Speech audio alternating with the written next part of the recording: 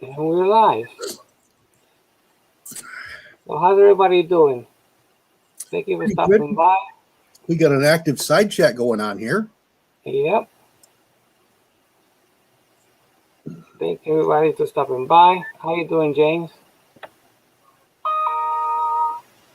Hello, James. Sergeant. And Sergeant Vanessa Bruce Kitty. coming by. You got any ideas on topics tonight or anything you wanted to talk about or bring up?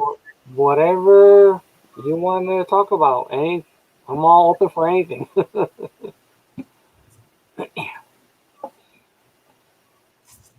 So yes, on the stock, the one that I chose was a Pro Varmint.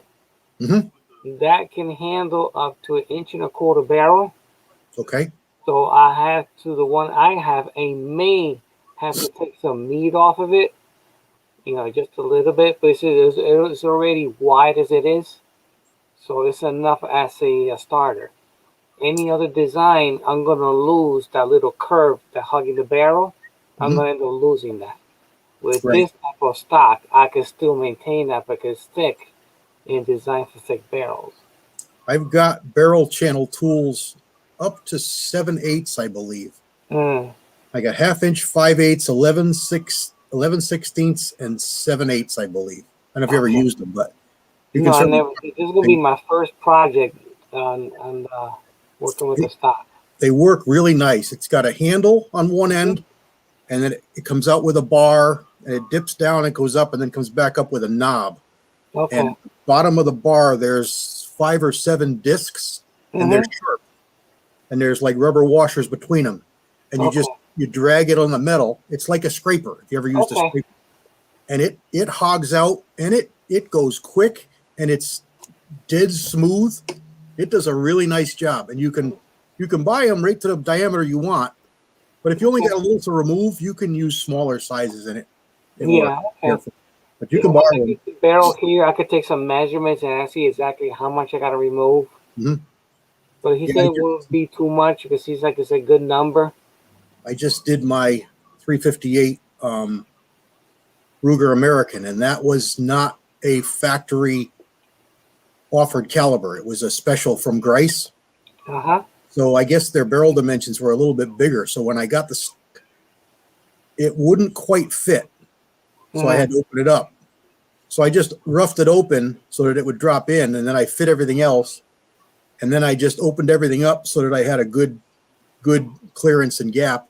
And then I did the blocks in and bedded the action and put the pillars. I did a little video, put the pillars in it. And then it worked out really good. But I did that with the smaller sizes, one side at a time, and just go easy and slow. And it works out. You can also use a dowel with sandpaper, but this is quicker and easier. Okay. Yeah, I see some people using a dowel with sandpaper. Yeah. You put a slit in it and you slide the paper in, wrap it around. It works. These tools weren't that expensive. I forget who makes them. It's the same company that makes checkering tools. It's not. I don't think it's Outers, but it's. I got them at Brownells years and years and years ago.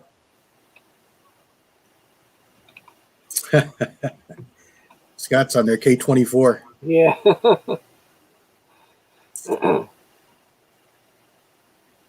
Let me see if he wants time.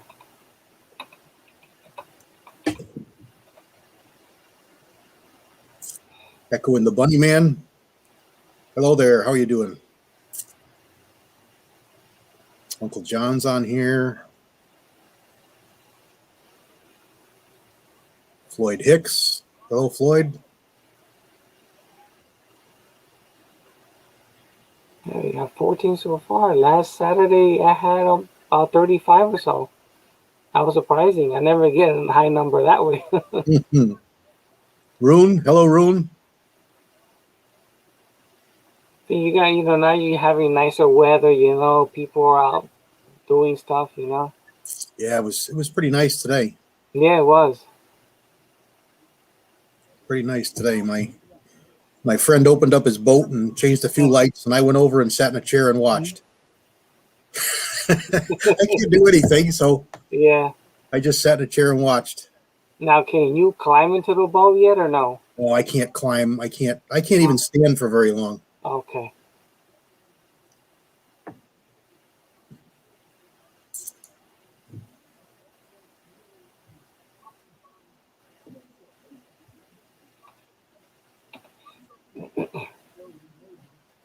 Maybe later, Scott says.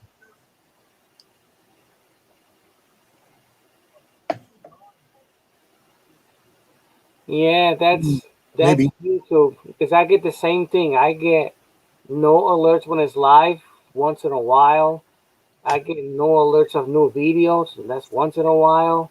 I got an alert 30 minutes before, but I didn't see Uh, one before going live. yeah. And this time your email came right through, but last week it didn't come until, I don't know, sometime after I shut it off and went to bed. Oh wow. Just never came through the email. So Yeah. Yeah. There's certain days, this system works beautifully, and there are others that doesn't. yeah, sometimes it's Hey, Andre, thanks for stopping by.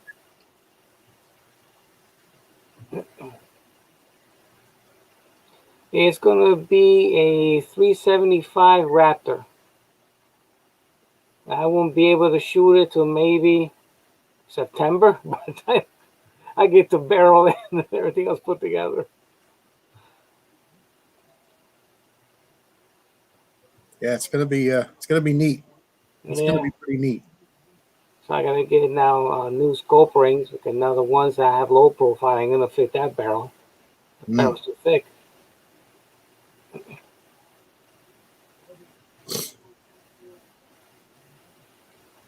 Yeah, no, I'm actually excited,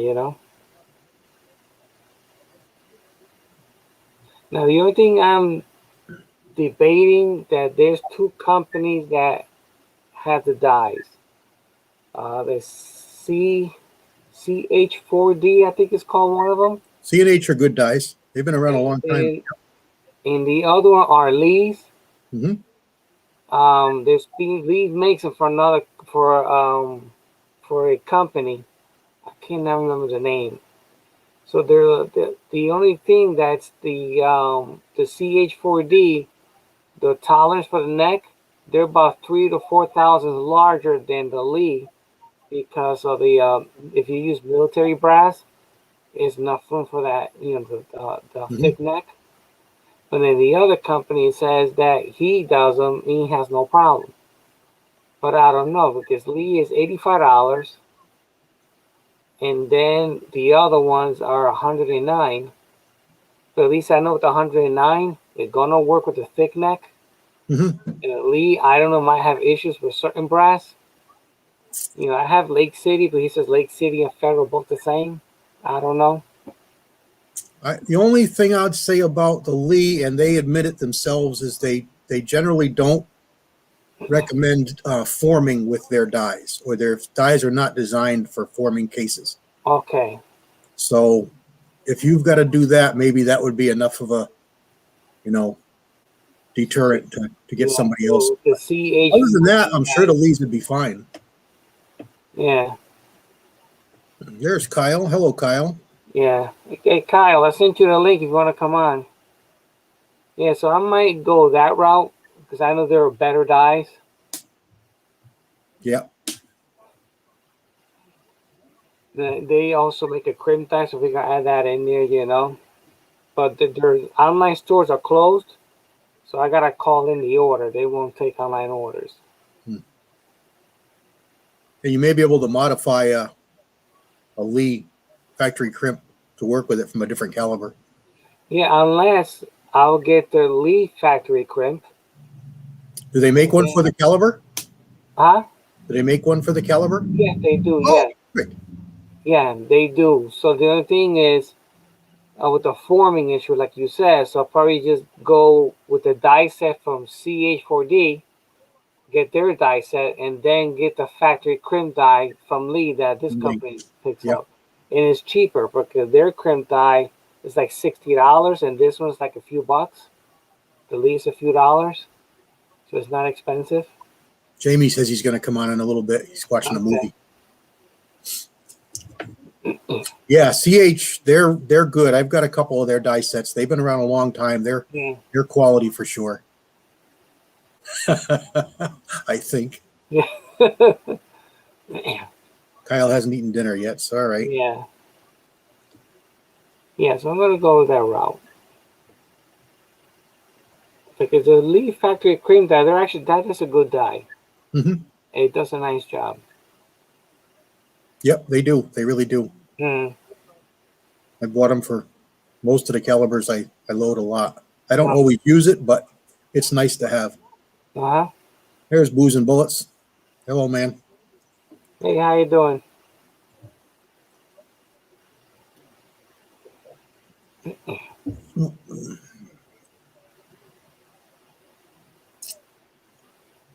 Hey, Broke Loader, how you doing? Thanks for stopping by.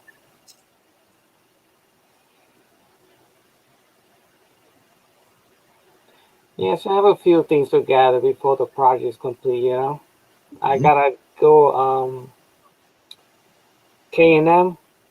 It has an expander there that I want to get also. That I could start the expander, expand it, and then I can finish the rest with the die. I thought I don't put a lot of stress to the die. At least I'll get to expand it in 2 steps instead of 1, you know? Then I got a, what do you call it, heat up the necks there to soften them up a little bit. Kneeling. Annealing, I gotta do that also Mm-hmm. before I do that, before I size them. But it gives me to do, so it's a nice project, you know? Mm-hmm.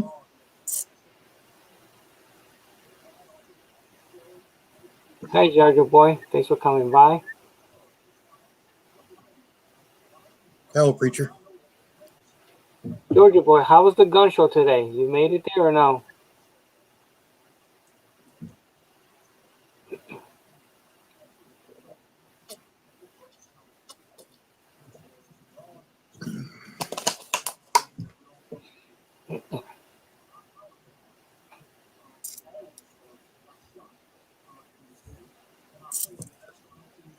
So I got another hollow point mold coming. Mm. I have I've got that 358 429, which is the 170 grain Lyman semi-wad cutter, but it's got kind of a long nose. Right. And it gives me problems in the Marlin lever action. It doesn't feed well. Okay. It does fine in a 38 special, Mm-hmm. but not in the full length Magnum. So, and I like hollow points. So I was gonna go with a 358 156, but I couldn't find a single cavity. Mm-hmm. I wanted to do a Lyman style with the pin, removable pin. And I was digging around and I found a brand new first production run Lyman 358 466. Mm-hmm. And there's a guy I talked to on one of the boards and he offered to do it for me. So I sent it down to him. It's going to come back just like a factory Lyman hollow point mold. I think he has a different style thimble head. Uses something somebody turned for us. But so I should have that pretty soon, in a week or so, I think. Mm-hmm. So I'm kind of excited about that. Then I'll have a nice hollow point that I can run in the Marlin lever.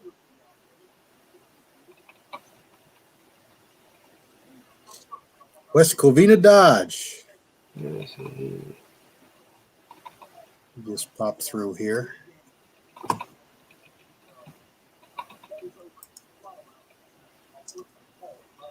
It's a link here to Pat. I think they have his information here.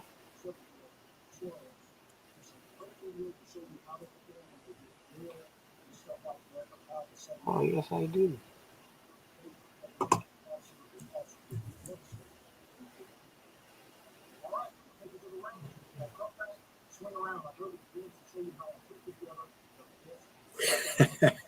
Robert's giving us a blow by blow.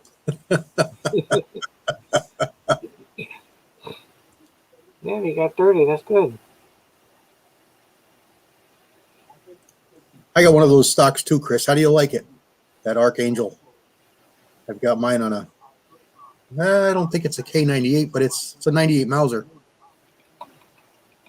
I like it. Yeah.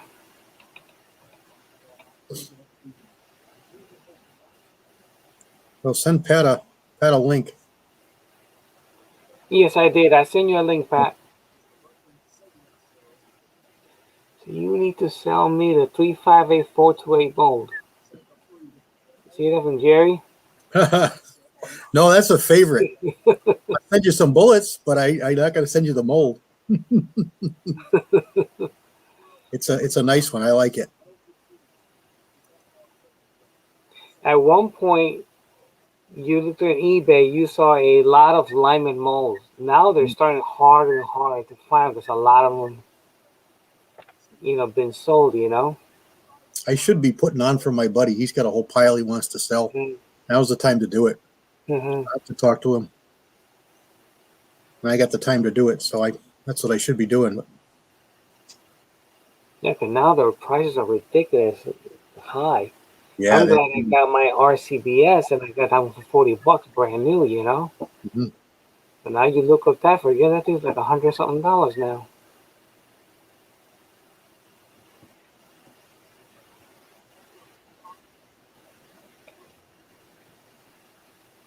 Okay. Discord. Are you on Discord or no? No. No.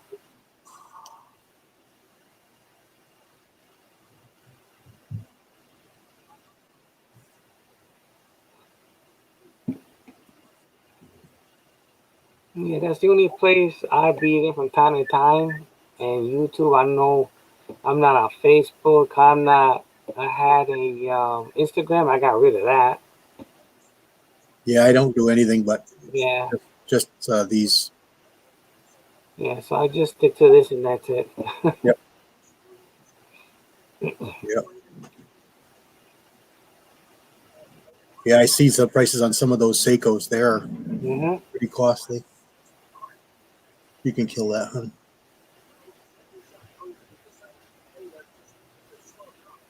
Yeah, that's okay, Kyle.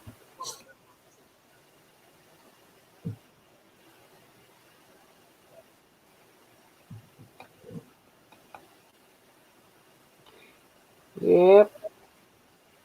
So next time, I think my 308, I want to find something that has a thicker barrel. So far, the one I see that's thicker barrel is a Ruger Predator. So far, the one I see that's thicker barrel is. There he is. Hey. Hello again, Kyle. Hello, Jerry. How's everybody doing? I'm doing good, thank you. I've got a 156 here, and it does got a short nose. Oh, yeah. I was sorry to leave the chat last night, but I was having issues. But I'm okay now. I'm ish. I won't say it's great, but I won't say it's bad either. So I had an external speaker going. I had to turn all that stuff on or off. So, well, how's everybody doing this evening?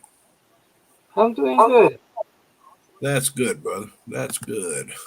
Let me try to pop out this side chat so maybe I can be active in it. Yeah, the attic is starting to warm up. I'm telling you, it takes a minute. So let's see what we got. There we go. Pretty soon I can't do this up here. I gotta go downstairs. Yeah, I ordered pizza in hopes that Angel would be here at 8:00, and she's not here. But I went ahead and wolfed down a couple of chicken wings and some pizza. So it is what it is. Mm-hmm. Hey, Chris. Marvin in the side chat, screaming at the TV. I imagine. You're looking way too deep into these college sports there, Marvin. I don't know how much glare does this show. Let me see. Just a white screen. Yeah, it's 100% glare. Yeah, 100% glare. All I'll do is I'll text it to you, and you can see the mold that I'm interested in. I think it's a good mold for the 375 Raptor. Here we go. I actually did a little cleaning up around the reloading bench today.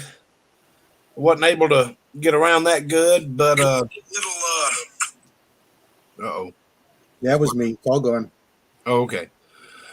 I was able to clean up a little bit of stuff off the reloading bench and get some other things ready to go, and then I went out and mowed the lawn. Didn't want to, but it was what it was. Did it go okay? Yeah. Hell, I can walk, so I'm good. Mm.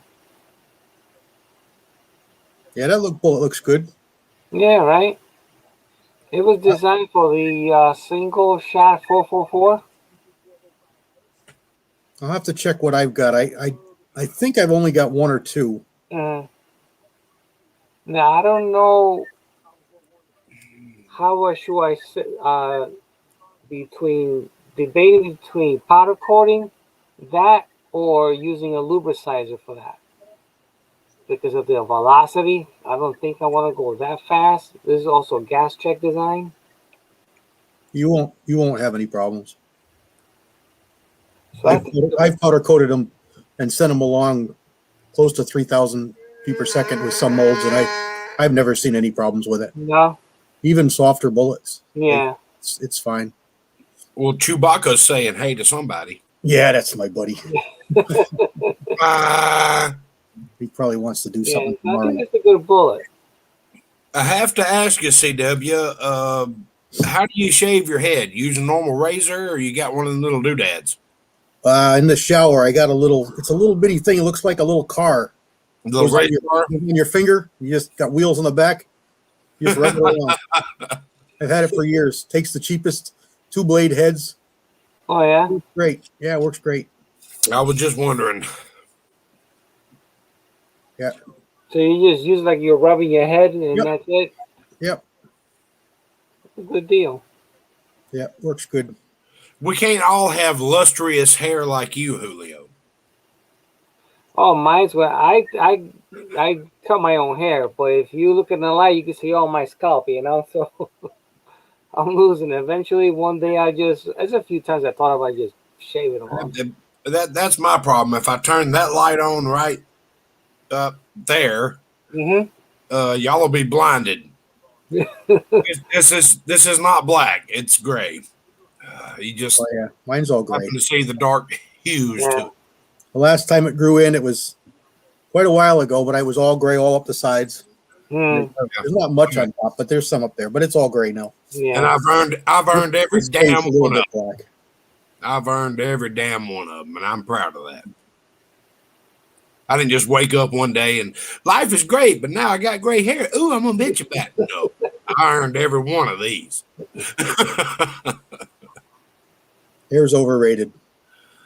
Yeah, I understand. I was just wondering because you always look to be nice and slick and smooth, so I'm pretty sure you do it almost every day. Pretty much. Yeah, just wondering how you did it. You let it I'm go not too there long. yet, but I might be shortly. Who knows? I was a flat top for years and years, but it just got too much work, so this was easier. I've had the same haircut for 25 years, so I just keep on with it. Same thing. I never changed. I got the same haircut since I shaved my head in 1991, and I've had peach fuzz and flat tops and none, and then flat tops and then none, and back and forth, and none now for probably the last 10 years. Mm. Well, there you go. Yard work and gun cleaning. Yeah, I did a little bit of yard work today myself, Georgia boy. It 'tis the season. Those weeds don't stop for nobody. Nope.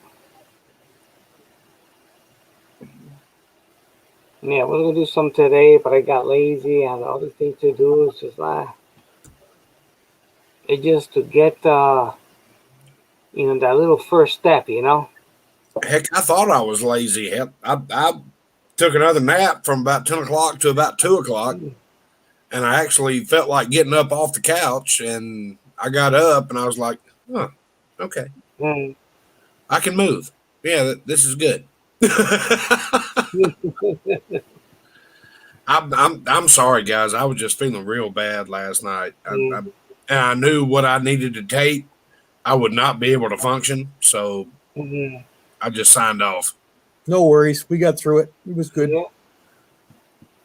Well, I'm glad. I hadn't watched a replay or anything, but We didn't talk about you too bad. well, I don't give a damn if you did or not. You ain't walking a mile in my shoes, so I don't give a damn what you think. I mean, I do, but I don't. Yeah, it was bad, but I went to sleep, and actually, Angel took care of the dog for me and everything this morning. She was like, "You just sleep. You're sleeping so good." I'm like, "You woke me up and tell me I was sleeping so good, really?" I was like, "You know how this works." Yeah. I had a busy afternoon. I've been watching Bubba Roundtree ever since I talked to you on the phone this afternoon. Yeah. Yeah, he got some good videos on slugs there. Yeah, he did 3 on these Savrogs, and Yeah. I watched one of his hunting videos where he was shooting deer with the bot fly, I think it was, and Oh, those things are brutal. They're Yeah, brutal. he took a doe down with the Sevrog, I think is it the one with the 4 pieces that join like a little that's the ring bot on fly. it. Yeah, it's the Yeah, bot he fly. took Yeah, one down. One shot, and deer went down. devastating. He recovered it. He said it was devastating the way that slug really crumbled. Oh, I'm telling you He did a good job. that damn slug, that son of a bitch is a beast. Oh my Yeah. god. Yeah, Yeah, those guys did a nice job. I mean, slugs, I guess, is a famous thing in Russia because that's all they really shoot. Come Pretty on. much is the dime. I'm taking baby girl outside and give me a minute. Oh, yeah. That bot fly does look interesting. Mm-hmm. Does look real interesting. no, we can't do that. Shit, I'm gonna have epilepsy. Hang on. Bubba knows. That's right. Bubba knows. Yep. There. All right. There you go, sweetie. We get to go out here and listen to the little midget frogs. They ain't full grown yet. You still didn't oil that wheel. Oh. What? Oh, are you Just too squeaky.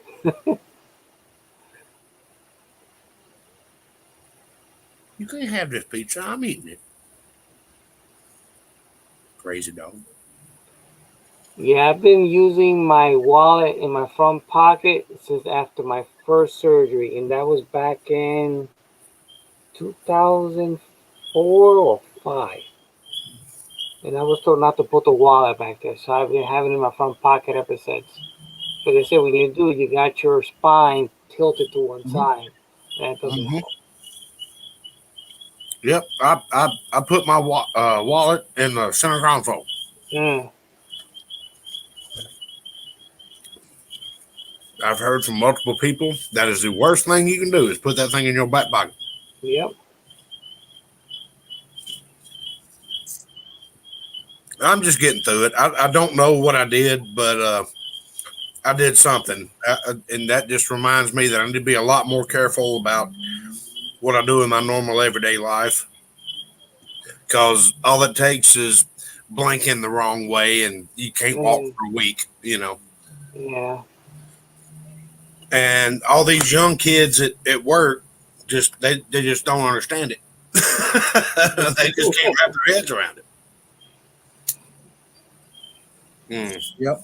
Like, well, 25 years, you'll call me, and whether or not I answer the phone is my own prerogative. I'm not going to answer the phone, just say I told you so. It's a little different. And the bad thing is, back pain is the one thing that you can't fix. There's nothing you can do to make it better. No. It's quite debilitating. Yep. What I have is a spinal stimulator. It's like a pacemaker, pretty much. Right. A TENS unit or whatever. Yeah, and that does very well. It took a few years to really get going, but as time went by, it got better, and now it's like pain don't even exist. It works beautifully. I mean, Yeah, you can try. You can try this, that, and the other, and some of it works for some people. That's fine, but when you come down with I'm in pain, mm-hmm. and it's back pain, there ain't nothing you can do about it. You can take all the pills you want to, get as doped up as you want to. I just don't enjoy that, but once it goes into spasm, you're pretty much done. Oh yeah, yeah. There's nothing you can do about it. There's nothing you can do. You just sit there and live with it and try to make yourself comfortable is all you can do. Yep.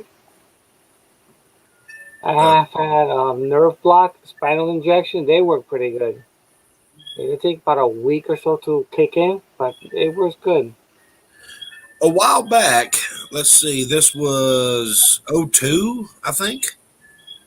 02 or 03. They went in through my stomach. Right. Well, y'all can't even see me because I'm too lazy to turn the light on. They went in through my stomach right here and went around everything and did some work on my vertebrae in my lower back.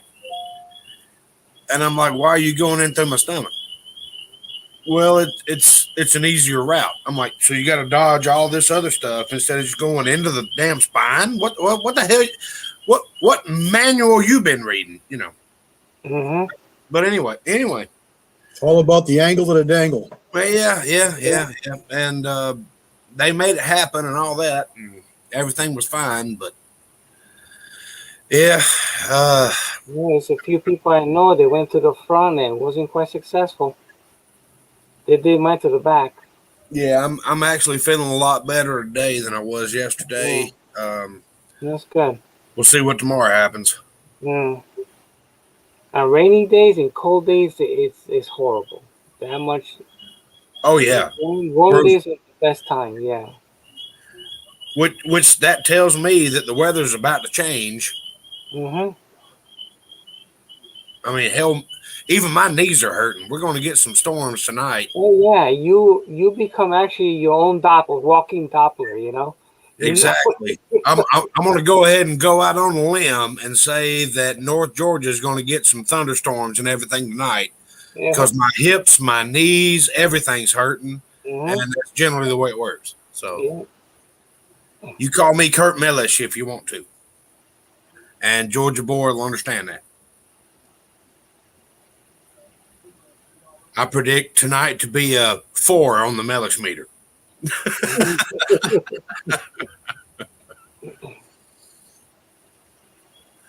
Oh, goodness gracious.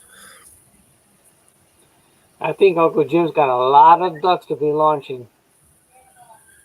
Oh, he's got a whole house full of ducks now. I bet his wife is actually bitching at him about, what are you going to do with all these ducks?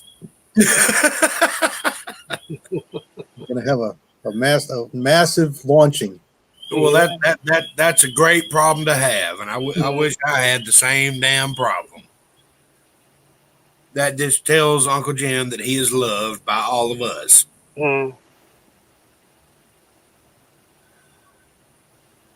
Yeah, Ozark, it was gorgeous here today too. I hopped on a lawnmower and unfortunately mowed the grass in all its glory.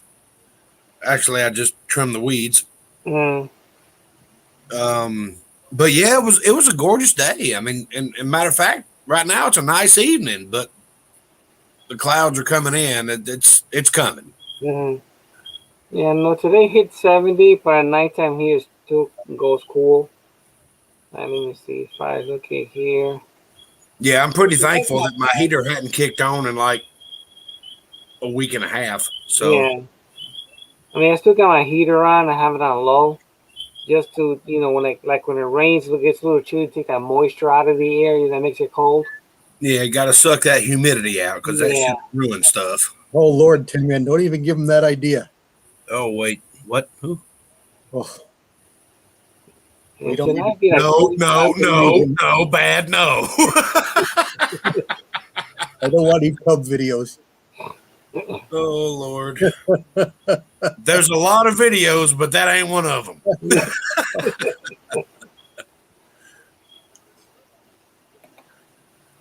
I just hopped on here to keep everything going.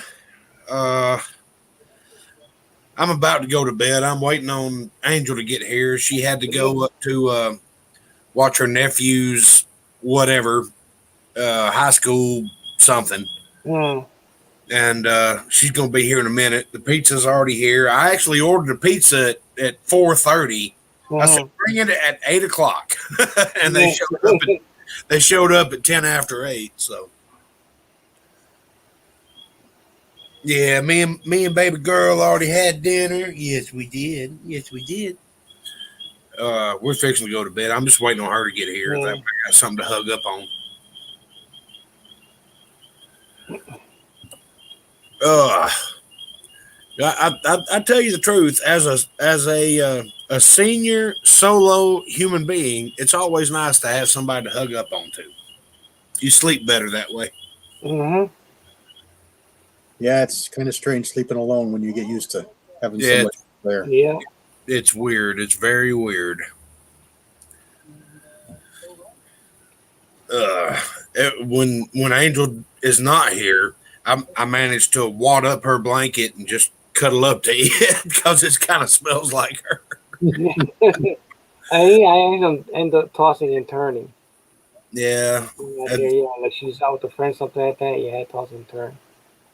I hope she's not watching this because I don't want to know my true feelings.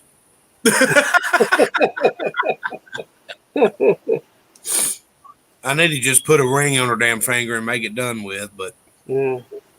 that's a step that has bit me in the ass. Oh man, has it bit me in the ass in the past. But yeah, I think around our birthdays, around July, it may happen. I know everybody's out there going, yeah, yeah, about time. And then some people are like, don't do it. Whatever. Y'all do what you want. I'm going to do what I want. Mm.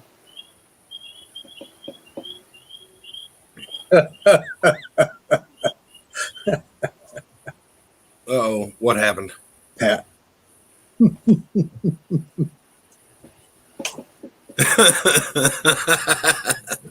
Yeah, it took me a minute to be able to see it. Hello, Tim. Oh yeah, that is true. Until the snore. Yeah.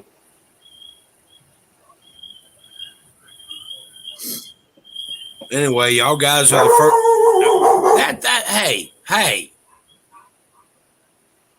I'm sorry about her. She has her own attitude. Yeah. But yeah, y'all are the first guys to know it. Don't tell Willie. Oh, Timmy must be busy. I don't know where he is. I haven't seen him anything for him all day. no, me neither. Yeah, me neither.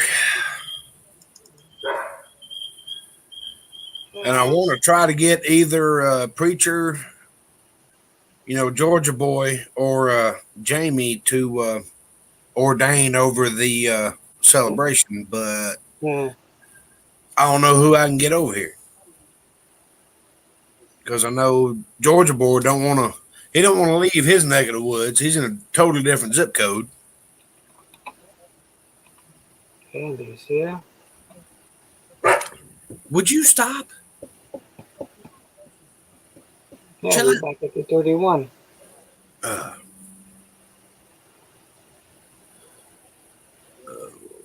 Got Andy Coates Brothers.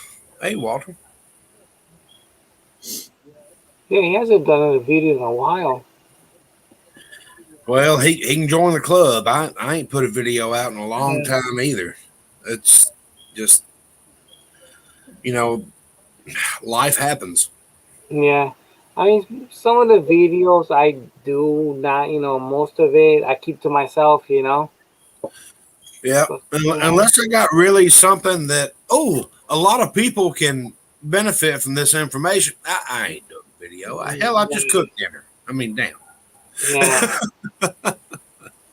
But to put a video of everything and say, man, it's too much work into this. Yeah, it is what it is. Hell, I'm to the point now where I'm too scared to put a video up, fearing they're gonna, block it or give me a strike or whatever, and I'm just not living in that fear. Mm, Here's Jamie. What's going on, fellas? Hey, yeah, I'm all Good to right. see you. now we got some good comic relief instead of just me. I don't know about that. I'm just a straight man. So what you did today, Jamie? What did I do today? Yes. Pretty much nothing. Hey, Broke Loader. Hey, Walter.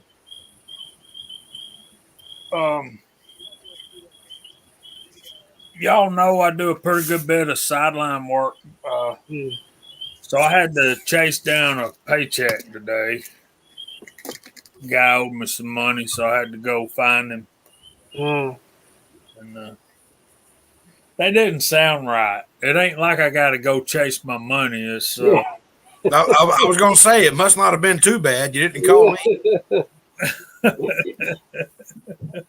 I ain't got a problem. Pay him.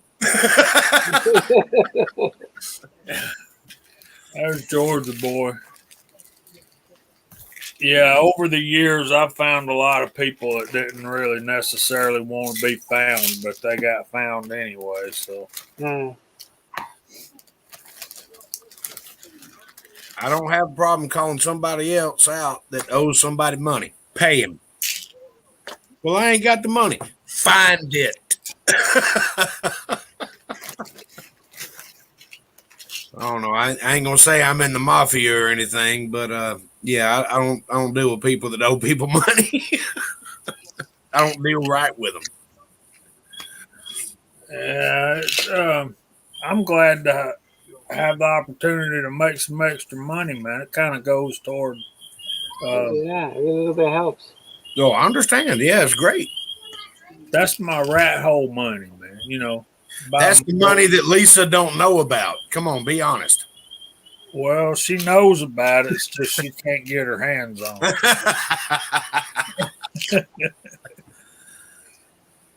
What you make it work is our money, right? Mm-hmm. But what she makes it work is her money. Funny how that works. Yeah, it's weird. It's almost like she read a script or something. I don't know. Her daddy raised her right. That's what I can tell you. There's Tin Man. What's up? Georgia boy. Mad Money. That's right. Well, I can tell you what. Both of y'all were raised right, and I know both of you. And I'm proud to say that y'all were raised right. Well, I appreciate that. There's a couple of people in this planet that wasn't, and they know who they are. But you and your wonderful wife are not any of those people. Speaking of people not raised right, y'all should have saw that movie I just sat through. Oh, Lord. What movie was that? It's called The Ninth Gate. It's an old Johnny Depp, Frank Langella movie. Mm. No, That's like from 92 or something like. I mean, it's pretty old, right? fairly, I think. I still don't get it. I think it's kind of like devil worship kind of thing going on there. Yeah, I ain't studying that. So There's a whole lot of that I don't even want to know about. So me either. Me either. You don't mess with that. We're all a bunch of flag waving, Bible toting, gun loving individuals mostly around here. Uncle John, this will go along with what you just said, and Jamie. We are the people that our parents warned us about. That's bad when you turn into those people. No, hell, it's true. Shit. I mean, think about it. It's true. We are the people that our parents warned us about. Now, the problem is, what are we going to do to make sure that freedom remains? You know. Oh, Tin Man, I had to go cut my own hickory, man. They buy you those wiffle ball, the bat and the ball. I keep the ball and the parents get the bat. I'm telling you what, when I was growing up, I got tore up by anything that my mom could find. Oh, yeah.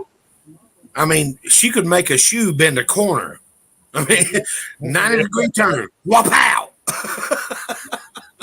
Yeah, Echo. I was just saying that it was called the Ninth Gate with Andy is familiar. He said it was 1999.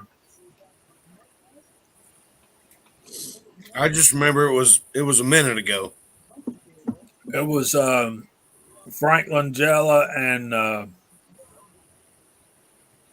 Johnny Depp. Yeah, Johnny Depp. You got to understand, Jamie, that movie's 21 years old.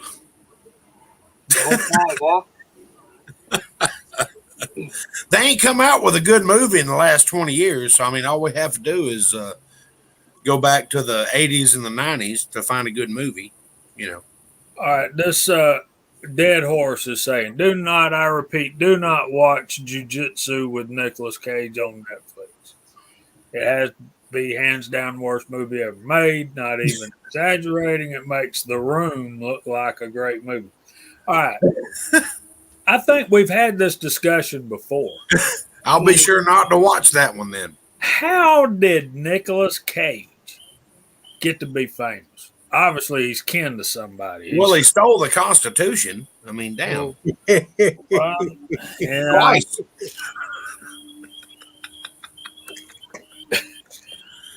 Yeah, if he'd have kept up with it the first time, he wouldn't have had done it the second time. Well, I understand it, but both of those movies were actually good movies.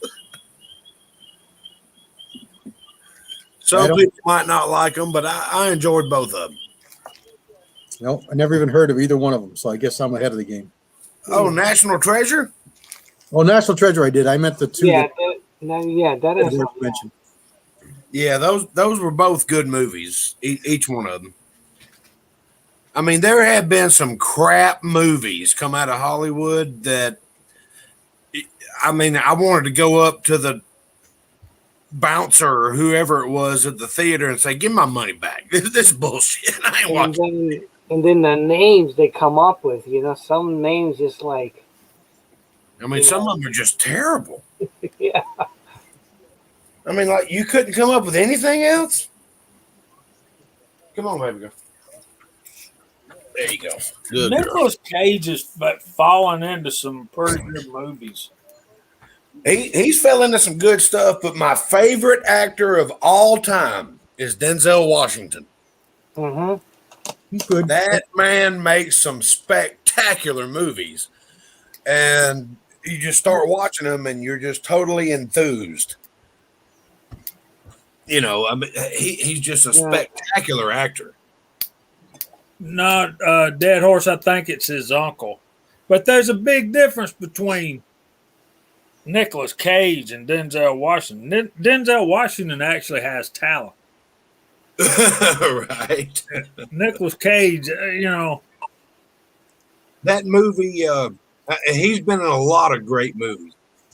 But his latest one that I fell in love with was Flight. If y'all hadn't seen that, that is a spectacular movie.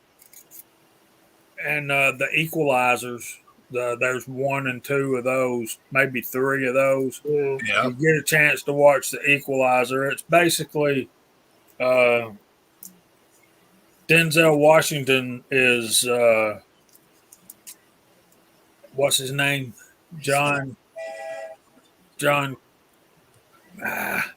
you know. Anyway, they're good action movies. Another good one that Denzel was in that hadn't really been advertised was he played Greasy. He's the hired hand to guard an American child in Mexico. Yeah, I saw that. Oh yeah. It was good. Yeah, I can't remember the name of the movie, but that is a spectacular movie. Mm-hmm. That was good. Yeah. Georgia Boy got it. The Book of Eli. Oh, Book of Eli is great. I watched that in the movie theater, and like 3 minutes before the end of the movie, I was like, "What?" Yep. Crazy, huh? That was a good twist. It was a great movie. It was a killer movie. I was like, "What?" I walked out of the movie theater and just, Yeah. I don't know. I don't know what's reality anymore. Mm. That was a great movie. It That's really was. kind of like I feel after watching the one I just sat through. It's like, Mm. Man on Fire. Yeah, that was the other one. Man on Yeah, Fire. Man on Fire. That's it. Where he played the private security guy. Mhm. Yeah, that was a killer movie. yeah, I mean, he is going to go down in history books as one of the greatest. Him and Morgan Freeman, both of them. Oh yeah, Morgan Freeman. Yeah, like he did a lot of them. But one that I could watch over and over again is the man that one where they were in prison. Or what's the name of that? Shawshank. Yeah, I like watching. I could watch that over and over again. That is a great movie. He played a great role in that one. Yes, he did. all right, Well, here's a little piece of well, trivia what? for y'all. Yeah, here's a little piece of trivia for y'all. Can you believe that Nicolas Cage has 2 Oscars? Okay, John Wayne has 1. Mm. Who decides who gets an Oscar? Right. Obviously, it ain't me. Yeah. I've got a lot of favorite actors, and Nicolas Cage ain't one, but I will go out of my way to watch movies by actors that I actually support and think they're doing a great job. And 2 of them are who we've been talking about. Denzel and Morgan Freeman. They are spectacular actors. I love them. Pastor says, "Cool hand, Luke." That's Paul Newman. Yep, that's Newman. And who told you to put that dirt in my hole?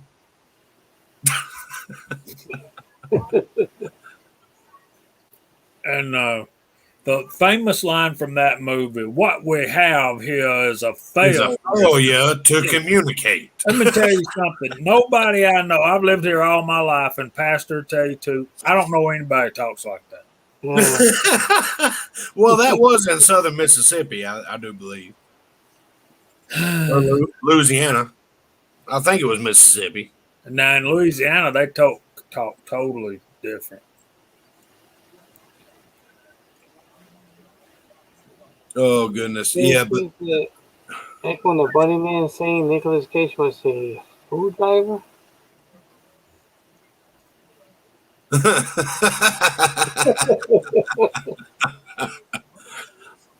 I'll tell you what, guys, and everybody in the side chat, we are living in a great time in the history of the planet because there is some amazing actors and stuff, actresses. There's a lot of talent out there, and all we have to do is enjoy it and get everybody else to do it too. You know, all this, flu pandemic and everything else has put a harshness on it. But I'm telling you, we've got our own destiny of John Wayne's and everybody else. We've got our own right here and now. All we got to do is watch them. And that's a hard job. I mean, so much you have to remember and do. You know, it's like that's not easy. Yeah, I mean that there's some amazing talent out there. We just got to let them do it, Hmm. and a lot of them are doing it, and a lot of them are telling the rest of Hollywood and California, "Yeah, go away. I'm gonna do my thing," and I totally support them. I don't. They need to make the kind of movies I want to watch. Well, a lot of them are trying to do that, and then Hollywood's saying, "No, this is what the movie you're going to make," and a lot of them are walking off the set going, "Not really." Yeah, like Outlaw Josie Wells, right, Pastor? Yeah, we want to see more movies like that. I love it when John Wayne grabs the kid by the dang belt loops and the shirt collar and throws him in the damn pond and says, "Swim." No, man, that happened to me. That's the way I learned too. I learned to swim. Daddy chunks you in over your head, you learn to swim pretty quick. You dang right. My dad kicked me off a dang boat. I learned to swim pretty quick. I think I got Angel here. Let me hop off of here because I got a dog that's going to be raising hell in here in a minute. Don't want to bore y'all with that. I'll keep y'all on in the background. I might pop in here in a little bit. Okay. Good night, Kyle. Feel better, Kyle.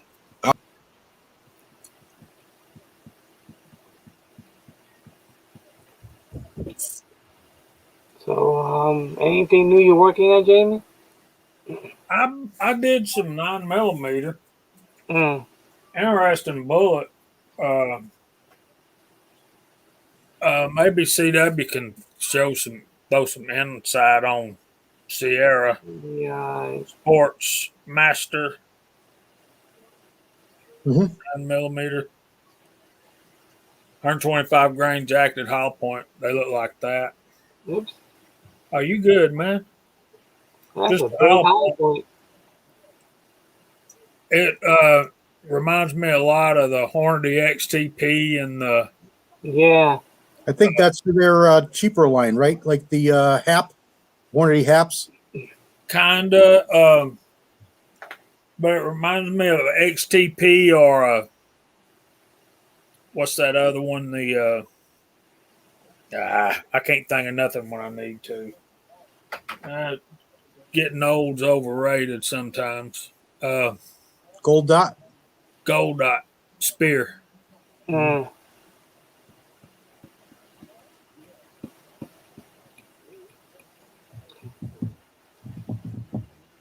Got that shiny jacket on there. It's not so common to me. I know, right? And my buddy bought those, wanted me to load them up for him because he ain't got. And I gave him the same old line, man. I got to have a barrel. I ain't making no ammo without no barrel. Right. But they're pretty standard fare, man. Just 1.040 with power pistol. Yeah, I'm gonna try some power pistol. I seem to like power pistol.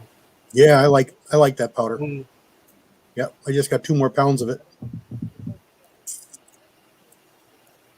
Okay, Willie. Man, Willie Bullet Man, what's up, man?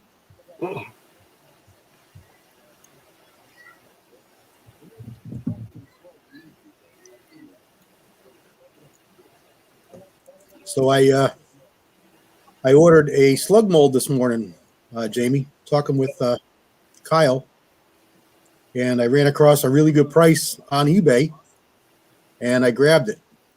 So I've got a I forget the name of the thing now. It's a Savrog, but it's a different one than what Kyle has. He's got the Italian Paradox, I think.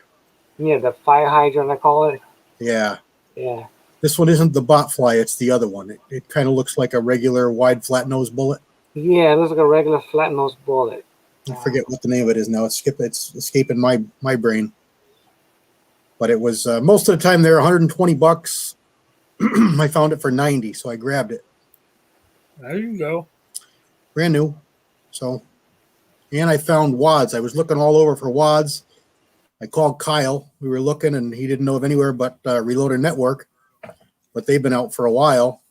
And I was able to get 30 of them from the guy I got the mold from. He actually answered my question right away on eBay. So I grabbed 30 from him, and then I found somebody else in the Russian Federation over there who was selling larger quantities for a lot less money. So I got 250 wads coming. Excuse me, that'll last me a little while. Those push-in style, the special proprietary ones. And this slug will also work with those stump wads. So I can take a regular old, any regular old shot wad and just cut the petals off. I don't know what kind of accuracy I'll have. We'll find out. But those proprietary ones, they seem to shoot really good for people. Seems like it. I'm anxious to try that. Yeah, I've spent some time in Louisiana, a couple of 3 or 4, 5 or 6 mission trips down there after Katrina and several other things. Good people down there, but they think a little different than we do. But I love them just the same. And I always hated the Saints until I spent some time in Louisiana, and especially after Katrina. And those people were living in the Superdome after Katrina. I remember that. Yep. Mm-hmm. Yep. Yeah, it was a lot worse than a lot of the rest of the country was led on to believe. I know. So it was quite worse than we knew. Yeah, they never did say out loud on the news how many people actually died in that storm. Mm. I had to go hunt it down for a report after I got back home. Okay. Yeah, that was bad. So at the time I did that report, they had there was 2,800, between 2,800 and 2,900 people dead, and another 300 or 400 that were missing. If you know anything about Louisiana, even in town, if that place was flooded, there's no telling what happened. You can imagine what happened. Sergeant Bulldog wants a link there, Julio. Uh-huh. Come on. Let me see here. I don't know if you've got his contact. Yes. I gotta look at my phone. So that's neat. I got to have that. And Julio says they ship pretty quick, so maybe I'll have it in a couple weeks. Very good. Something else to play with. And I'll probably have that other Lyman mold in a couple weeks as well. I talked to him the other day, and he was mostly done with it. He said he wanted to cast some, so I said, go ahead and cast. I'm in no rig rush. So he may cast his own some with it and then send it out to me.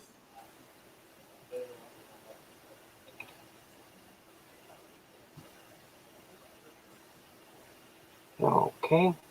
Link is sent. And go to Willie. Hey guys. Really, man? Figured I'd come on. We just ate dinner. Little Rugrat's still munching. So I figured I'd come on and say, hey, see how y'all doing. Pretty good. How you, man? I'm blessed and watching my grandson with all these curly hairs eat all the food up. One more? Which one? He is just rubbing. Hey guys. Hello there. Hey, man. Which one has that? Which one do you want? He goes, this one. Oh yeah, I heard him say that. We haven't got coffee yet. Is that Sergeant Major Bulldog? Yeah. That's a sergeant in the house. How are you Yeah, doing, let me my turn friend? some.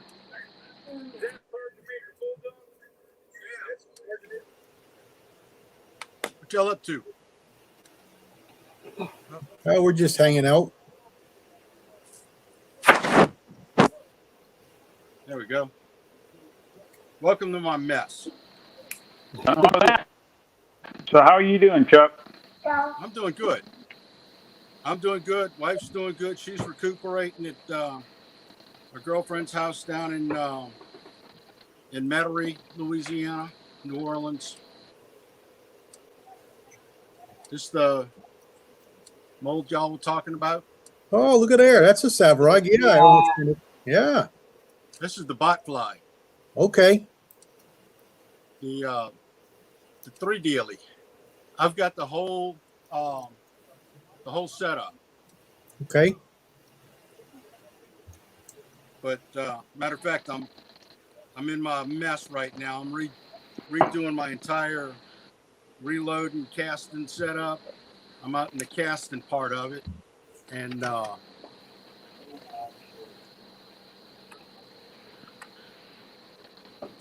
trying to get this mold up to temp. Ooh, casting on the live stream. One thing I found, a lot of people have been having problems getting these things to pull off. Mm.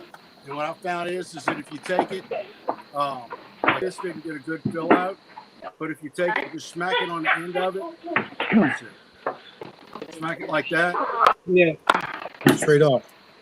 It'll just pop right off the end. Say hi. Instead of Say hi. waggle it all off the end of it. Mm. Because they tell you to put it. Wipe your hands. Wipe your face. Yeah. Tell you to Reclamp put it and pull it off. Yeah. like Yeah, this right. and then pull it off. Give him a white nose. But I found that could be a real pain in the ass. Here you go, baby. Here you go.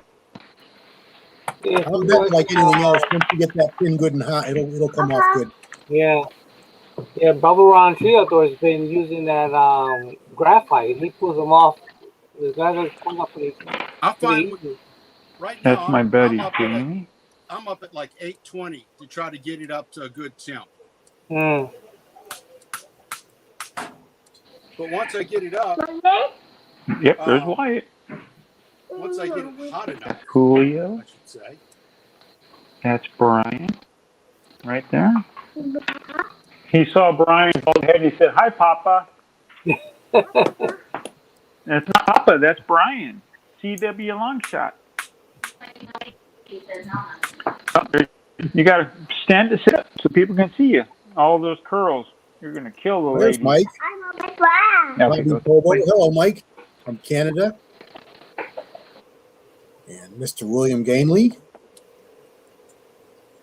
Yeah, William, I never, ever quench ingots. Yeah, never. Mario. Hello, it's Brown Uncle Jim. How y'all doing? There he is.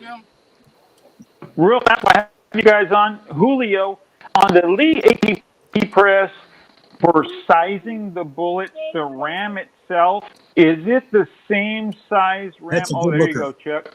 Good looking Now bullet. that's after 3 of them. Yeah, that's nice. For And cool, I'm really man. not even up to temp, on the Yeah. That's good. Yeah, that's the one I really would have liked to get, but I like the one I got, but they were all it was all priced. I saw it was $90 and it was, 20 bucks less, 30 bucks less than everything I saw, so I grabbed it. Yeah, I've also got a bunch of the tail wads. I got pretty lucky, and I got a bunch of them from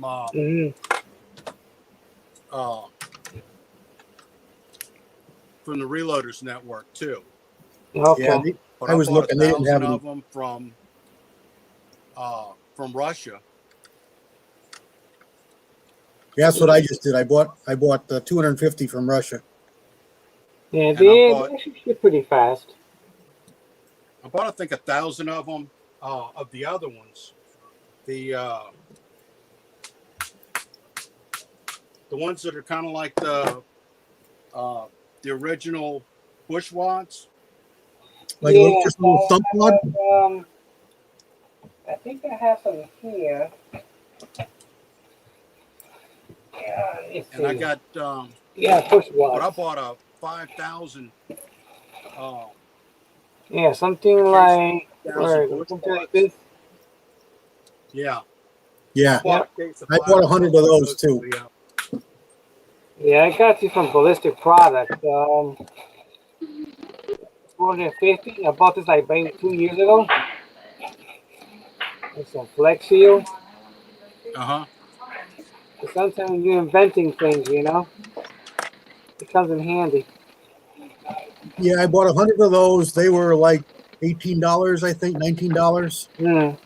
And then I bought 250 of the proprietary ones, the Snap-on, and those were $50 shipped, $57 shipped. So, Julio, I have a question for you. Yeah.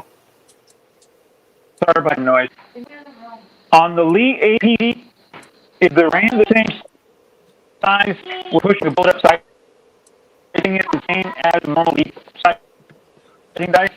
You're breaking up. Okay. Sorry, yeah, it's breaking real bad. It's my son's internet. I'll let you guys go. I'll call you on my way home. Okay. So what's going on, Mario? Who you watching play ball? Well, I'm watching Oral Roberts against Arkansas, so you know Ozark is watching this game. yeah, he's on the side chat. He's going crazy because these fools are losing, man. To Oral Roberts, I'm like, he said he's losing his voice yelling at the TV. yeah, I know. What's the score? They are. I think they were behind by like 6. Hold on a second. It's kind of hard to tell because they're going back to the replay. Oh no, they're tied. Yeah, man. But Oral Roberts has been putting a hurting on these guys, man. They just, I never thought that a 15 seed would be, playing what is that, like a number 2, the number 3 seed, Arkansas is. I predict Arkansas will pull it out, particularly if they're tied right now. How much time's left? They got 6 minutes. Yeah, that's plenty of time. Anything can happen. Idaho Rogers joined us out there, y'all. So have you ran down the side chat Ocean? No, I have not ran a side chat yet. No. You want me to try to do that, or you want to do that, or why not? I don't know that I can. Here, let's see. No, if not, let me know. I got it. I think I got it. Okay, we got Stewart County Ballistics, Andy 79Z28, Dead Horse, Ocean 374. Imagine that. Uncle John 10 Man, James Pollard, Dead Horse, Georgia Boy 44, Broke Loader, Stewart County Ballistics, West Covina Dodge. What's going on, man? Talking about Spider Woman, get real. Echo and the Bunny Man, Dead Horse again. Broke Loader, 6-shooter Texan, Chris 338, Fuzz T48.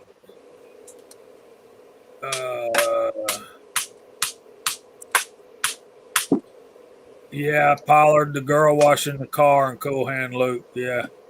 John Wick was the name I couldn't remember. Chris 338.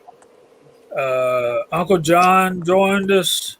Eagle Eye Shooting. What's up, Kenny? My brother. Stewart County Ballistic again. Broke Loader again. Floyd Hicks. What's up, brother? Walter Bunning joined us. No, Walter's in there. I didn't see him. Yeah, he snuck in the side door. Idaho Rogers, didn't see him either. Yeah, Idaho's in here now. Willie Bullet Man joined us for a few minutes. He'll be back though. Let's see. Sergeant Bulldog is here in the room. Dead Horse, did I say him? Mm-hmm. Hobbies Hobo. James Ganley. I meant William Ganley. I'm sorry, William. Don't know what I was thinking there. I wasn't, was I? Rollis Carvelis. He's looking at some Encore barrels. Let's see. Did I say 6-shooter Texan? Yeah. Tim S. Mario Mosen joined us. There's K24. Idaho Rogers USMC. You got the Scotsman. Oh, There's the crazy Scotsman. Hey, Peterman. One guy.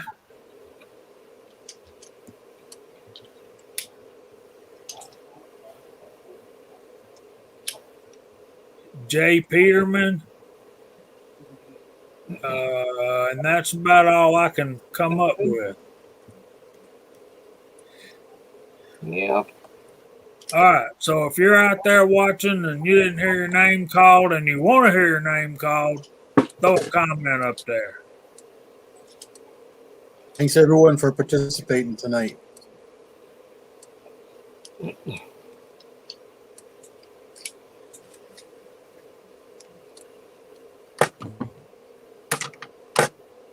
So you goes with the tip powders, the blue dye. You got something that you like.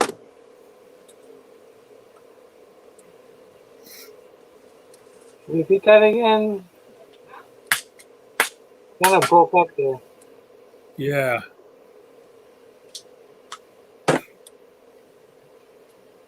That's good, Eagle Eye. That shouldn't take too long. We got a spot. Just saying. Yeah, let me bring this up. I'll send him a link. Yeah. And if we get, I can't stay on very late tonight. I got Sunday school in the morning, so if he comes on and when he comes back, I'll step aside. It looks to me like Mario could at least give us a play-by-play of the game, right? Mario, what's going on, man? Well, Arkansas came back. They're up by 4, and they got 3 minutes left.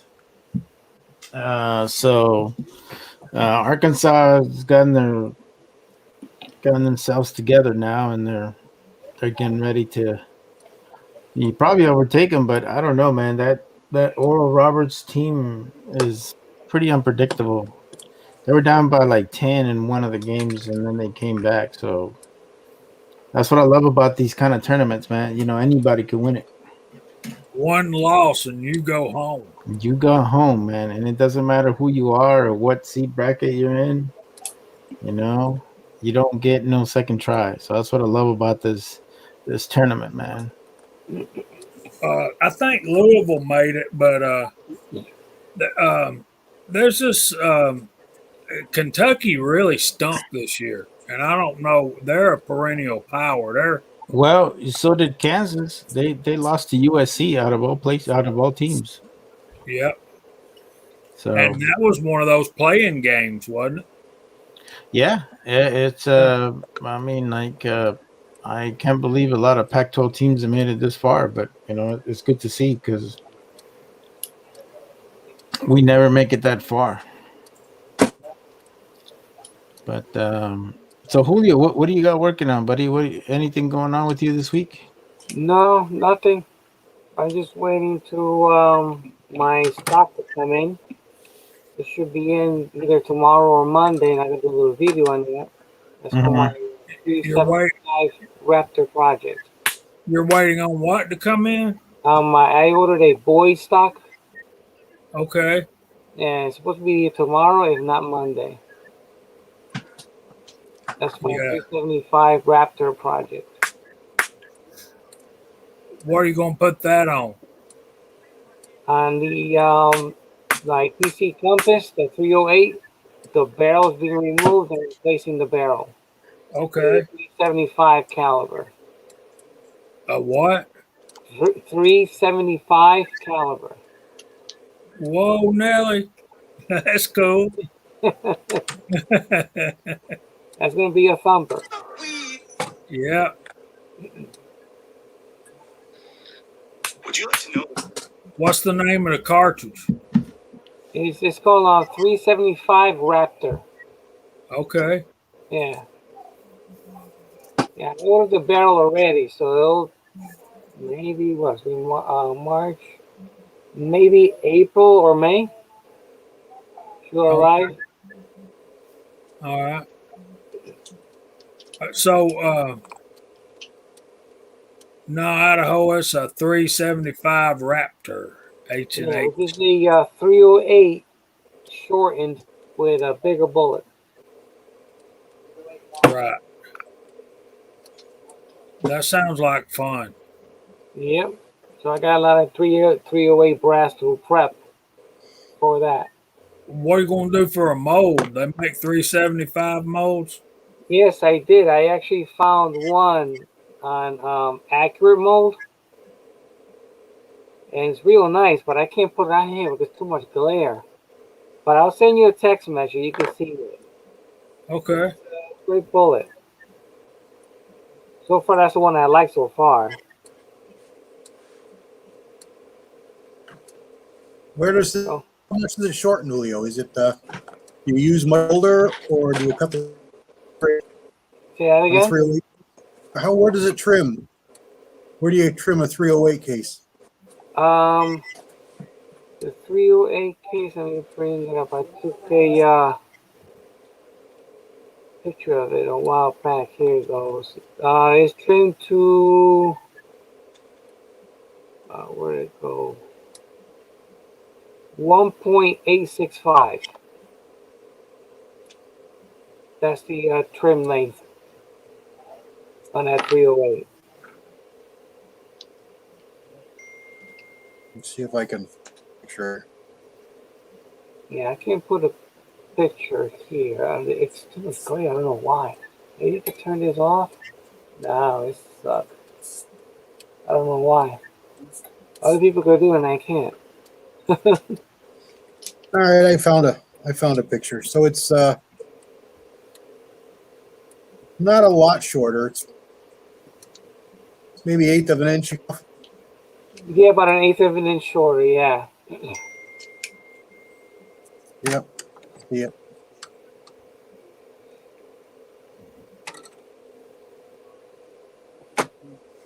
So it's going to be a sized up, kind of like a sized up 300 blackout, kind of, maybe? Yeah, kind of a 300 blackout, yep.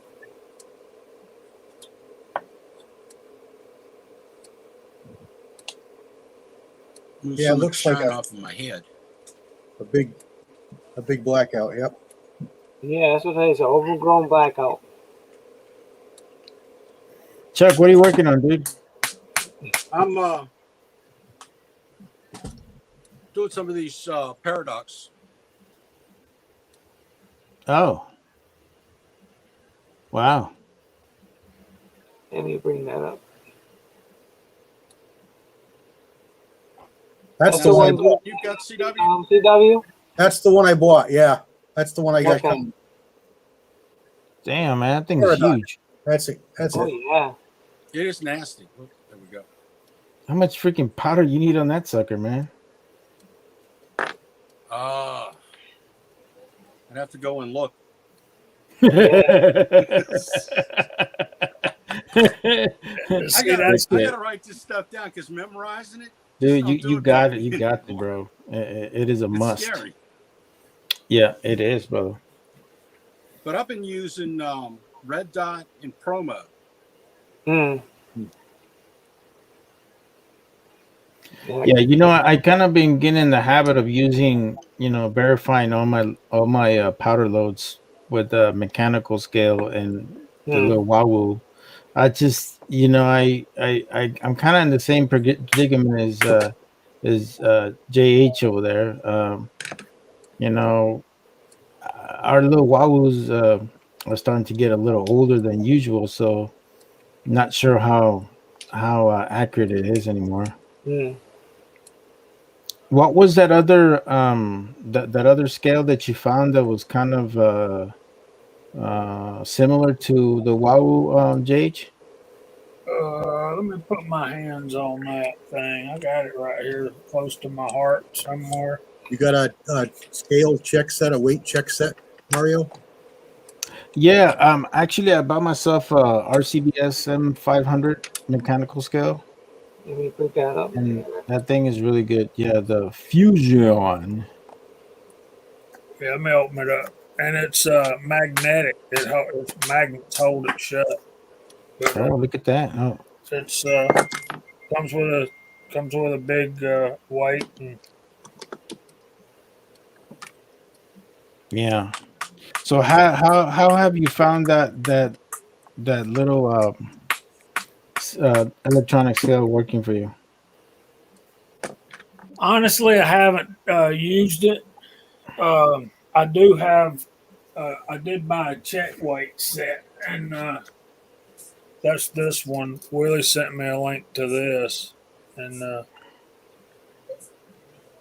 I put a link in it last time. I think last weekend, but $20, and there's no debating at that point. But I'll get busy working with it, and we'll see how fast it thinks when we start trickling. Because that's really the test, for what we do is, and that's what made the WOW so attractive, is because it kept up with the trickling when we were trickling up our charges. Yeah. But by the way, MCK, I'm starting to go for the homeless veteran look. I can shit about my hair. Oh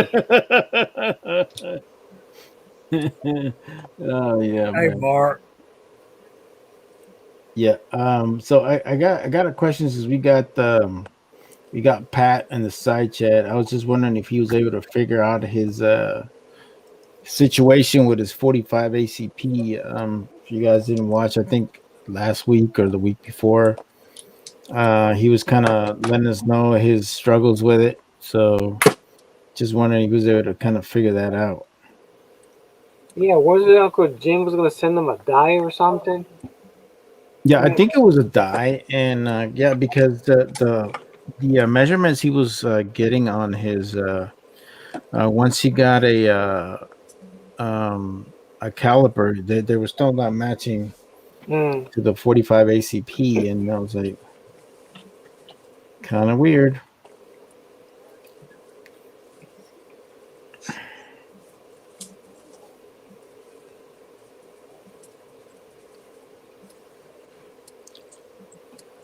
So, okay, so he figured it out. Okay, cool. Okay. Yeah, he says you send him a link. Yes, so you I can did. kind of explain it. Yeah, I did. So I'll send it again. Yeah. 3 seconds left in the game. Uncle John. Yeah.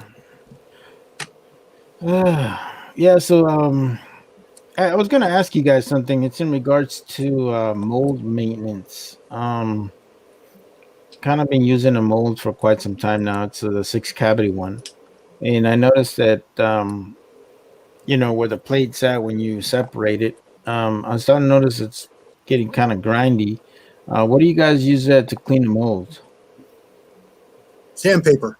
That's not it neither. No, don't do that. I'm just kidding. MSCW. Sandblaster. Plate?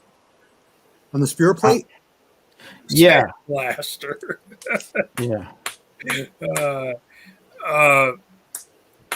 Seriously, a rag that just keep a rag with 2-cycle oil. 2-cycle oil. Okay. You're getting lead on it. It's getting lead traces and tracks. Yeah, it Yeah, is. you got to lubricate it more. Okay. Put your When it's good and hot, you fill it up, cut the spear plate so the bullets are in there, and then Leave the turn it bullets upside in down there. and wipe off the bottom of the plate with a Q-tip or a rag with some 2-cycle oil. It'll keep the oil from getting down in your cavities, and it'll lubricate the plate better, so it won't leave as bad a tracks. But once you got them, You can go at them with a popsicle stick or something, scrape them off when the mold's hot. They won't really hurt anything until they get really bad, but stay on top of the lube and you'll cut that back a lot. Okay, we'll do that. So apparently, if you got an old wash rag or something. No, I do. I just wasn't sure what I needed to use for it. Is it lubricant or is it solvent or what? Synthetic 2-cycle oil, which you put in the gas. Synthetic 2-cycle. Right. Okay. So But really let it soak into that rag, Mario, and don't let it get down in the cavities of your mold. Right. You're not going to be happy if that happens. Yeah, I've heard about that already. So If you do it like I said, you throw the bullets, fill the mold, wipe off the slag, so you got the top of the mold with the bullets in it, and then wipe it off. It'll keep the lube out of your cavities. did you change your? Oh, look, this is a different look for Mr. Pat. What's going on, brother? How you doing? I'm doing fine. I've been playing with the hair, so I took off the goatee. I need a haircut really bad. Haven't had time, so that'll get cut soon. But yeah, the little woman was calling me Custer the other day. Freaking custard. That's badass, bro. All right, so you want to hear the news on the 45 problem?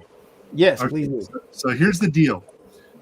Bottom line is I was a dumbass somehow, and I haven't quite figured out how yet. So when I did the sizing on that first 500 pieces of brass, they didn't size. So what I did is I put the sizer back in, pulled the pin out of it, and resized everything and reflared it, and everything was fine. So I was thinking it was the flaring die that did it, but no, that ain't it. My error was somewhere in the sizing step, and that meant either I put the 450 or the 480 Ruger die instead of the 45 ACP die in, or something boneheaded stupid. And I ran them all through the sizer, but they didn't size. And so 2 or 3 out of 10 were oversized, and the bullet would just plunk in and wouldn't flare right, and it was wrong. So I haven't pinned down where I fucked up, excuse the French, but it was in the sizing step. So where I'm at today is I just did 500 rounds of these little bastards. Here's an example. They're all pretty. Oh, look at that. Hot pink. Yeah. I love it. Yeah, they've all been plunk tested, and they're all fine. There's a big jelly bean jar with another couple hundred, and I'm cranking them out today, and little Zoe's helping. Oh, that's so cute. That's awesome. And they all fit. They all fit, and they're all fine. Every single one, every single time. And so whatever I did, I'll try to figure out and backtrack and find out how I fucked it up. But in the sizing step, that's where I screwed up. So I've got some more brass to size. Wow. And what I'm trying to find, because these are fine, and I sized them before, and they go in a case checker just fine. But I did the same thing on this batch that I did on the last, I think. But they're all fine. Yeah, but I would tell you just to stay consistent with it, because if you don't stay consistent with it, that's where your problems start lying, man. Yeah, because I had the same problems too. I kind of did that, and it was, it's just simple mistakes that you make. I honestly think I just learned more from my mistakes than anything else. So. Oh, I agree. And I'm glad that you're doing the plunk test, because my dumbass didn't learn until like maybe 6 months after I started reloading, and that's like a major thing that you should be doing regardless. I know you have your size gauge and everything, but I have a tendency of using my CZ barrel, and because CZ has such tight tolerance, that's the one that I use to do the plunk test on. And if I can do anything on a CZ barrel, I can run it pretty much on any of my other pistols that I have. So that's just my way of thinking. But you learn to trial and error, man. I learned because I just trying to be difficult, and I wasn't really listening. So but that's part of reloading. You know, you're gonna make your mistakes, and you know, it seems like the good thing is you figured it out, and you know what you're doing wrong now, so you're good to go. Yeah, I'm in business, and I feel good about it. You know, it was really killing me and all of you guys too, and I really appreciate the support. And I was just taking it one step at a time back. And no, it wasn't the bullets. It wasn't the case flaring die, either one of them. It wasn't anything except in my sizing step way back when I, you know, got the dirty brass out of the box. I fucked up. You know, but that's part of it, bro. I mean, don't let it get to you. I mean, the good thing is now you got a big old batch of 45 ACP over there, and it's ready to go a shot in the range, so you get to go. Oh, and Julio, you mentioned you were short on primers in Uncle Jim's primer bitch rant video. Oh, hey, did you see my response video to that? Yeah, I did. You look really, really good in a mullet. Dude, is it just me, or do I look like Greg Valentine, bro? I swear to God, like the Mexican version of him. I don't know. I didn't follow wrestling, but you look even better with like one of those luche masks and oh yeah, bro, and a mullet on top of it. Hell yeah, bro. Yeah. You know, oh yeah. See, man, that's what I'm talking about. Now you're talking, brother. Now you are talking. Yeah, you can tell the guy at 7-Eleven, yeah, this is my COVID mask, bitch. That's right. Give me a change. Oh man, but it's good to see you, Pat. I'm glad you're doing okay and everything's going well. Are you still working lights a lot right now, or? Oh man, yesterday I had, you know, the IT guy story is, I'm a gray-haired old bastard. You know, in IT they call me a graybeard, and I was doing a car dealership cutover, new phone system and different internet connection and the whole 9 yards. Mm-hmm. Oh man, well, there's no, I'm sorry, I can't fix it. I'm going home now. You know, it's until you get it fixed. You gotta fucking do it. And that thing kicked my ass for 4 hours, and I left it with done, and I'm happy. But that's awesome.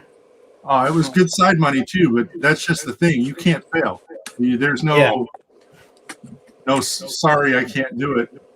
Yeah, no, I got you, man. No, I mean, yeah, no, that's but I'm glad that you kind of figured these things out. I just, you know, that's good that you got your little sign money out of it. It's always good. Yeah, that's good. But reloading wise, I'm doing great. And, matter of fact, on 45, I got to cast some more now. I just blew through 250 of the. You will. What kind of mold are you using? It's a NOE. Dude, look at him! Look at him! He's all happy. You guys barely won, man. Oh, barely. Yes, we squeaked it, baby. Dude, Squeaked come on, man. Oral Roberts, come on, bro. Dude, they beat Ohio State. They beat Florida. Are you okay now? Yeah, I got my voice. I'm okay. All right. I got Baylor's going to whip us like a stepchild, I'm afraid. So, who is? We're playing Baylor next in the Elite Eight. Oh, Baylor is? Yeah, they beat Villanova, so that's who we're playing next. Hey, man, but you know, you never know, bro. I'm telling you, that's what I love about that tournament. Yep. You know, anybody can win, bro. Anybody can win. God, they were dropping 3-pointers like bombs in the first. Yeah, bro. I was watching. I was like, oh, I know. I was thinking about you. I'm like, I know. Oh, that's going nuts right now. I was just, oh my God. But they only made 3 in the second half. Yeah. Yeah. Yeah, I think their mistake is they didn't come as aggressive as they did in the first half. And it showed, you know, and Arkansas adjusted. So well, 2 of their big players had 4 fouls. They had to back off. Yeah. Yeah. But man, what a game. That's what that was a nail biter. Oh, it was a nail biter. Ozark. You the man, brother. So how's your week been, man? Everything good? Going fine. We went and looked at some property to buy and had made decisions there. I got Willie's handles done this week, so I get that before his bullet mold. Get that sent back to him. You know, I might hold that bullet mold for ransom. It's a 147 9mm. Oh yeah, Uncle Jim. Yeah, I got this little line I can't get rid of. Freaking Uncle But he didn't Jim. send me the sprue plate, so I can't cast any. I'm like, well, Okay. I gotta test the thing. Absolutely, brother. So how's Twisted Twine? She's doing okay? She's doing great. They're working on a podcast right now, so she's set up in her closet and with a microphone and headphones, and they're doing some interview for her closet. Yeah, out of her closet. So, Hey, that's cool, man. That's the best sound room she's got. Yeah. So I need to do a rant to your rant to Uncle Jim's rant. So. Oh yeah, that was cool. Everybody got a kick out of that shit. But yeah, man. So we got Mr. Pat over there doing his 45 now. Now he's starting to get himself into the pistol shooting, so he's all good to go now, man. Well, you know what? I'm going to take a break from reloading next week. I got 32 pounds of dark malt extract coming in. Oh, and, I'm going to go crazy. Good Lord, Pat. Yeah, I was supposed to bottle beer this weekend with Twine. She's got a batch of beer up here I helped her make. And I left the damn bottles at home. I got them all the flip tops sanitized and ready to go. I was like, oh, crap. I was loading stuff in my truck. My neighbor came over and talked to me for about 15 minutes, and I was like, hop the truck left. I forgot all about him. So. Oh, well, it's not going anywhere. It's yeah, man. Well, it'll be better beer sitting in the fermenter for another week. Oh, yeah. Yeah, it just gets better. So what do you got? You got like one of those little homebrew kits? Is that what you got? Oh, I got the whole setup. I got about 8 glass carboys and one of the big mouth bubblers. I can have 4 batches of beer going at one time. What? Yeah, man, that is so I cool. used to be into it big time. I got 4 carboy kegs. So I got a question. What makes the beer have like a higher proof? The yeast that you use and the sugar content when you start. Oh, I see. So your like your imperials and your stouts and stuff like that generally have higher alcohol. You start with higher sugar content, but it's a yeast that can tolerate that much. I see. Because usually what happens is the yeast, most of your ale yeast will die off 25 to 6%. And what happens is you end up with a sweet beer because it doesn't convert it all to alcohol. Oh, speaking of, there she is. They were asking about her. Yeah, sorry, I'm recording the podcast tonight, so wasn't able to join in. Go ahead with your bad self. She's an influencer. No, I'm telling you, man. That's cool. that's the only bad influence I'm doing here. Oh, that's so sweet. Oh my God, you guys are so newlyweds. Oh my God. All right, I'll talk to you guys later. Take care. That's cool, bro. Yeah, Too cool. Too picked cool. up a CNC machine today, a 3-foot by 3-foot CNC for $500. It's a $2,500 machine. They're like, well, we got it and didn't want to mess with learning the software. So Wow. we went and picked up. That sucker's heavy. It's about 150 pounds. Wow. That is crazy, man. So now we got to find a place to put it. Yeah, I know. On top of all the other stuff you already have. Oh, yeah. So probably what we're going to do is keep it just packed away until we get moved. Oh, right. So you guys are thinking about buying another property, or? Yeah. If we can't find the house that we want, then, we'll do land and build. I know. Okay. Is there a lot of land that they sell over there that Well, right now, building is so hot and inventory on property is so low. It's easy to, I want to find, 10, 15, 20 acres. It's easy to find 2 to 5 acres, and then all the way up, then it jumps to like 80. But, Oh wow. I don't want to spend $250,000. No, I don't blame you. On 80 acres. Yeah, no, I got you, man. Because we Well, want to be able to shoot. And, I was thinking of selling my house that I currently have, but there's just no inventory out there right now. Nothing that really like entices me to make the move. So I'm just like, might as well just stay where I'm at. well, No, you gotta finance that thing all the way up to the hilt right now. I mean, get a second on it, get your cash, and then get another house. Mm-hmm. I don't like that idea, brother. No. The bank will be holding the bag on this big loan, and the bank will love you if they're upside down a half a million. Yeah, but the thing about it too, mine is on a VA loan, so there's a minimum closing you on can the do. VA takes forever. Yeah, the VA is very picky when it comes to that. They do have their restrictions. So Yeah, you've probably got enough equity right now that you can go to a commercial lender for the refi.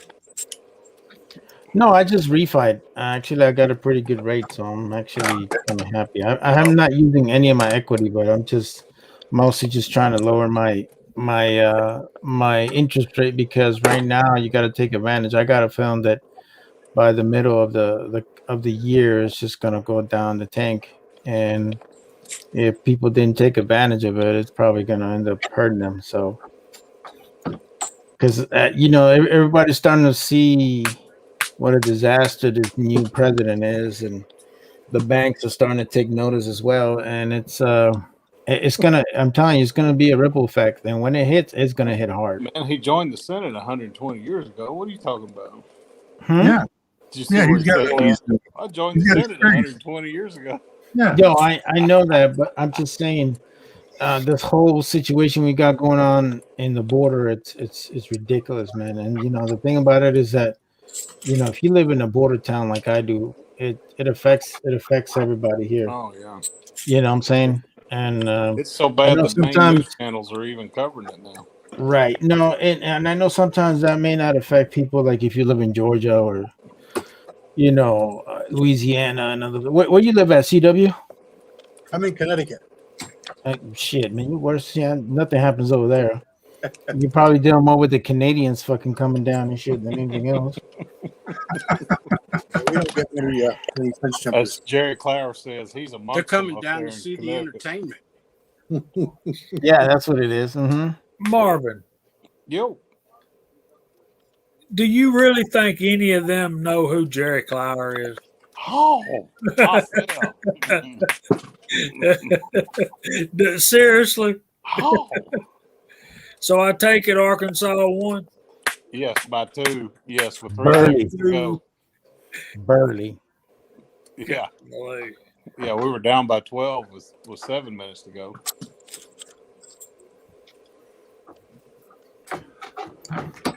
Yeah. That's interesting. Who they play next, Baylor. Well, number 1 seed. He said, well. Yeah. Yeah. I think they're going to whip us pretty good. Yeah. See, Pastor knows who Jerry Clower is. Just shoot up here amongst us. Somebody's got to have some relief. I don't know where I was, but I was amongst them. Marcel Ledbetter from Yazoo City, Mississippi. I was in long years ago, I was in a typewriter training class with a boy from Jackson, Mississippi. And right there by Yazoo. Yep. And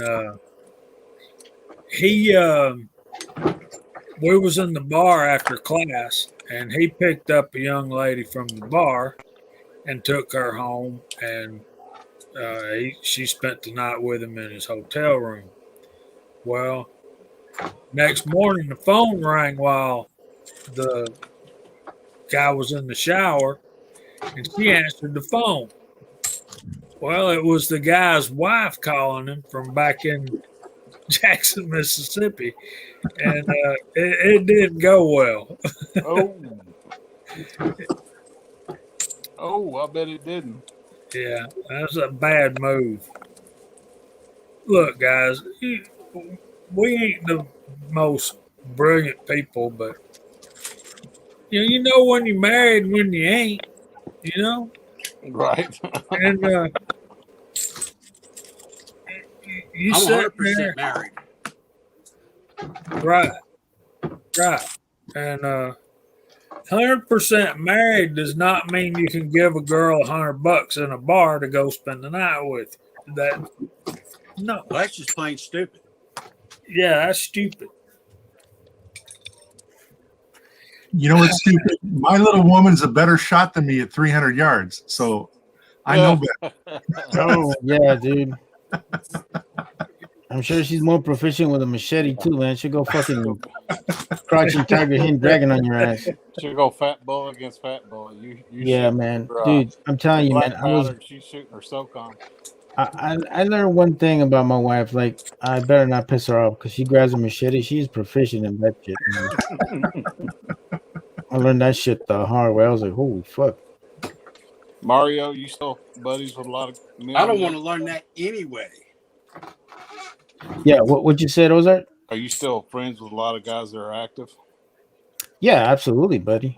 What are they thinking about all these changes coming down the pike in the military?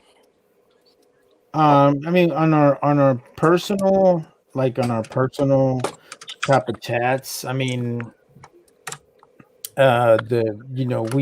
we discussed a lot of the stuff that's going on, especially if Numbnuts decides to do a fucking executive order, how that's really going to affect them. This whole thing that they're trying to this talking about like, taking citizens' Fourth Amendment rights and talking this nonsense how they're going to have police officers start knocking on people's doors and taking guns. I'm like, no, that's not going to go well, man. You're asking for a freaking body bag. And I'm like, I keep thinking, like, how's that going to affect our guys if they're given an order? He needs to start with his own son. Oh, yeah. Yeah. But, those are the things that we talk about. We talk about, I mean, like the guys right now are you making tortillas, Chuck? What the hell, bro? Yeah, I'm making some real good tortillas. All right. I'm going to show y'all in just a second. Okay. Scotsman said that was just cheap, just plain cheap. I'm like, not 1986, man. Yeah. No, but we've had our own private conversations about this stuff, and a lot of them are not liking what's going on. Like a lot of the big brass are told, comply or get out. I mean, to be honest with you, the reason why they got General Austin is because General Austin's a yes man. Bottom line. Everybody that knows anything about being in the military, like me and Chuck, we know that there's certain generals that are yes man. That's how they get up to where they need to get up to. That's why they picked Austin. And there's a couple things that he's done that's already pissed off a lot of people in the military. After this whole thing that happened in the Capitol, he basically did what they call a safety stand down, where he kind of pretty much halted everybody's training, and the only time you have a stand down is most of it is just safety related. Like if somebody gets in an accident and stuff like that, you do a full investigation. You find out what the heck is going on and how they could have prevented from happening again. You do all kinds of training, you regroup and get yourself back out there. But to create a stand down just for the sake of it with no real purpose other than to say that you're going to have your commanders brief their soldiers on this stuff, it's plain nuts. Basically, many of my guys didn't train for almost 2.5 months. And they're like, wait a minute, man. We've always trained every other week. We've always done all these other things, and now all of a sudden it's not happening. And there's been a lot of things that have been said. Not too long ago, the chief of staff of the Army made this video, and this video basically it was kind of a message to the current president without really being so adamant about it or direct. Where the motto of the Army is called "This will defend," and when we talk about how we defend, this is what we will defend. What we defend is the Constitution. And he basically did a full 2-minute video where he explains that, and he goes, it doesn't matter who our commander-in-chief is, it doesn't matter who our elected officials are.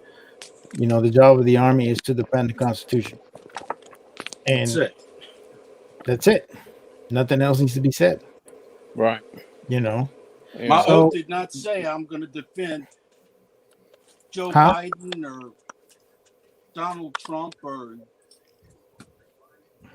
blah, blah, blah. Right. It's just like they put that equity czar in SOCOM. You're in SOCOM because you got skills. It doesn't matter what race you are. It doesn't matter what sex we you are. We don't have race in the military, bro. We really don't. Right. If you're capable of doing the job, it doesn't matter who you are, where you come from. I've had commanders that are black, that are Asian, that are Hispanic, that are white. It doesn't freaking matter as long as you can do the damn job and you do it to the best of your ability, and you're taking care of your people. It doesn't matter. We don't have color in the military, man. We don't. We believe that. It should be Don't based. care for that nonsense. It should be based purely on skill and nothing else. Yep. You can have the most educated, smartest, individual. That doesn't mean they can lead. Absolutely. So, I think the one, and I know I'm going to get a lot of people are going to be upset about this, but the one part of this whole fiasco that's kind of showing their true colors and where they stand on all this stuff is law enforcement. There's a lot of them that are more concerned about holding their job than to be worrying about what is constitutional, right or wrong. Right. And I know I'm gonna upset a lot of people, especially those that work in law enforcement, but there's too many of them that are showing their true colors, man. And it's gotten to a point where, to me, it makes sense. I mean, it shows to me that they're more worried about their job and their livelihood than what's really ethically and morally right, So, all right, CW. Can you see this? Let me zoom you in here. Okay, yeah. Are those both the Paradox, different versions of it? This is the Paradox. Okay. This is now what I've created, which they've called in the past the Super Paradox. I took part of the hydrant slug. Yep. Paradox. I took the pin out of the hydrant slug, coupled it with the mold, and let's see, the 533.8 grains for the Paradox, and with the other, it comes up to 724.5. Pretty substantial. Just by changing the Using the pin from the fire hydrant. Different pin. All right, guys, I'm going to tell y'all good night and get off of here. Let some more folks drop by and visit with y'all for a while. Good night. Buenas noches. all right, Gage. Good night, guys. All right, brother. Take Right. care. So it's just a little bit of a difference. I believe Reloaders Network has the pins you can buy separately. Right. So maybe that's something I can look into as well. Yeah, I had seen Talfa Leader Mouse, Cookie had made some like that. Hmm. And I was trying to figure out how in the hell he had made them. And so I was playing around with them. And that's what they come out at. But that's a big ass slug. Sure is. Yeah. I saw I a mean, Tall that's- Mouse where they had an 800 grainer. Maybe it's just the alloy they had, but that's a lot of slug. That's an ounce and a half. Yeah. Almost exactly an ounce and a half slug. That's a lot of lead. You can get some pressures going with that much weight. Tell me about it. You have to go with a slower powder when you get that much weight. I don't know enough about shotgun to Yeah, I like using long shot. know It what works the pretty good with questions slug. to ask. Yeah, shotgun is different. You can surely build pressures, but it's different. It's not like a metallic cartridge. Right. But yeah, for sure, you can be in dangerous territory. But they It's were all about pushing that payload. 1,300 and something feet per second. Right. That's substantial. That's some serious power. Yeah. But the I mean, thing I is have that some with slugs, those, but I think the hull is split it in two. The hull doesn't really take, it's just plastic. It doesn't take the pressure. It cracks with use from folding and bending and such, but Right. it's all about that barrel. Yeah, you don't want to balloon a barrel.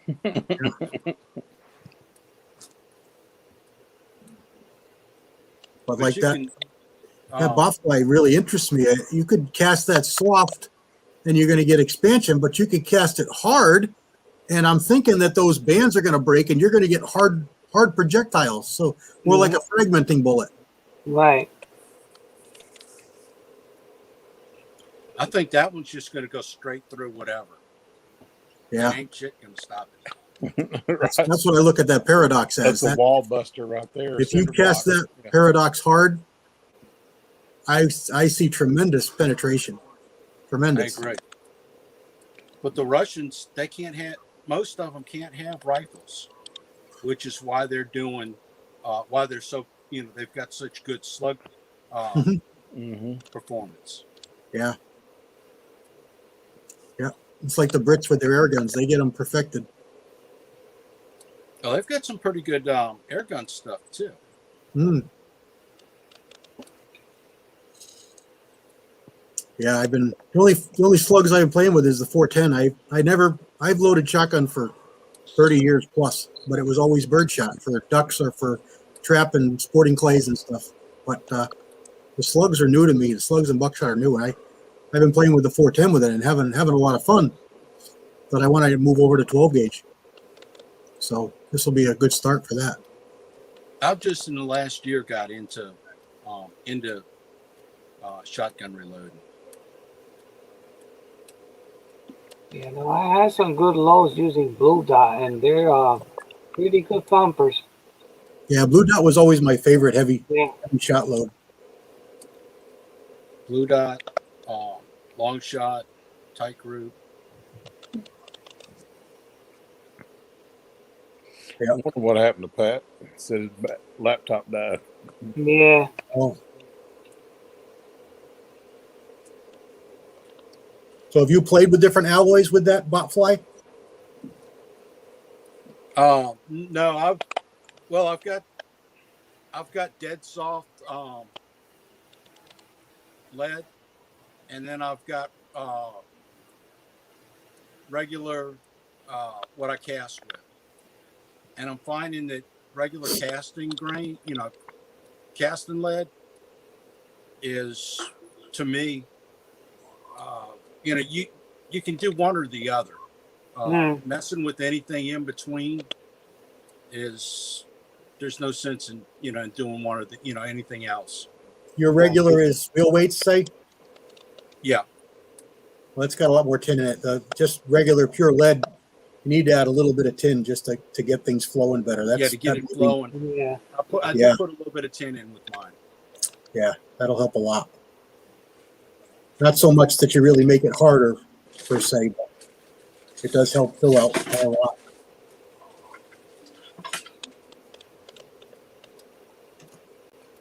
Yeah, I use Pure Lead for my slugs. There you go. Yep.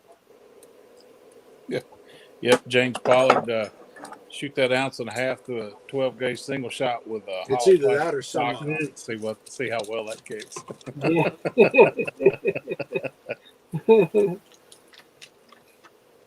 Your I either shoulders do be that or I slapping do together behind you. I found a guy on eBay that sells tin for $34 for 2 pounds shipped. So about $17 a pound, which is pretty good. Euro Metals gets like 19, 20. Plus Yeah, I get the little 1 ounce nuggets from Roto Metal. Yeah, which is good. I like that. And a 420 pot, one nugget's perfect. Yeah, you can get nuggets from this guy. You can get shot, and you can get ingots. $34 for 2 pounds. That's the smallest you can buy, 2 pounds. I bought a pig leg for them a few years back. About 59 pounds, 58, 59 pounds. I buy super hard from Roto Metals. That's what I buy from them. I caught a guy going out of business out of New York.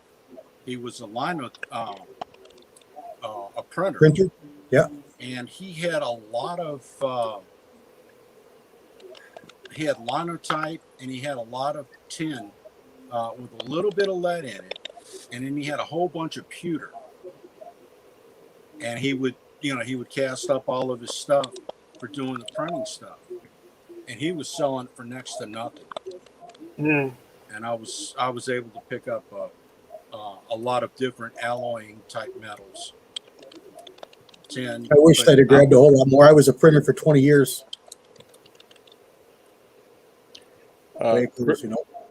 To answer, Chris 338 asked me a question in the side chat. If he wants to know if he can go to a 12-inch on a SOCOM, a 458 SOCOM. Yeah, you can, because you're shooting pistol powders anyways. H110, where our 300 blackout powder, H110 little gun, and all that. You'll probably have to go down and weight on your buffer if you do. So you're going to have more recoil with a shorter barrel, but the action should work just fine. If you're shooting suppressed, you won't have any problem. But H110 is my go-to powder in 458 SOCOM. I like H110. Little gun has a hard time operating the case, and gas. You can tell gas gets around the casing sometimes. Sooty. These black cases. Pardon? These black cases. Sooty. Yeah. Yeah. Yeah. Little gun is not a big fan of me. I'm not a big fan of little gun. It's I find it to be a little spiky in pressures, and it's hot. I don't like it at all in a semi-auto. It just burns very hot. Seems to heat up the barrels a lot faster when you use it. But I have been using it for the 410 with the shotgun, and it's working pretty good. It works pretty good. Yeah, works pretty good. In bolt action 300 blackout, it's a good one. I use mostly 296, and I've been using more of that 300 MP. That's been working really well. I get good velocities, good jumping velocities with that. And I don't have a 458 SOCOM, but I do 450 Bushmaster. And AA number 9 is really hot for me. That's working really well. And I use 5744 for my cast. Does really well. Yeah, right now for me, H110 works good on a 450 Bushmaster, the 300 Blackout, and the 350 Legend. It works great in all three. Yeah, for whatever reason, I always find 296 and H110 is harder to find. I don't know why. It seems it's not like there's a shortage. Well, there is now, but I mean, it wasn't like there was a shortage of it. Just seemed like I always found 296. So it's virtually the same thing now anyway. But in the day, it was always close. But Right. It's like CFE 223 and Lever Revolution are basically the same powder. Their load date is the same. I've not found where load, it might be 1/10 of a grain on, difference way up there or something, but it's essentially the same powder. I just started using Lever Evolution. Yeah. Bought a pound a couple of years ago and just tried it now, and it works good in the 35 rem. It shoots good. Right. It shoots good. 6mm arc. That's the go-to powder. Mm-hmm. And 30-30, I've started using that, using the FTX bullets in 30-30. Boy, that's a hard hitting round. That turbocharges a 30-30. Yeah, I shot a couple deer with that bullet. It's a good bullet. Yeah, you'll shoot still with that bullet versus It expands way down slow too. It'll expand about 1,200 feet per second. It'd be a good blackout bullet if you can get enough powder behind it.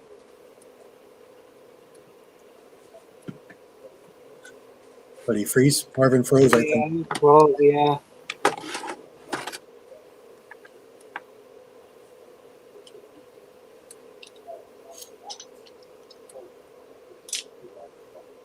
Yeah, I played with that 160 in the blackout, and it's got that long taper on the base. And I was using 1680, and I had it compressed to the point where it would push the bullet back out after I'd seat it. Mm-hmm. Have enough neck tension, and it would. But we tested it, and I was getting expansion all the way down to 1,200 feet per second. So that's a potential really good blackout if you can. Sorry about if you can that, get folks. powder behind it.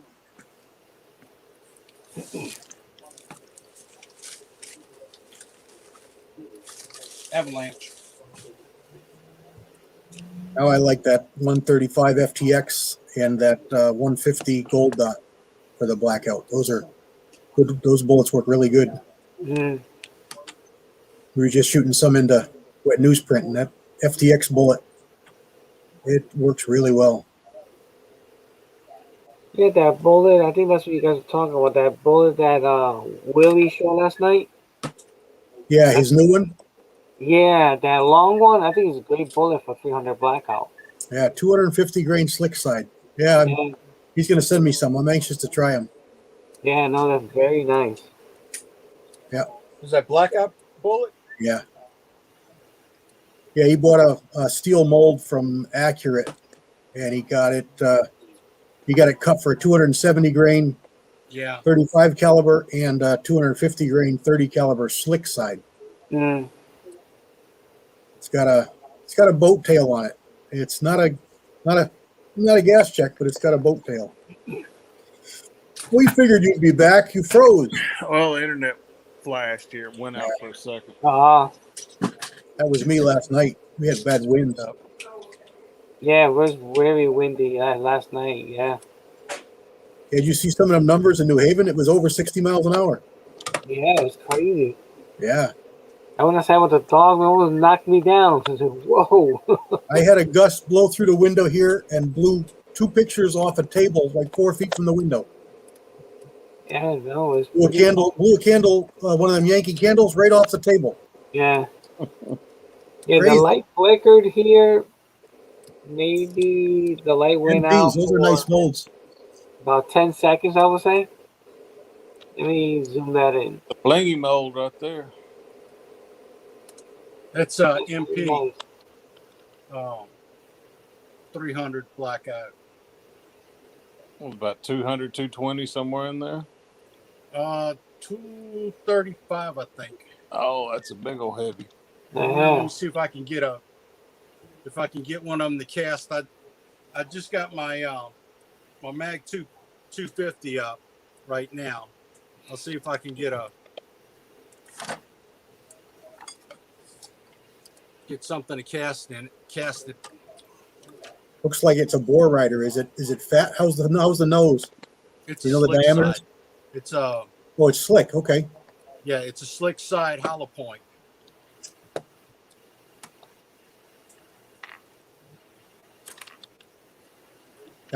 I got dozens and dozens and dozens of molds, and I don't have a single slick side. Oh, really? Yeah. I've probably got as many of those as I do the. Yeah, no, I got, and all I do is PC. I literally, except for my muzzle loader, I don't do anything that's not powder coated. And I've even been powder coating the muzzle loader stuff. I still grease it, but I've been powder coating that too. Maxi balls and such, yeah.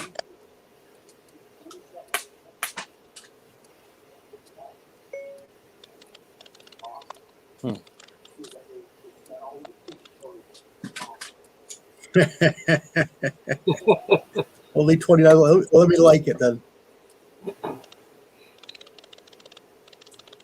Oh, I already did like it.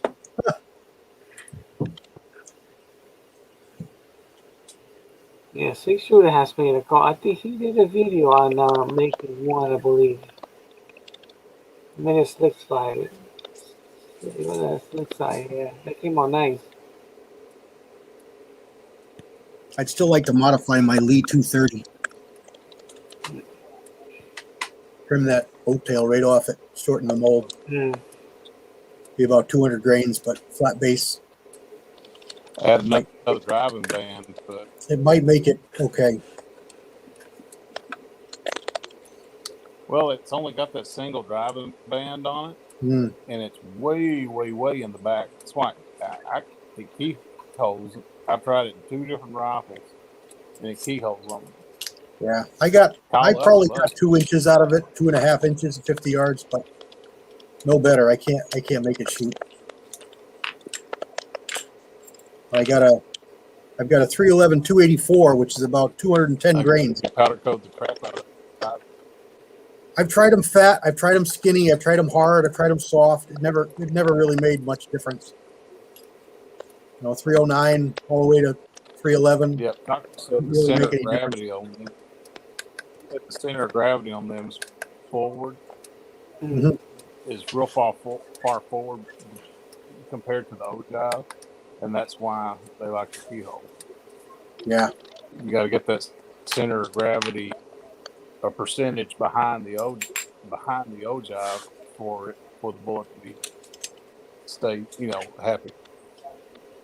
it's been a while since I shot them. I don't remember if I was getting tails. I probably was. I just don't remember.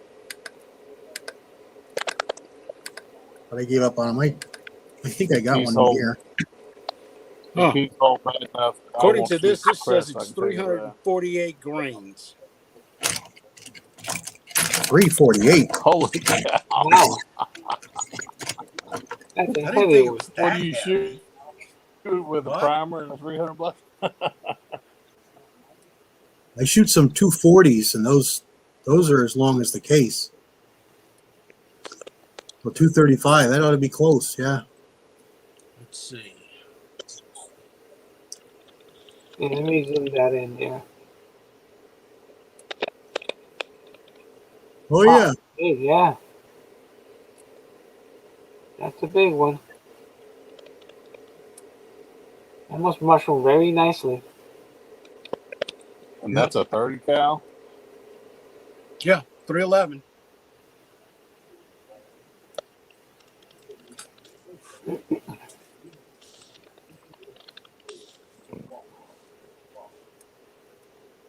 And you said it's how much? 330 grains?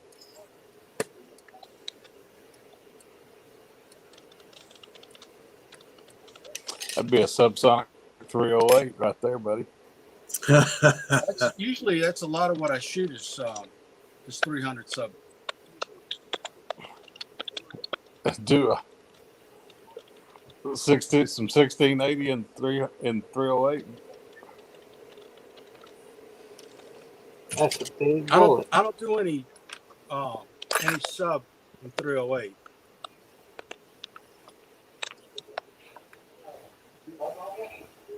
But I did do a lot of 168s. And then I've got a 247 from Al at NOE.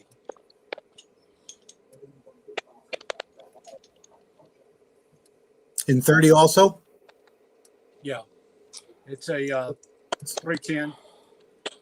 It's a lot of bullet. 247. Yeah, of Taco bullets. sent me Flat those, nose. and it hits my lands. hmm Yeah, my Ruger American won't shoot it; it hits the lands. I was shooting 311, 335, 311, 299, and 311, 284. They're all fairly long nose bullets, over 200 grains. And I could shoot them all, no problems, as long as I didn't powder coat them too heavy. Mm. Kept the powder coat thin. Right. And they all shot fair, you know, inch and a half, 50 yards, all at about Right. 700 ish. I wish Ruger would taper the land a little bit more in that Ruger American 300 Blackout, and you could use more bullets in it. But boy, it loves those bunny farts and those turtle poppers. Mine shoots so damn good, I'd be afraid to touch it. It's just insane how well it shoots. Okay. It'll shoot in one hole. It's just crazy. $400 gun that'll shoot in one hole at 100 yards. It's has no right to shoot as good as it does. Yeah, and it's I got the ranch, and it's a mine's a ranch. It's a great shooting little gun. It loves those light bullets, those 135s and 110s. Yep. I bought a whole pile of 110 grain Armageddons and a few boxes of those VMAXs way back. And I think it's 19 or 19 and a half grains of H110 or 296 at 110. And it just spits them out, touching at 100 yards all day long. No matter if you do 20 shot groups. Mine does not just like that really Hornady VMAX, that little. Mine doesn't like that Hornady bullet for some reason. I've got about a 5-inch grip with those at 100 yards, and the only one that was funny was the Z powder and it should be only a color change, but the batch I got doesn't shoot great. But the VMAXs shoot good. The Armageddon shoot good. Regular old 110 Spear, the lead tip, they shoot really good. Let's see, that hollow point. Those are all soft points or well, polymer tips. So you could call those hollow points too, I guess. They're polymer tips, most of them. Yeah, I think that's what it is. A hollow point with a plug in it. Yeah. I can shoot 150s. I can shoot 135s, 110s, 125s. I can shoot all of them with the load it likes into the same hole. I literally, that 125 Sierra hollow point, I've shot that into groups that are just over 400 for 5 shots. It's crazy how good it shoots. Yeah, I like Sierra bullets. I usually like them better than Hornady.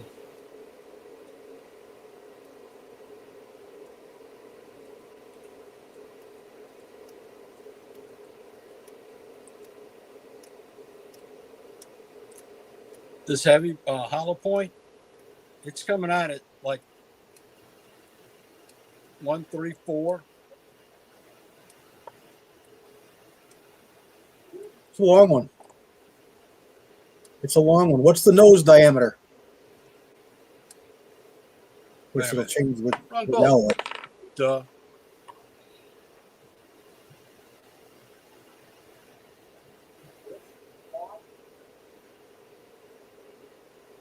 Actually, it's 125. I picked up the wrong bullet.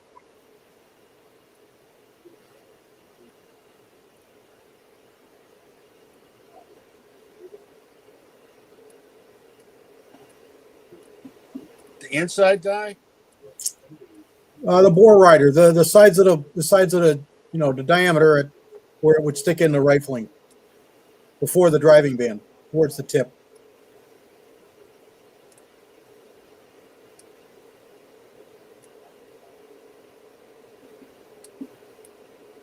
.28. Oh, it's pretty small.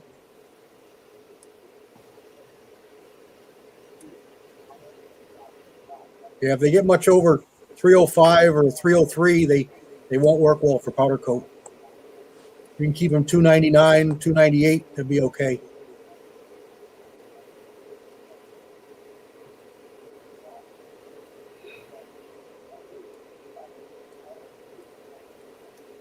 Yeah, that other one that I had, the N08,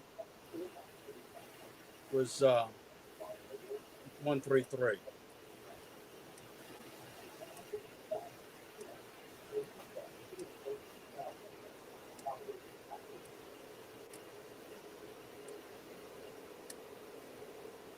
You shoot a blackout, Mario?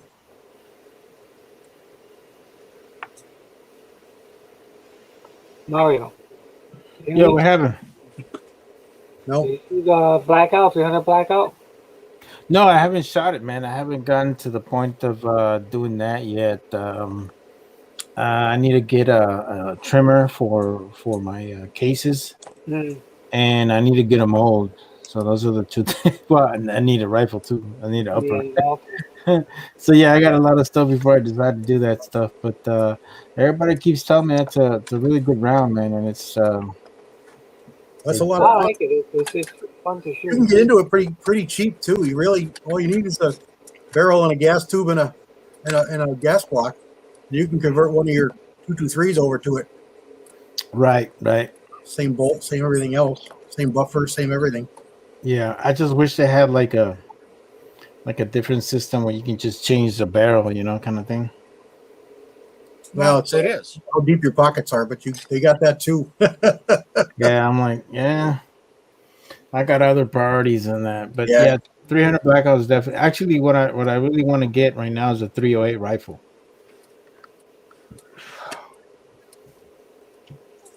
That's what I want to get. So Yeah, get one with a thick barrel. Don't get the real thin ones. I learned my lesson. well, on that. actually, what I want to get is I want to get a bolt action.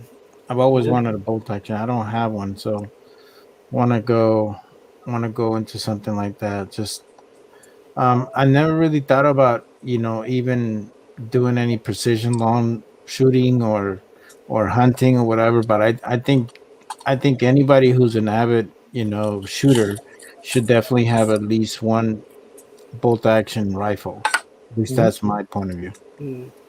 You No, I like the bolt action rifle. I got the 308. I like it because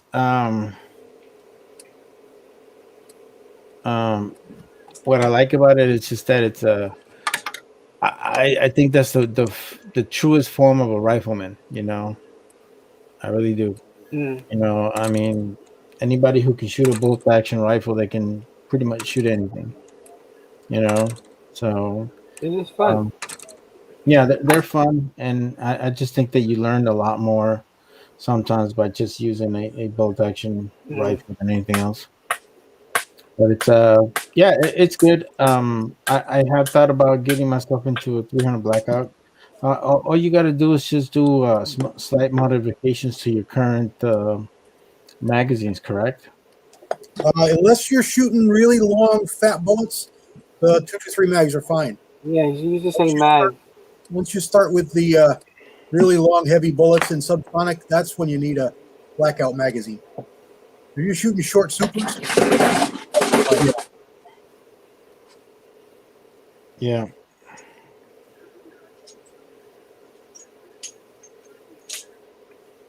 Yeah, so yeah, it's just one of those things that I kind of always wanted to do.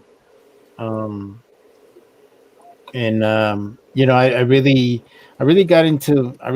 started really liking the bolt action rifles because you shoot the M24. Yep. Shot the M24 before it was disbanded, and I really love that souped up Remington 700. It was just sweet, man. Shoots like a dream. And then when we got the AR-10s, it was really good too. What I really like about the AR-10s, especially when we were in Iraq, is that how fast you can engage multiple targets. and you can be deadly freaking accurate, So it really made for a very interesting round, and I just don't understand how why it took so long for that to happen, but I'm glad it did. Yeah, 308's proven caliber for sure. It's a good one. It's a good one. 308 is a very popular caliber. Well, I mean, to me, it's just that I got a lot of military brass, so it doesn't make sense to kind of stick with what you got and having to re-alter everything, or go with something that you're not used to having, and have to buy brass and all kinds of stuff. So that's just my point of view. So I got a question for you, CW. Since you're in Connecticut, I see you have all these animals in the background. Is there much hunting in Connecticut? Oh yeah, there is. Oh sure, yeah. We got a lot of property here. I thought it was such a populated state that there wasn't a lot of countryside that you can go out there and shoot. Yep, there is. Oh, there is. There's areas that are well populated and such, but there's also areas that are not. Yeah, northwest corner, northeast corner. Along the Rhode Island border, it's sparsely populated. Shoreline is dense. Yeah, Scott's been showing me his 308. It's pretty nice. It's beautiful, actually. Yeah. Well, if anybody, yeah, that guy definitely has good taste in guns. But yeah, man. So what other stuff you got going on this week, CW? Anything you're planning on doing as far as shooting related? Probably nothing shooting, but I'll be casting pretty soon when I get these molds in. So what are you waiting for? I've got a small Lyman 35 caliber hollow point coming for the 357 mag. Mm-hmm. I've got this Paradox mold that I just bought this morning. Mm-hmm. Sarge was showing us there. I got one of those coming. Well, that's good, man. It's real good. Chico Wise is in the house. Chico's in the house. Looks like he's been in the house for a while. Yeah, man.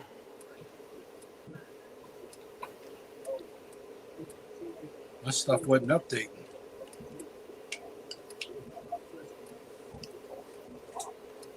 I'm zoomed in. I don't even see the side shot. Let me back out here. And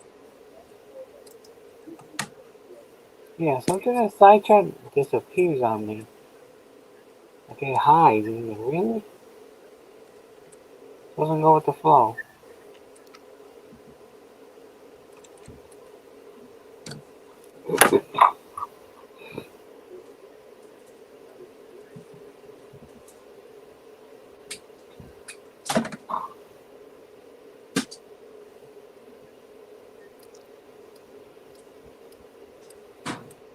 Yeah, I saw Trail Boss in a 308. Oh man, loved it. Yeah, I noticed you don't need a lot for a Trail Boss on a 308 either, right? It's kind of like what do you call that? Tight group. You don't need a lot on tight group, Yeah. pistol to get it going. The 450, that's a small rifle, right? small 450 Bushmaster. No, the 450 primer. That's Yeah, that's a small rifle Magnum. small rifle, right? CCI, yeah. Yeah. Well, I have that, but I don't know how can we swap there, Kenny.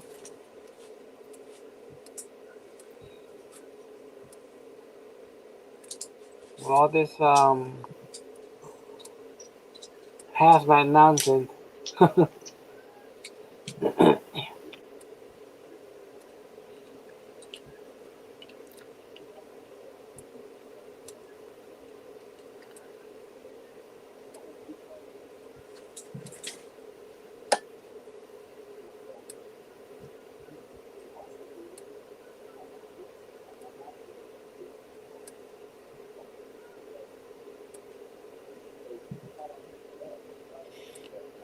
Yeah. So Go ahead.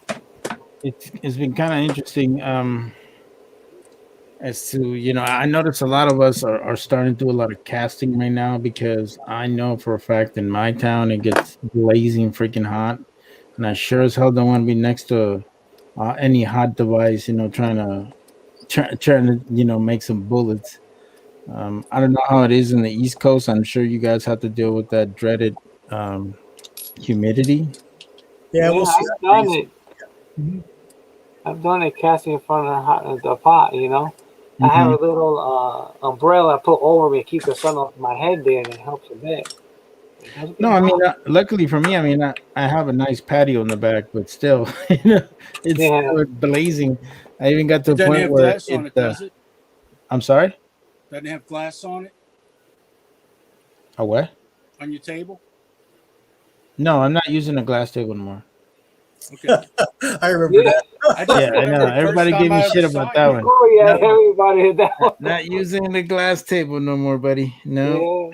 No, actually, I got this little stand from Harbor Freight, and I put a little piece of wood in there, and it's worked very well. And it's a good little casting area, and been able to get some stuff. Like actually, yesterday I did a bunch of. I think I did about 500, cast about 500 rounds, and just trying to get. Bald and Curious give me this really good alignment. I don't know what kind of mold it is, but it's really good. It's a 358, so half of it I'm sizing down to 356, and the other three are gonna stay in 358 just for my 38, and keep that thing going. So probably gonna try to cast a little bit more, just so that I don't have to do that later on in the summertime, because man, it sucks. I did that this past summer. I'm like, man, I was hating it. I used to only cast spring and summer, but past 5-6 years I've been casting year round. Oh, have you? Yeah, unless it's blazing hot or really, really, really bone chilling cold. Other than that, I'm out there. Yeah, I do notice that if you're trying to cast on cooler climates, I noticed your pot you have to adjust a lot on your pot, because you definitely got to run it warmer. Yep. Yeah. And the powder, the thing is, when you're doing when it's cold, the powder coating sticks beautifully. No matter how stubborn the powder is. Yeah. So I got a question for you guys. When you guys are coating your bullets, how do you put them in the oven? Do you use like the little ice cube tray? Like I got that from a buddy of mine. That's which one is it? New York Reloader. He did that. But I also heard a lot of you guys use the silicone, just a silicone sheet. What do you guys use? I use for the rifle bullets. I have the little tray that comes with the toaster oven, and I put a sheet of that parchment paper. And I just lay them all down. And that's how I do it. Okay. And it works pretty well, yeah. Now, so you guys just put them with the silicone, because it's a 30 caliber, it falls over. And then you see all these melted into the plastic, and it looks like crap. It didn't work too well. Yeah. I use all of it. I use everything. I've got silicone ice cube trays. I've used they call them trivets, but it looks like a honeycomb, but it doesn't go all the way through. You've got to cut them out. But I use that for 22, 25, 30, small stuff that won't stand up. I'll use the ice cube trays or those trivets cut out. If it's a fatter bullet, usually 35 or better, will stand up on its own, and I'll just stand them up. And I also just bake them in a basket. Don't worry about it. It depends on the powder coat I'm using, depends on what I need. Well, I stuck to Eastwood because Eastwood is very user friendly. It's not like a high tech where it's kind of iffy and stuff like that. Or no, I don't use any of the little cheap powders. But I heard a lot of good things about like the The ones that you can buy in bulk is I forgot the name of them. I think it's Powder by the Pound or something like that. Powder by the Pound sells good stuff. Powder Coat Store sells good stuff. Eastwoods, and there's a couple of smaller guys that sell really good stuff. If you're on Fast Bullets, Smokes powders are really good. And the nice thing about the smaller guys like Smokes, he is catering to us only. So the powders he has, he knows that they're going to work because he's used them, tried them. When you go to Eastwood, they're a powder coat company, but they're catering to the powder coating industry. They're not really catering to us. It just happens that Eastwood powders tend to coat easy and work well for our methods. Right. What was the name of that small company you said? Smokes. If you go on Gas Bullet Board, okay, go in the coatings area, and he's got postings in there. You can buy direct from him. Good stuff. Good stuff. He's got a lot of good powder.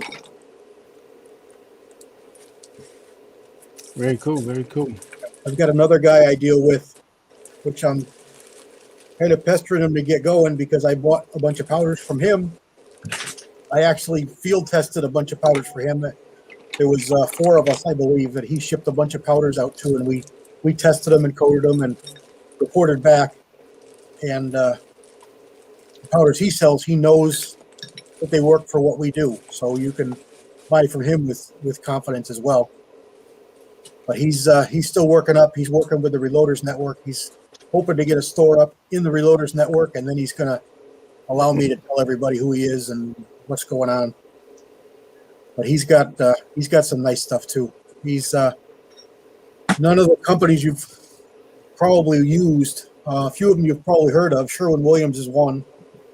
Most people heard of Sherwin-Williams, but they make powders. And there's a whole bunch of them. I can't think off the top of my head. Tiger Drylac, I know, is one. IVC is another one. There's another one that I should know, and I can't think of it off the top of my head right now, but they offer a lot of different colors. I can't think of it. Anyway, good prices, and he ships quick, and he's a small guy. I like to patronize the smaller guy like that. And that's good, man. I think honestly, I think a lot of us would rather do business with the smaller companies, because not only are they going to cater to us, but at the same time they're gonna do what's right. They want to stay in business, so they're definitely going to take care of us. So. Yeah, when you call these guys up, you get these guys. You talk to them. And the biggest thing for me is, especially with newer guys that are powder coating, it's really peace of mind because you're buying from somebody who knows what you're doing, how you're doing it, and he knows it's going to work for you. And if it doesn't, he can figure out why, because it's something you're doing. It's not the powder. Or he can send you something that does work. What's that? Yeah, I'm actually checking out the smoked powder thing. Oh.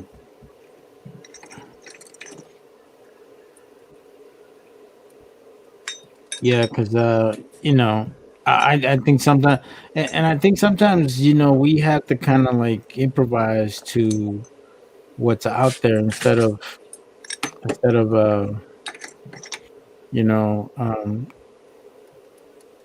somebody else actually catering to us. It's always good to see that. Yep. What do you say the name was? Is Smokes powders? Is it Smokes? Yeah, that's the one that's on Cast Bullet. This other guy I'm talking about is also on Cast Bullet, but he doesn't want to step on Smoke's toes, so he doesn't pay to be an advertiser there. He doesn't push his product there, but he's on there too. It's on what website? Cast Bullet forums. Oh, S Bullet forums. Yeah, a lot of information there. Go over on the private chat, Mario, and shoot me a phone number, your cell phone, and I'll send you a link. Oh yeah, most definitely do that, brother.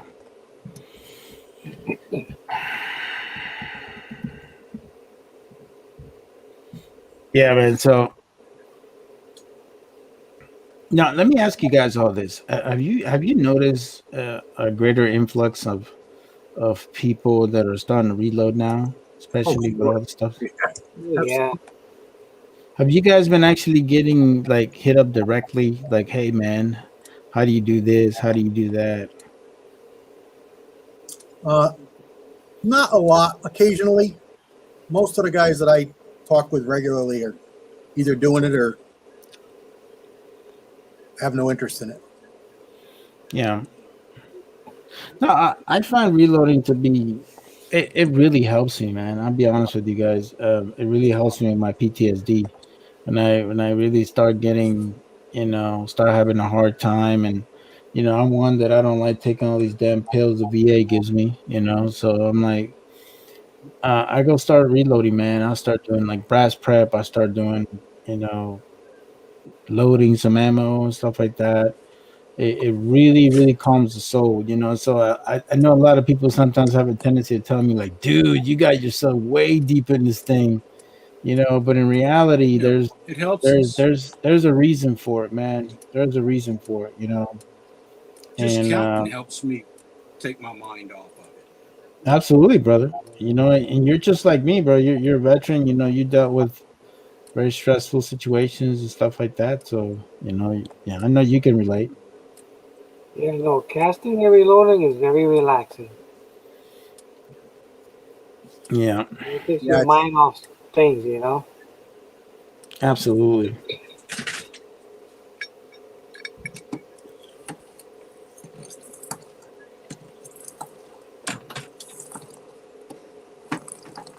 all right. Here it comes. All right, brother. Appreciate it.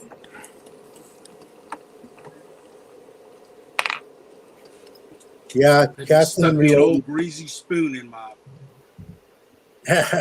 my caster.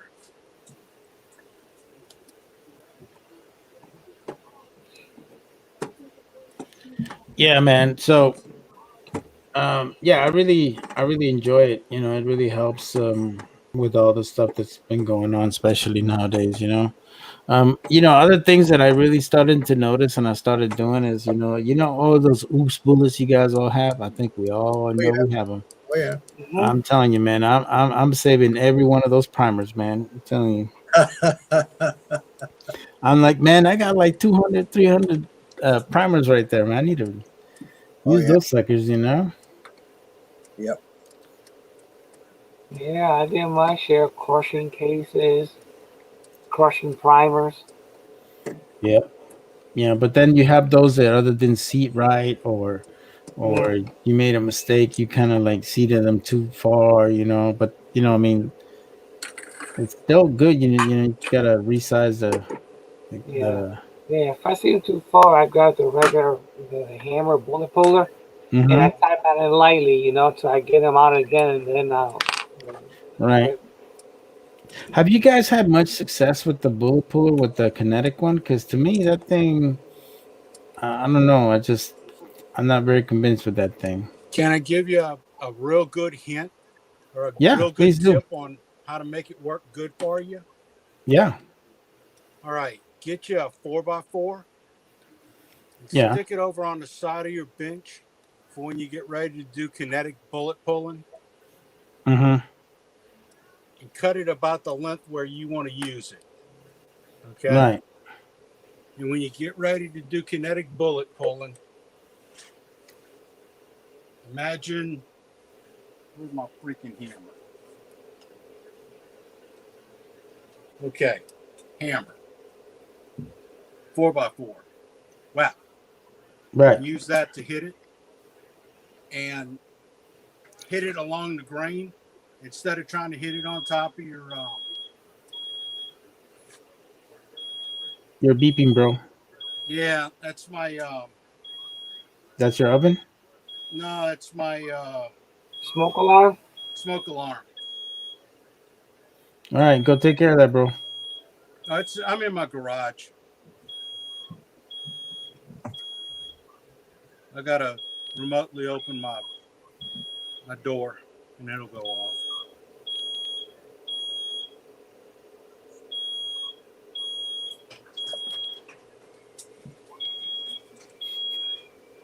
fuck? But anyway, if you put it beside, and you use that to hit on it, what'll happen is that that'll transfer all of that down into that in line with the grain, instead of trying to beat it on top of your bench. My dad taught me that years ago. Okay. Because if you're trying to beat it on the bench, you're trying to disperse it over a flat plane, and you're making a whole shitload of noise. Yeah. And it's going into the bench, and it's only going through however deep your bench is, and then trying to find a leg to transfer vertically. But if you just beat it into that, that vertical 4x4, it's going to transfer straight down into the concrete or whatever you have underneath it. Oh, okay. I'm sure there is a method to the madness on that thing. Because to me, when I look at it, it's like, why the hell is this thing plastic? But that made no damn sense. It's hold up. not plastic. There we go. It's shut off. Wow. I go to the basement and beat the crap out of the foundation with it. Yeah. I used to just bang it on the floor too. Yeah. It's not something you want to use if you got a whole box or a whole big basket full of bullets. It's just for that one bullet on the bench, or two bullets on the bench. That's what it's for. That's what I use it for. If I got to pull any kind of quantity, I use a bullet puller that goes in the press. Same here. Yeah, I started looking at Uncle Jim's little makeshift freaking it's a great idea prototype. Yep. I was like, that's actually pretty good. Guys have used a flaring tool for brake hoses and brake lines and stuff. Yeah. Use that for years right on top of your press. As long as your bullet sticks through, you got all those different diameters. You find the one that gets the bullet, you clamp it down and pop the bullet out. Yeah. But you could drill a pair of dikes like Jim did there, those wire strippers. You could drill those out for the size you wanted. Pretty cheap, pretty easy. Yeah. Yeah, it's a great idea. It works good. Yeah.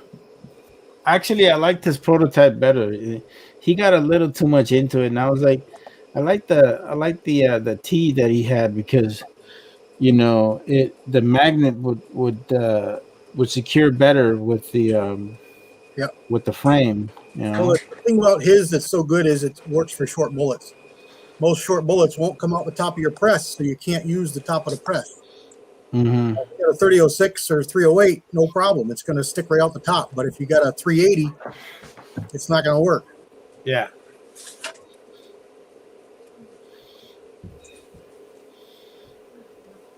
Dude, are you casting inside, Chuck?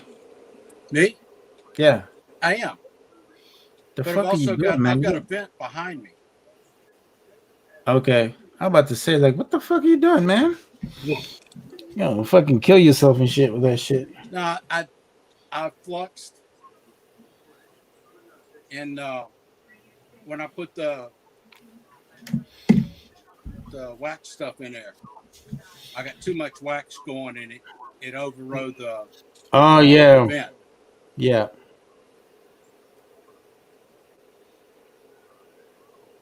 Yeah, I do all my casting outside because I don't have nowhere to cast, Yeah, I do that shit outside. I don't even remotely go inside. I mean, I know what you're doing. You put like one of those little vents that people use in their bathrooms, right? Is that what you do? No, I've actually got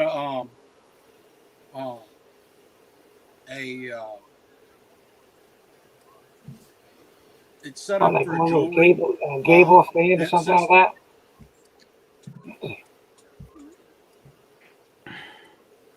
I cast in my garage now, but I have a overhead door in one end and I got two doors on the other end. So, and I got a fan I just set up when I flux, I make a lot of smoke. I set that fan up and it blows it right through. Yeah. Other than that, I get good flow. I was trying to be quiet, and I've got my vent fan. It's not pulling anything out. Oh, okay. My extra loud vent fan. regular Here comes fans Uncle love Jim. this Hello, stuff. Uncle Jim. It's Brown Uncle Jim. How you doing? Dude, I had him We got a going. real Man. Uncle Jim in here. Yep, Uncle Jim's in the side chat. It's Oh, a by the miracle way, he's not Mario, throwing hammers yet. remember what we were talking about with my wife? Yeah, She's doing fine. that's Everything great, went man. fine, That's great to and hear. they got it all. They took out about yay much Ouch. on the large colon, and about that much on the small intestine, and the lymph nodes that were associated. So everything was stage 1, and everything was caught. Well, So that's great, man. That's she's really good to hear. I'm glad she's doing recuperating. okay. That's a blessing right there, bro. Yeah, we were blessed. No, I appreciate the update too, because No problem. Prayers were answered. absolutely, my friend. Absolutely. That's good. I'm glad she's doing good. Me too. Damn. Wow. The miracles of medicine nowadays, man. Because I can tell you that if that was like back in the day, man, you get a big old scar all over your damn belly and shit. Oh, in the scar, they went in and they did. She's got a couple of little bitty holes from laparoscopic stuff. Right, One yeah. hole where the doctor went in like that to feel around for her lungs and her liver and everything else to make sure everything was good. It's amazing what they do nowadays, bro. It's amazing. I mean, it's not amazing when you get the fucking bill. You're like, damn, it costs that much? But hey, TRICARE. You know. Yeah. Yeah, man. But that's good kind to of hear. rocket Kenny's working with. Hey, Chuck. So did you retire out of Louisiana? Is that where you went back home after you retired from the Air Force? No, I retired out of Indiana, but I moved back to Louisiana. Oh, okay. Indiana. What the hell's in Indiana? I didn't like Indiana, man. I mean, it Who was the hell nice, does? I've been there. I like. I don't know how I people hated live owning there. the snowblower. Oh yeah, that's horrible there. No, but I'm just saying, like, what's over there in the Air Force related that's in Indiana?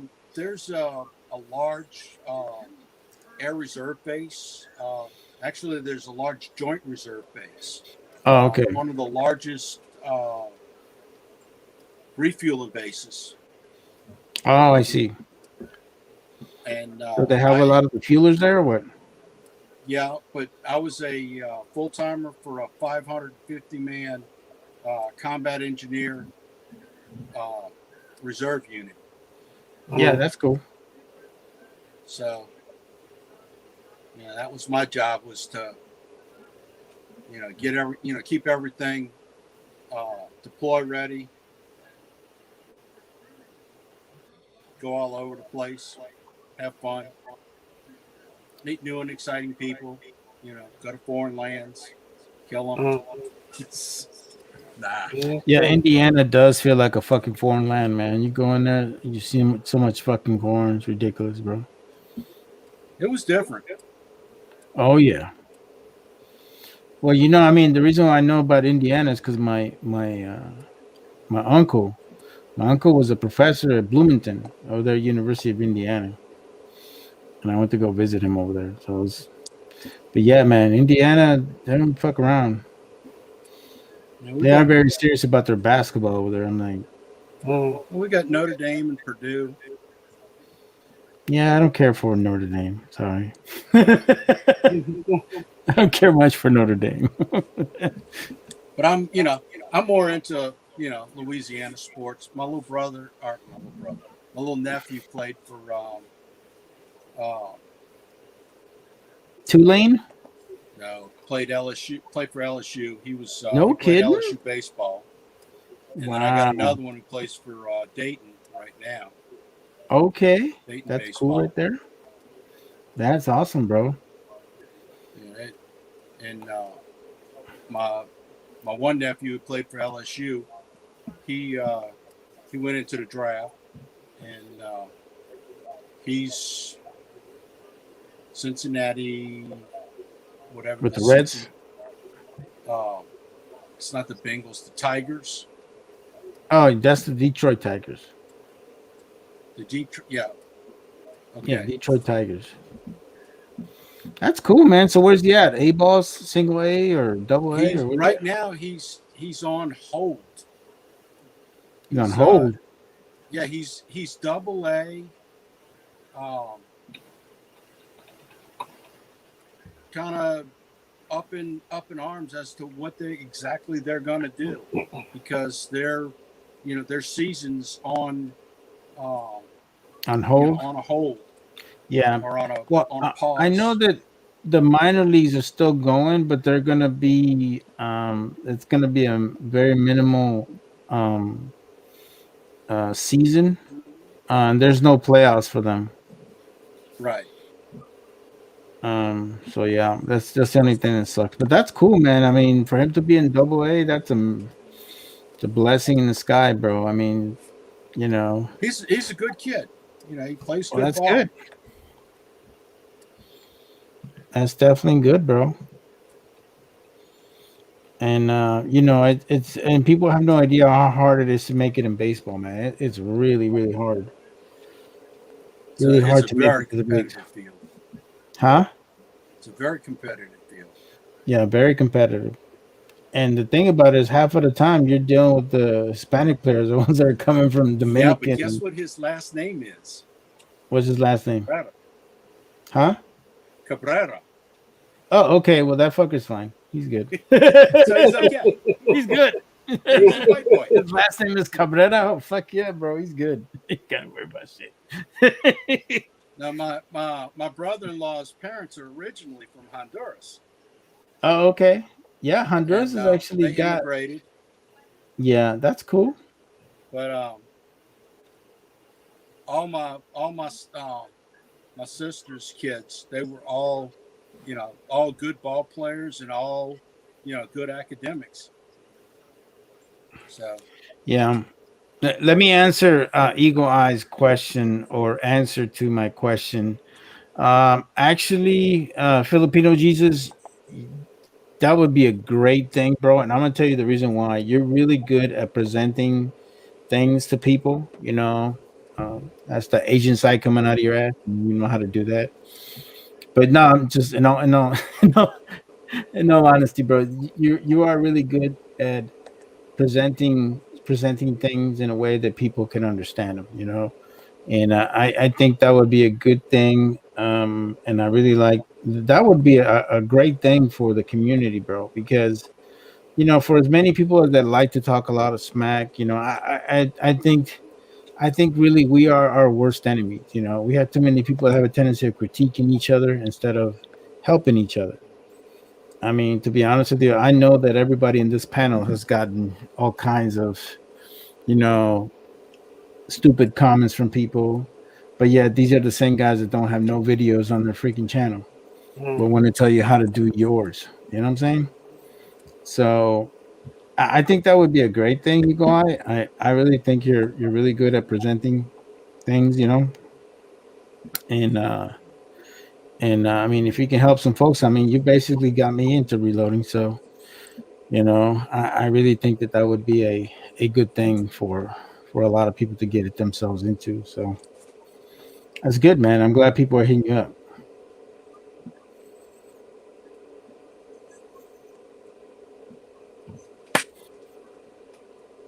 Damn mosquitoes. Damn, man, already? Well, that's what I get for opening up my garage door. You had no choice, bro. We got mosquitoes around, You live near the swamps? Southern Louisiana, yeah. Yeah. I remember going to fucking Fort Polk. I hate that motherfucking place. That place sucks, bro. That's a little bit north of me, but not too. That place is fucking horrible, bro.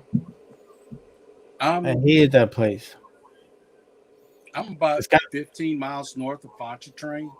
Yeah, it's kind of funny. CW laughed his ass off on that one. He thought that was hilarious. You must have been in Fort Polk too, bro. No, but I've been down there. He's like, yeah, I know what you're talking about. Fort Polk sucks, bro. Like, I swear the Army finds like the craziest, shittiest places ever. You know, I don't get it. Well, they wouldn't want you to be at They get, someplace nice, like an Air Force base.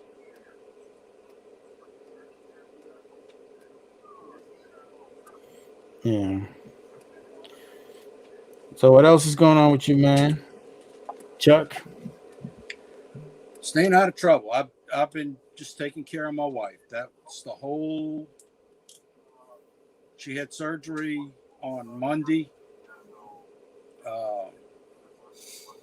Stayed with her through, pretty much stayed in the hospital with her.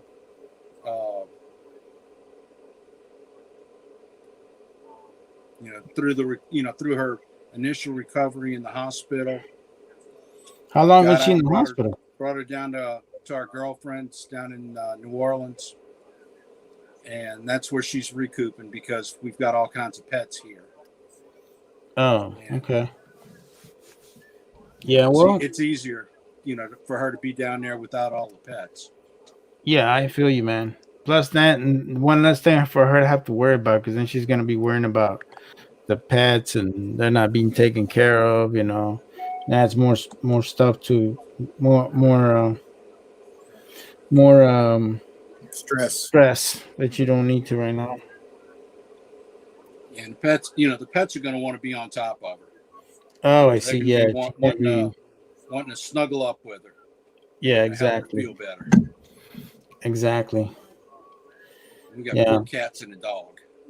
Yeah, most definitely, bro. But hopefully. She's doing good. I'm doing good. Yeah, no, that's good, bro. I know that peace of mind for you. It's awesome. Hey, did you say pineapple, Tin Man? I love pineapple, bro. Just saying, especially on pizza, more gooder. I know Uncle Jim is gonna go crazy when I say that. Oh, there he is. Hello, it's Uncle Jim. What? Who? Hello. Hello. Got a bulldog in the house. Bulldog? How's it going? How's it going? I didn't know your wife went through that. Bulldog, Chuck? I can barely hear him. Oh, I'm sorry to hear that about your wife.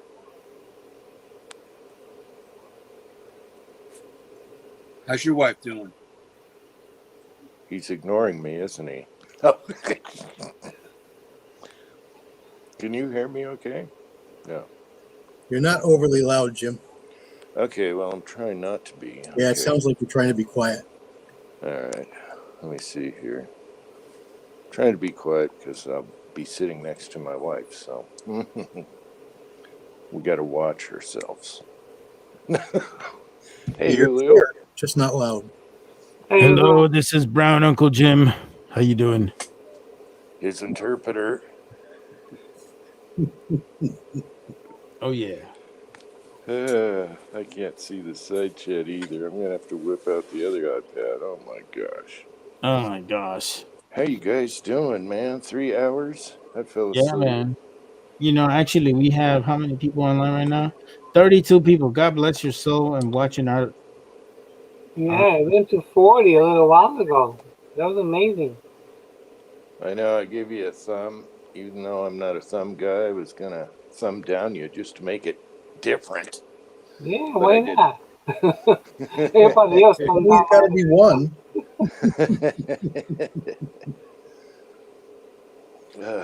How are you guys doing? So far, so good.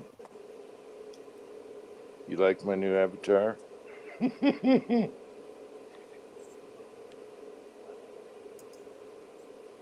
What is that? That's Click the, it. It's awesome. Oh, that's that roll crimper, huh? Yeah, it's the old that's a lining nice one. tool. Or ideal. Yeah, I've seen them a few times. And you can hook it to a motor. I used to see them. Yeah, you can hook it to a motor or just do it that way, but it has a lot of crank to it, and that makes it different. Yes. Yeah. So you can do it at an easy pace. Yeah, no, that's a great idea. I wish I had one, so I'm just a poser. Yeah, that's great. That's a shame, you know, there are a lot of good tools, but then, you know, taken away, you know? Yeah, that thing works. It looks like it works really easy. You just turn the handle sideways and the shell comes in and out. Click on it.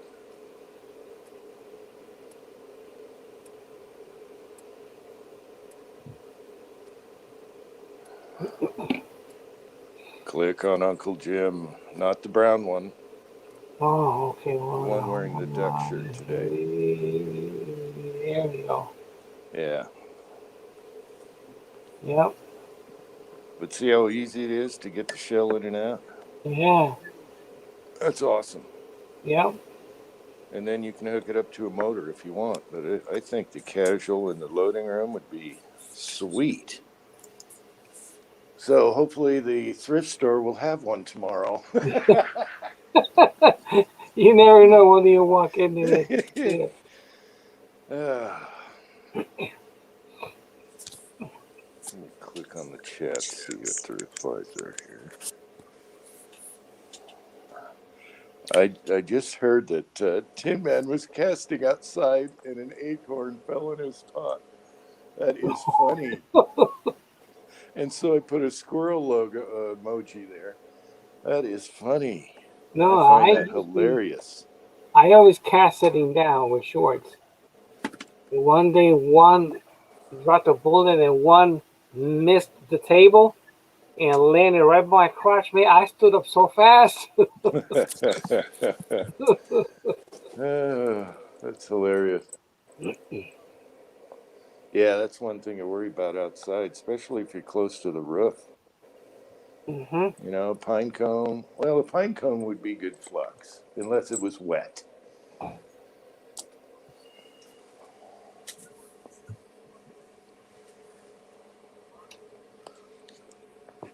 Did I send that link to Tin Man?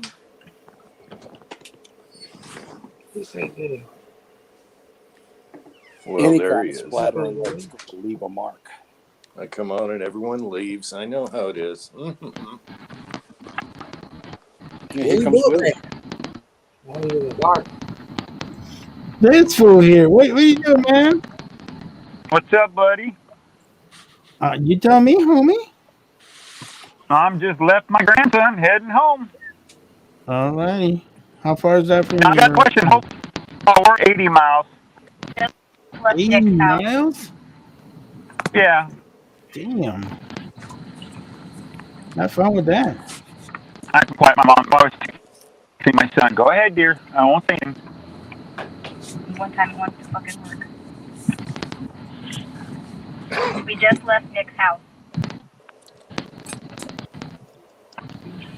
All right, there we go. Now, I have a question, guys. On whoever has, I know, Julio, you have the APP. What I'm wondering is the ram pushes the bullet up through the APP die. Do you think that'll work in a normal Lee sizing die? Yeah, you can use a regular Lee sizing die in the APP. Okay, because I can't find my 309 ram for my sizing die, but I can find the APP sizing kit with the ram for like $10, and the other one's like $28. So. Yeah, no, you could fit it under there. It'll work. All right. I use it. I have regular Lee sizing dies, and I use one in APP with no problem. Great. Thank you for that information. Yeah, you're welcome. Now I have an idiot in front of me. Okay. Wow, that car ran dead red. Sacramento, they don't know how to drive over here. Oh, I can tell you that.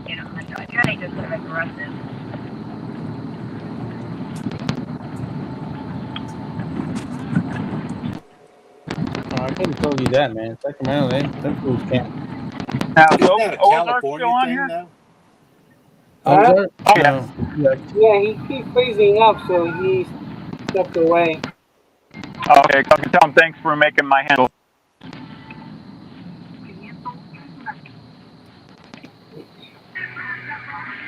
All right, guys. I'll try to get back on when I get home so you guys can hear me and see me.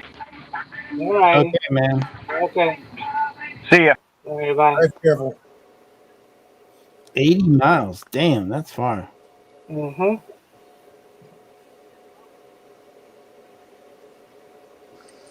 That's almost to freedom. Almost, Uncle Jim. Almost to freedom. Almost to freedom. That's the reason why I use an umbrella over my bench when I'm on table when I'm casting outside. Because the squirrels could drop anything from there and land there, and that's it. But then it'll bounce off the umbrella and won't bounce into the pot. Yeah, it's definitely a hazard. Yep. What did James Pollard had a bird crap in his? Yeah, so that's why I do that for that same reason. Closest I ever came was there was a hornet's nest way up high above me. I didn't even know it was there, and Yeah. I saw bees, but I didn't. Bees are around, white-faced hornets, white-assed hornets, and then a couple of them landed right on the bench. Small ones, juveniles. They fell out of the nest, and that's how I found the nest. So I took that down. Yeah. But they didn't go in the pot. But they could have. Yeah, a bug could be a big problem. Yep. Yep. Yeah, they're kind of moist. Yeah. They don't last long.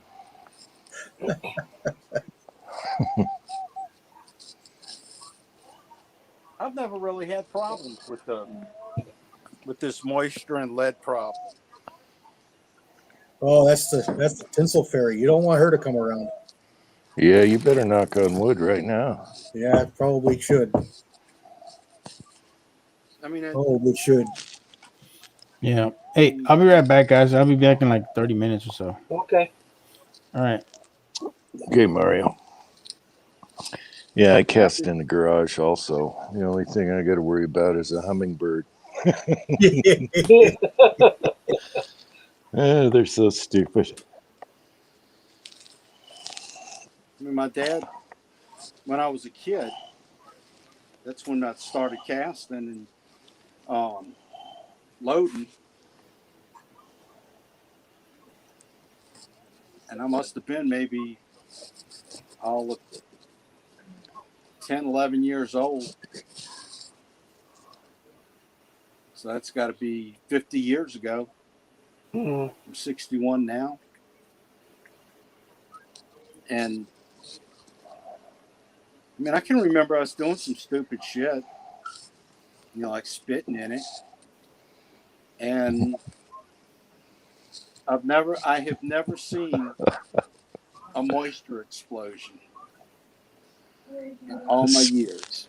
Spitting in it. Yeah. Well, it's on top, as long as the water lands on top, but it's something encapsulated that goes in there and then boom. Yeah. No. When I run away, back far away, when I see the pot, there's nothing to lead. You see, sometimes you see the boiling. I don't know if you guys get that.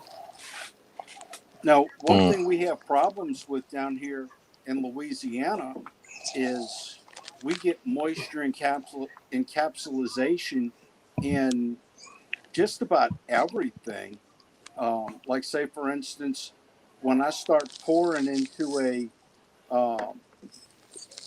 ingot mold, if it's a cast iron ingot mold, if I haven't already put it up and preheated it and heated all of the moisture out of it, if it's a cold pour into it, I'm going to get boiling. Or if I take, like just a little while ago, I took a 1.5 pound ladle and I stuck it into my Lyman Mag 25 furnace just to move stuff around. before I threw a piece of wax on it, and it started boiling and popping just from the moisture that was in on the ladle. Now that's the kind of problems that that we have, that I've run across. But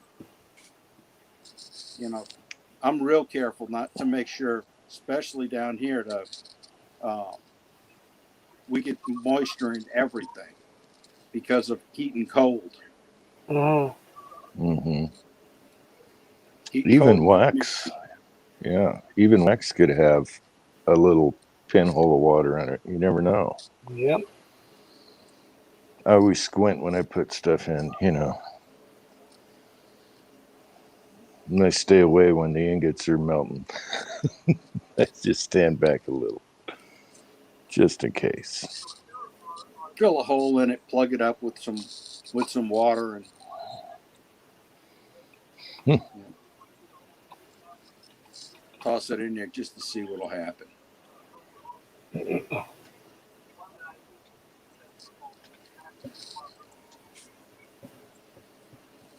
always wondered, what'll it really take to blow up a LEAP 420 pot? Besides, yeah. What is that?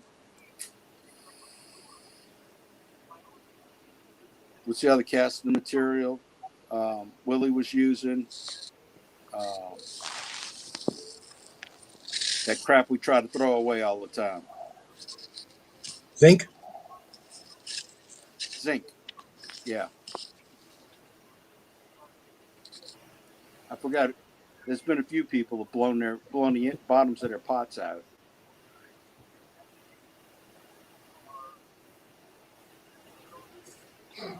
The couch. Yeah, that's the only time I move fast.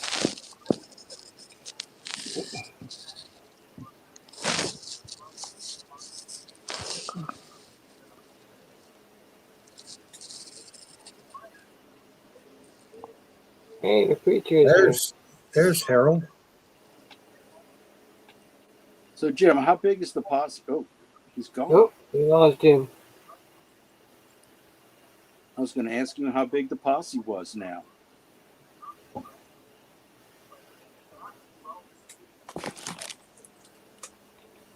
Oh, there he is.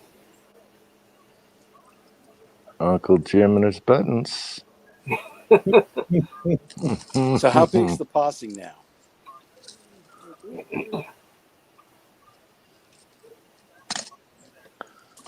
Posse? You got 8 dozen duckies now? Oh my gosh, yeah.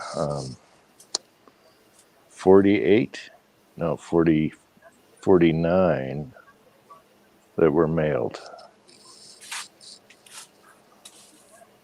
And more to come? Better not be, no. And a shirt. No, we're good. We're good. That was crazy. That's a lot of duckies to send to space. Yeah, still 2 people I don't know. I fessed up to mine. You what? I said, I fessed up to mine.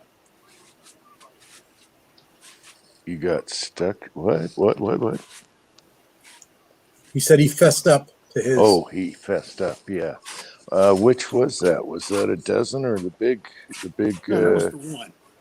Okay, it was the axe throwing ducky. Yes. Well, I appreciate it. It was funny. Good timing too. There's a bootleg.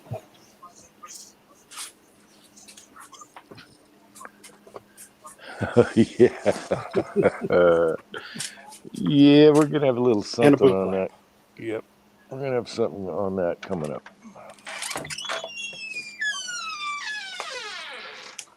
Wow, I could hear that. There's gonna be no pineapple pizza in heaven. So I guess I'll bring one with me. Man, I put these monster earphones on and turned it down so I don't bug my wife, and I can hear everything. It's loud. Someone's needs a little oil on the hinges. Yeah, that was me. Best alarms there is.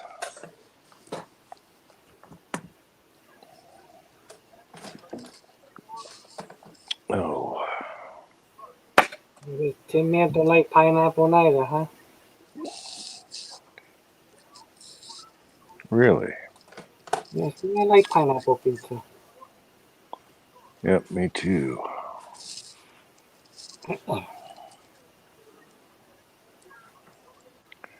Preacher, what does he say? How do you know, preacher?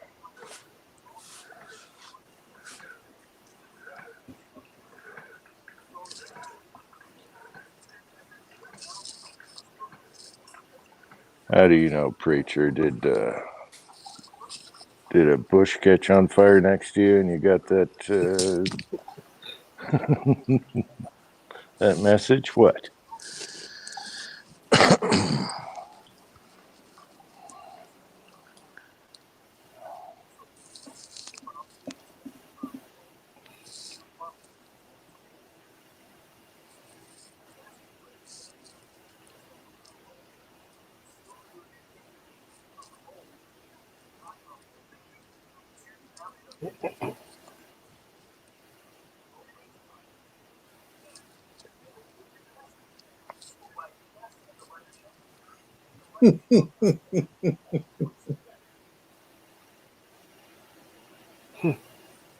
Got to work on those coyotes more.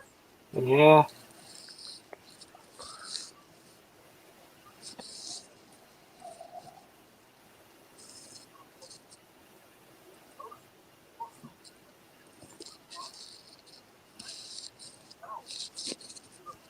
All right, I'm going to turn in.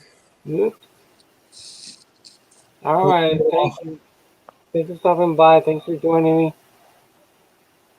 You guys been on 3.5 hours. Wow. Yeah. All right. Good night, CW. Good night, all. All right. Good night. Night, CW.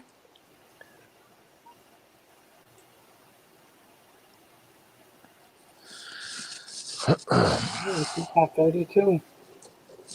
Yeah, this is weird. I have to click on chat to look at it, and Yeah. this is so weird. It's not like the old one. Weird. And Jerry put this message here.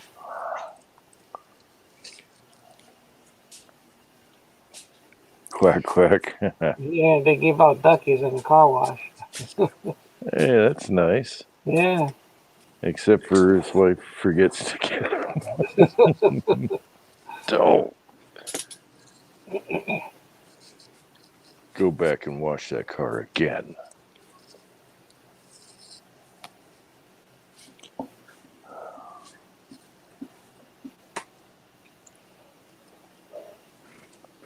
So how you doing, Julio? You feeling better? Yeah, I'm doing good. Yeah. I'm still taking the medications. Got more energy? Yeah, till May. So it's doing pretty good. I could go up and down the stairs, no problem. So it's doing good. All right. Good Sometimes stuff. when I'm relaxing, I can hear a little, crackling in my breathing, but it's not as bad like it used to be. So the medication's doing its job. That's good. That's real good. Sergeant, I didn't know your wife had a problem. She went into surgery. Well,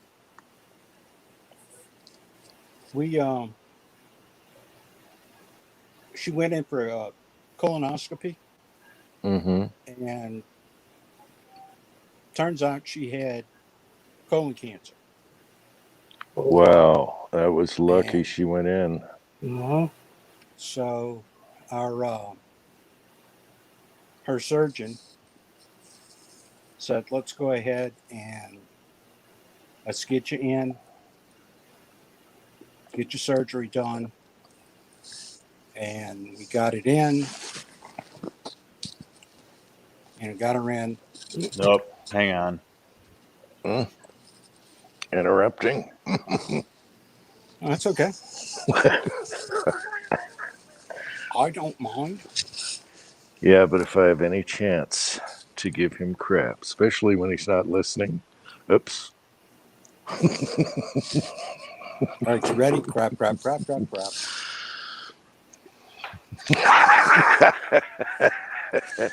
Don't let it outsmart you.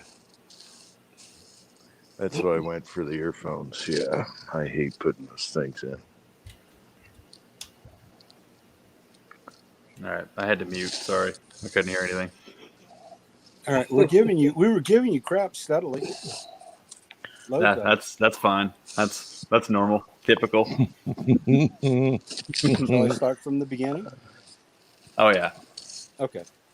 He can watch a rerun. Okay. My wife went in for a colonoscopy. The result of the colonoscopy was that she had colon cancer.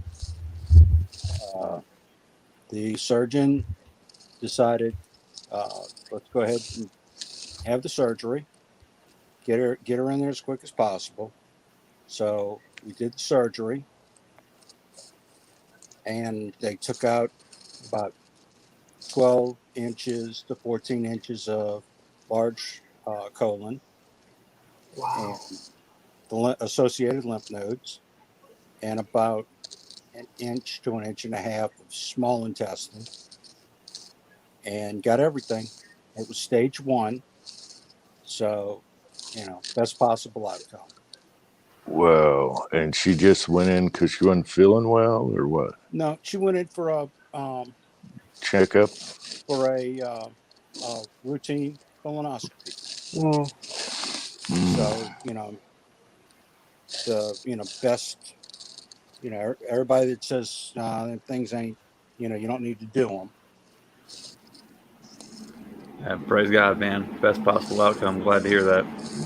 Yes, we were definitely blessed. And she's down in New Orleans at our girlfriend's house, and she's convalescing down there. Well, with everything going on with with your wife, Jim, I didn't want to be bringing up more stuff. I told Mario about it.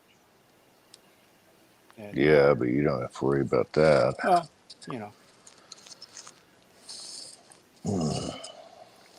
There's enough stuff going on in our in our community without confusing issues and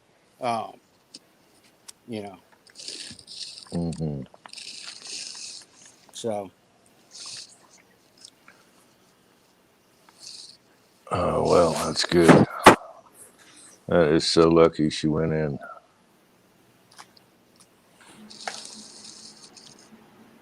Kind of makes me want to. Yeah, I've never done that, so. Same here. And I'm not too regular, so oof. Too much information. I think I'm due this year. I gotta call the doctor and see. I think this is not about me. If it's not this year, it's next year. Well, I've had a few of them, and they've taken polyps out, and thankfully, I've had no problems.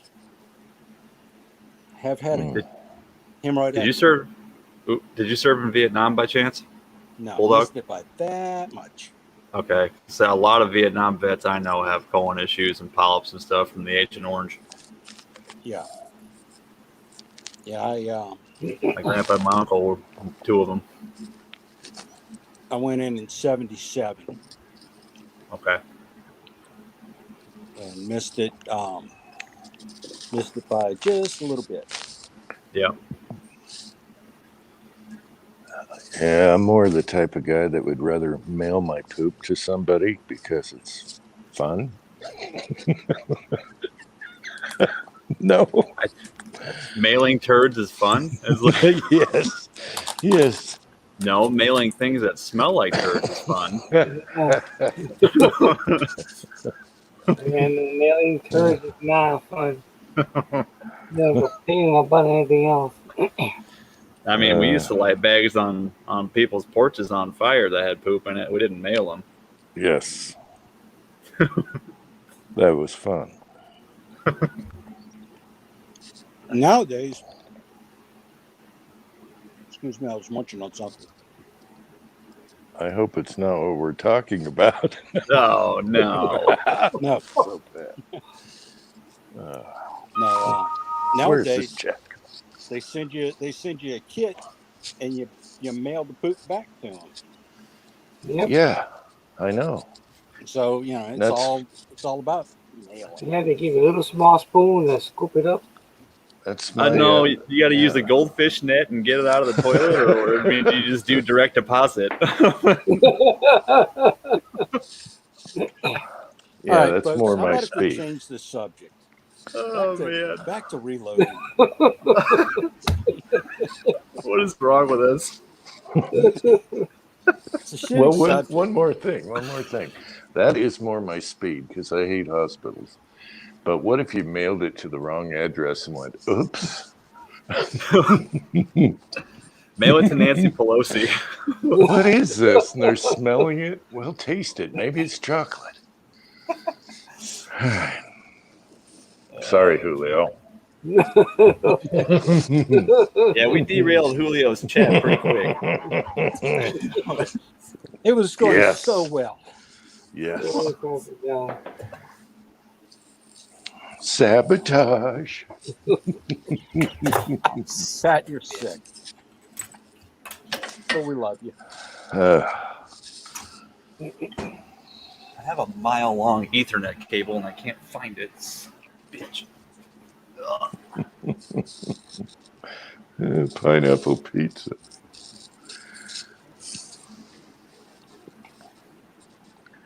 No, that'll cause you colon problems. Oh. Yeah, I probably got it. I ain't had good plumbing in a while. Well, I got to tell you, there's some stuff that they gave her to prep her for all of this stuff. Oh, yeah. Goose. Let me send you some of it. No. Hey, Jenny. Hello, fellas. No, I'm doing good. You? So what kind of a rocket did you shoot off in your... So I lost my voice a little bit. I got like a sinus cold or something that's kicked my ass. It was a tampon. Yeah. Tampon rocket when I was a kid. Tampon rocket, okay. Yeah, I never knew what those things were underneath the sink. So I used to grab them. I put them together, put tape on it. Yeah. The E11 engine fit perfectly in there. So Yeah. yes. Oh, God. 11. True story on that one. And I never did that, but I had an RC car, and I bought one of those fast charging things for the battery pack. And I didn't know that you weren't supposed to use that every time you charge the battery. So about the 10th time charging the battery, I walked downstairs. My bedroom was upstairs. About 15 minutes later, we hear this gigantic explosion. What the hell was that? Go back upstairs. There's black shit all over the walls and bits of battery pack laying all over my bedroom. Oh, it was bad.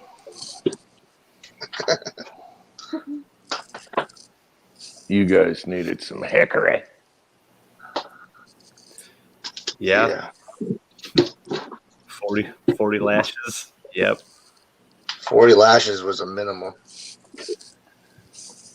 Yeah, Kenny, I don't have any 450. I got the regular small rifle primers. See, I went to go help out a shop out here that was low on small rifle primers, so I traded what I had. I mean, I got nothing but large rifle primers now, but all I got to do is just kind of wash the sails. I'll get one during the week. Yeah, I've been looking around from time to time. Yeah. It'll eventually pop up.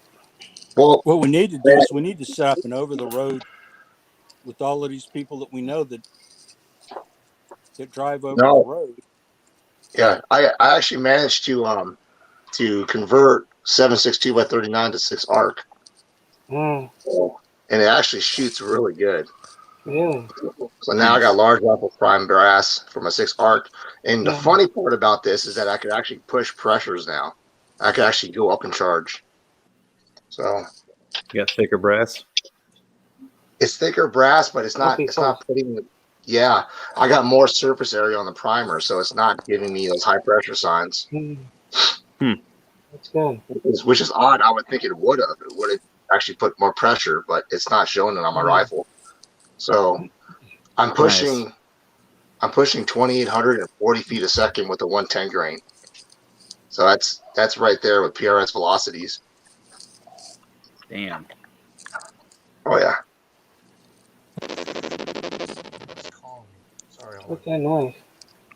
It's a cyborg. It's the ATF talking to Kenny. No, those are just tampons rubbing against his camera. Somebody calling him, hey, I saw all them primers you got. Yeah, I got enough large rifle primers and I have enough small, but the thing for me is I actually test these rifles out that I make. So I'm going through roughly, I'd say 800 primers a month. That's what I'm going through. Damn. Well, correct me if I'm wrong, but aren't large rifle primers the ones that are like kind of the least in demand right now? You know, not many cartridges use those and not many people are shooting them, right? Right, yeah. That's why I'm kind of shooting my 6.3 more than the 6 arc. But lately I've been building at least 4 rifles a week and majority of them are 6 arcs. Gotcha. See, I'm going to have to start looking for large rifle primers here before too long. I mean, not immediately, but it'll be a little bit. But hopefully by the time I get around to that, there'll be some that are actually starting to surface again. So that's good that you're building 6 rifle a week. That's awesome. Hell yeah. Oh, I gotta go kill a rat. I'll be right back. Okay. Yeah, I'll jump off so someone else will jump. You gonna bring a 6 arc with you? That's what I got. That's what the 3D printed 22 is for. Yeah. Yeah, I got that right here too. Go get that. Wait a minute. Why you got to do it? Send young man out after it. Rat busters. Oh yeah, I ain't crawling underneath the house. That's what he's doing. Cat. Hell yeah, you dirty rats. Come on, let me go get this damn rat. I'll be right back. Yeah, okay. You filthy animal. You dirty rats. Keep the change.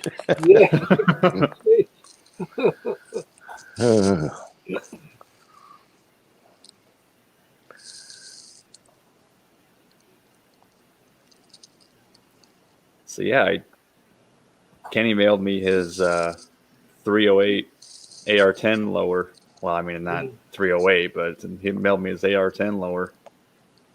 Oh, that's where you got it. Okay. Yep. Well, I couldn't find one, so I called him up because I know he's got pretty good connections down there. I said, hey, you know anybody that's got an Aero Precision M5 lower they want to get rid of? He's like, yeah, man, I got one. I'm never going to use it. I'll buy it off you. Cool. Good timing. It's Brown Uncle Jim back. Oh boy. Uh-oh. Yeah. Why do you guys say that, man? I just said, uh-oh. So messed up, man. No love. Hey, how's your broken Chingus? I got a cold to get it. How did you break Chingus? How did you break that thing? Drop it, or did you just screw it in? Yeah, I dropped it. Oh. No, I dropped it like a dumbass. You know, I'm surprised nobody's put a file up for that part on Thingiverse. Oh, I know. And so I have to call the APP Chingus. How do you spell Chingus? That's a technical term. CHI MGAS. Chingus. And if you want two of them, It was funny because everybody's like, sorry about your tragic loss with your Chingus. I'm like, what the hell? Is that called a lower die catch adapter? Wait one.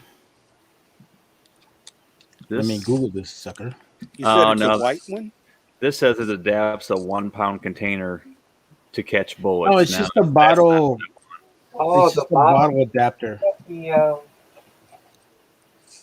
think I got two of those at my house. oh no, they sell that separate. You see, I got the Lee. What you gonna call it here? Yeah, it's the bottle adapter. $6 at Lee. Balling. The whole thing, not the lid, not the lid. I don't know. It just says bottle adapter.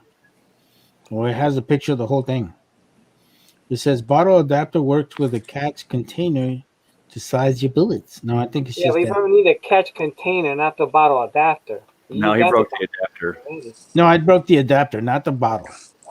Just Yeah, the lid. He broke the chingus. I broke not the Chingus. Chungus. Not You the broke the chungus. tree. Yeah, but I think you Duma gotta do digits? the whole kit, that metal piece.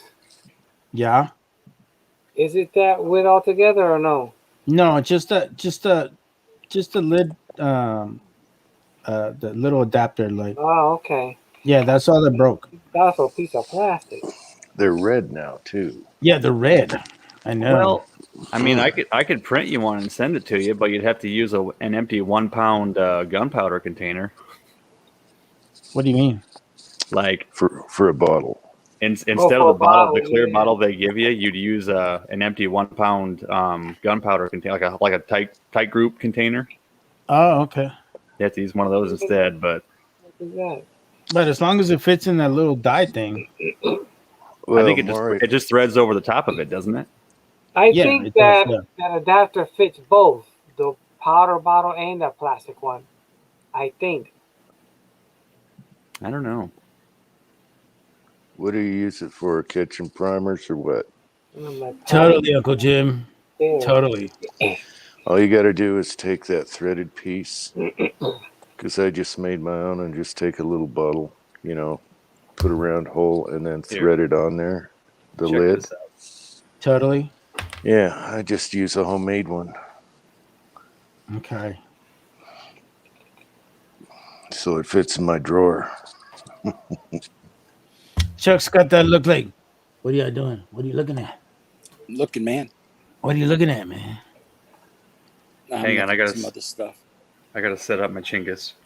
Yeah. Yeah, set up your your. Hey, that's another word you guys got to start doing. I got you guys That's doing. a new word, chingas. I'm using my video.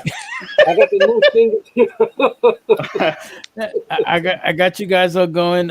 It's more gooder now. Yeah. Next is it's real bestices. That's the next word.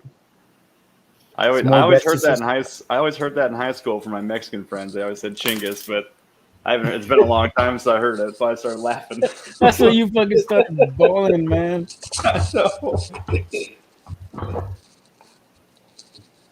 Oh shit! Get this one out of here. The simple things in life. Were you drinking coffee? Of course. Okay. Oh, I'd I never quit get to drinking sleep. alcohol in 81. Yeah, I would never get to sleep. I wouldn't be Coffee. sleeping. No, That's what K24 does too. He drinks coffee all the time. I can't drink coffee after 5. I 'cause wonder those- if he drinks the bitter face fucking coffee. No. Who, me? You remember it was No, it Natural Light? K24. Is it Natural Light or Bush? Which one, who was that commercial from? The bitter beer face? Every time I look at that shit, I think of K24. I'm like, look at you, bro. It's all you. Okay, so basically, all you need that part for. Yes, the Chingus. So all you're trying to do is just screw the bottle onto this die thing, right? Totally, yes. Damn it! Don't break it. Man, I Don't got it break on the really Chingus. tight trying to get it out of my press. Son of a bitch! Watch him break it. He's gonna break it. Oh, He's gonna break. And He's then gonna have to make pick one for my him. own Chingus. Yeah. I had to use a pair of pliers the other day for me to take mine out. I was like, really? How in the world? I usually put it there snug. It was tight. Okay, there we go. I got it. You got it. So yeah, all you got to do is you're basically just trying to screw something onto this piece to try to get it to like catch your bullets and stuff. Totally, yes. So check this thing out. Here's a little adapter I 3D printed. Here's the top part of your Chinggis. So you don't need this part anymore. Oh, look at that. I think no, that's not how it goes. Goddamn. Man, you messed it up, dude. I forget how it went. It's been a while. Give me a But he break. 3D printed that shit. Yeah, maybe it's this piece. I just drilled a hole in a lid to a container that either screws or pops. And Okay, it goes on the top piece, not the bottom piece. And the bottom holds it on anyway. It's got a little nut. So you Hobo can't- says, "Let's go real hobo with a You plastic bag and elastic works." Oh, I'm sorry. Go ahead. You can't use this for sizing bullets, but you can catch it. You can catch primers with it because it goes on the top plate here. Totally. My God. Like this guy right here, where you put your shell holder. Totally. Mhm. So this is where your Chinggis is supposed to go. Right, Chinggis. Or something. Maybe not. What the hell does go on there? See, man. Ah. See, Dude, I haven't messed with this thing in a minute. What am I doing? man, you did, bro. Like, what are you doing? Hey, Mario, show us what pieces broke. You should Oh, man, I gotta go way down. Oh, that's hold why. on. No, I gotta go that's, like that's why. This is the bullet sizing. way to the Dude, garage. I don't need any of this crap. Hang Yeah, on. no, you need the thing with the nut on it, the little yeah, man. thread. Just Okay, need so the yeah. Chinggis, bro. Yeah, this is the part. And then your bottle goes on there. Yes. Uh-huh. So And instead of then- using this thing, you screw this on it. Look Just at like that. that. Excuse me. And then you get you like a pop bottle, and then you screw it right Mira, on top of the pop excuse bottle. me. I like it. Bam. No Chinggis required. Mira, no Chinggis required. I like it, man. Yeah, Chinggis free. yeah, that was great. So if you want one of those to get you by until you get the one from Lee, I'll send you one. Oh my God, totally yes. Sure. Yes, totally. My Chinggis isn't broken. You are looking mighty sexy, Chuck. I like the way you're just like laying down there, man. Look at you with all your manliness. Now, how you end up breaking the bottle cap? I was a dumbass. You Wow. over tighten the nut. No, we dropped it. I dropped it. Yeah. At least you didn't fling it down the. Huh? At least you didn't fling it. I wish I didn't what? Fling it, throw it. Slam Oh, it yeah. down, down the room. Yeah, man. I'm telling you. Speaking of fling, Flaming? Uncle Jim was giving me shit about the acorn falling in my pot, but at least I didn't fling lead all over myself with a spoon.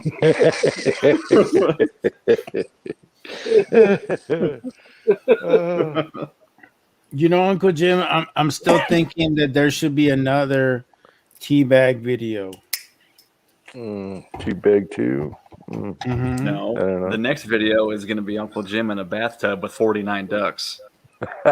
Oh no! Him and all his buddies. Yeah. That's very doable. Yes, we have a yep.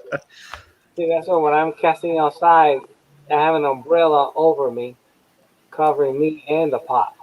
So if any squirrel or bird try to drop anything, it won't land inside. I'm telling you, man, those squirrels had it out for me. Like that. I know, that's funny. Well, one day I'm sitting in my garage smoking a cigarette, not doing anything, just sitting in there looking down the driveway, and I see this tree or this squirrel fall out of the tree like 30 feet up, and it slams on top of the trunk of my Buick like super hard. So I walk down there, I'm like, son of a bitch, you put a dent in my trunk. I walk up there and I walk around the back of my car, and he's laying there on the ground with like his front legs are all broken. He's like scooting his face across the concrete because his front legs are broken. Yeah, no. You know what a squirrel is, though? It's just a Tree rat. with PR. Yeah. A tree rat. Look, it's Filipino Jesus. Yeah, well, I got the cat involved, so the cat do her job. Hey, why does that shit say Captain Peterson, but it has an E7 thing on there? What kind of shit is that, bro? Oh, it's a fishing thing. For fishing, Oh. that's her logo. I said the same thing too. I was like, "Hey, what's up with this E7 logo?" I guess they're all ex-military, but it's a fishing company. Oh, okay. What's up, bro? How you doing? Trying to get my voice back. Yeah, what were you doing? I got a sinus cold or something. Ain't COVID. Just freaking coughing. My when I whole- take my allergy whole medication, it goes away. My whole family just got over that crap, man. Dude, I don't know what it is, man, but something out here is kicking my ass. Yep. I think it's all that pollen, bro. It's messing Dude, everybody. yeah. I think I'm allergic to sagebrush is what it is. That's what I have out here. Nothing but sagebrush. Wow. My wife keeps telling me to take a Claritin, but I'm insistent that I have no allergies, and I think I'm wrong. So You're just Well, in that's- denial. That's the thing with Claritin. It takes about 7 days for you to get in your system. So the nasal stuff's the best thing to do. we got some of that too. But man, I hate the drip. It drives that shit's gross. Yeah. Ugh. Yeah. I usually deal with it throughout the daytime. Then at nighttime, I take a Benadryl, and that works pretty good. Hey, you sleep pretty good too. Yeah, yeah. Open the hoppies and use a drop. Yeah, for me, that What up, bro? What's going on? What's up? This little man hit a grand slam in Little League today. Go ahead with your Wow. best stuff, homie. Hell Yes, yeah, he man. did. That's awesome. Come on, man. Show the muscles, bro. Show the muscles. World's muscle. Oh, dude. Yeah, man. That's what I'm talking about, brother. Nice. Grand slam. That's awesome. Grand slam. I mean, he hit it way out there. Awesome. It's good, bro. Awesome. Congratulations. I won my team on a game. Yeah, they don't Hey. take count because it's Little League, but Mm. no, they won. He got a grand slam and then he got a double and 2 runs. I got it from my team. So That's cool, bro. My team got home runs too. he bat. You know, it's funny. He's right-handed, but he bats left, so he's Yeah. He's ambidextrous. He's okay. yeah. Yeah. So that's what threw him off. So he got one of those little pitchers, the one you step on that throws for you. That's because they don't have a pitcher yet. So I mean, for his Little League, but I think still pitches are like 30 miles an hour. That's cool, bro. Yeah, It's good stuff. yeah. I get him in sports. That's a good thing. Keeps him out of trouble, man. Absolutely. And here's the funny part. I was on the Eagles baseball team. What's the name of your team? What's the name of your team? He's the Diamondbacks. There you The go. Wetbacks. What The Diamondbacks, bro. I mean, they're in Arizona. Hello. Arizona Yeah. Diamondbacks, man. Yeah, Arizona Diamondbacks. My brother plays baseball and his name is the White Sox. I'm the White Sox. I like that. I like that team. Yes, good job. Just don't ever play the mongooses, okay? The mongooses. Don't play the mongooses. Yeah, we just got kicked butt by the stupid Pirates. Yeah. My oldest one got his Hey, butt kicked. hey, what was that baseball team gang in Warriors? What's it called? Yes. Yes. You guys The remember? Sharks and the Jets? No, No, that was no, that I wasn't forget what the team that was was West Side called. Story. I don't even know that. I forget what the team was called, but I used it in the video Foxtrot mic. FM9. We're gonna get you, Warriors. That was my favorite gang in the movie was the baseball because it's brilliant. You can have baseball bats and walk around and get away with it. Hey, I hardly ever see the younger one, dude. That's the first time I've seen him hanging around. What's up, bro? What you got? What you got? A rod? Oh, you cleaning? Look at you, man. Make Look him at you. clean your gun. You think you're Larry Potterfield. Put him to work. That's right. Put him to Yeah, work. gotta show them the basics. You want to shoot more, you gotta be able to clean the rifle too. Exactly. And you got to remember. How old is the little one? Oh, he's 6. Oh, and your other boy? He's 10. Oh, okay. Oh, that's cool. Yeah, we went out shooting today, and we shot the. What's that? Yeah. Oh yeah, we shot the 6 Creedmoor. We're hitting bowling pins at 1,000 yards and some pretty good wind. Which rifle were you using? The TC Compass. Oh yeah, are you serious? That thing's a tack driver. I mean, it's putting out 0.12, 0.15 inch groups all day long. It's That's nuts. amazing. Which barrel are you using? One of yours? Yeah, the one I made. It's Excalibur barrel, MTU contour. It's just a tack driver, out of that rifle. Heck yeah. That's cool, man. So far, Yeah, I've been really happy with the one that came with it. Believe it or not, with mine. What caliber do you have, Bulldog? 6.5. Gotcha. Okay. Oh, I didn't know you got one. Okay, that's awesome, man. Yeah, I got one. I've had it for I don't know, a couple of years now. Okay. Right after they, Right on. I don't want to say that right after they first came out, but it's been I think 2 years now. Yeah, they got a problem with the 308 barrels. I know that for sure from my experience. So, and they still do, because I had a couple of TC Compasses that they just bought.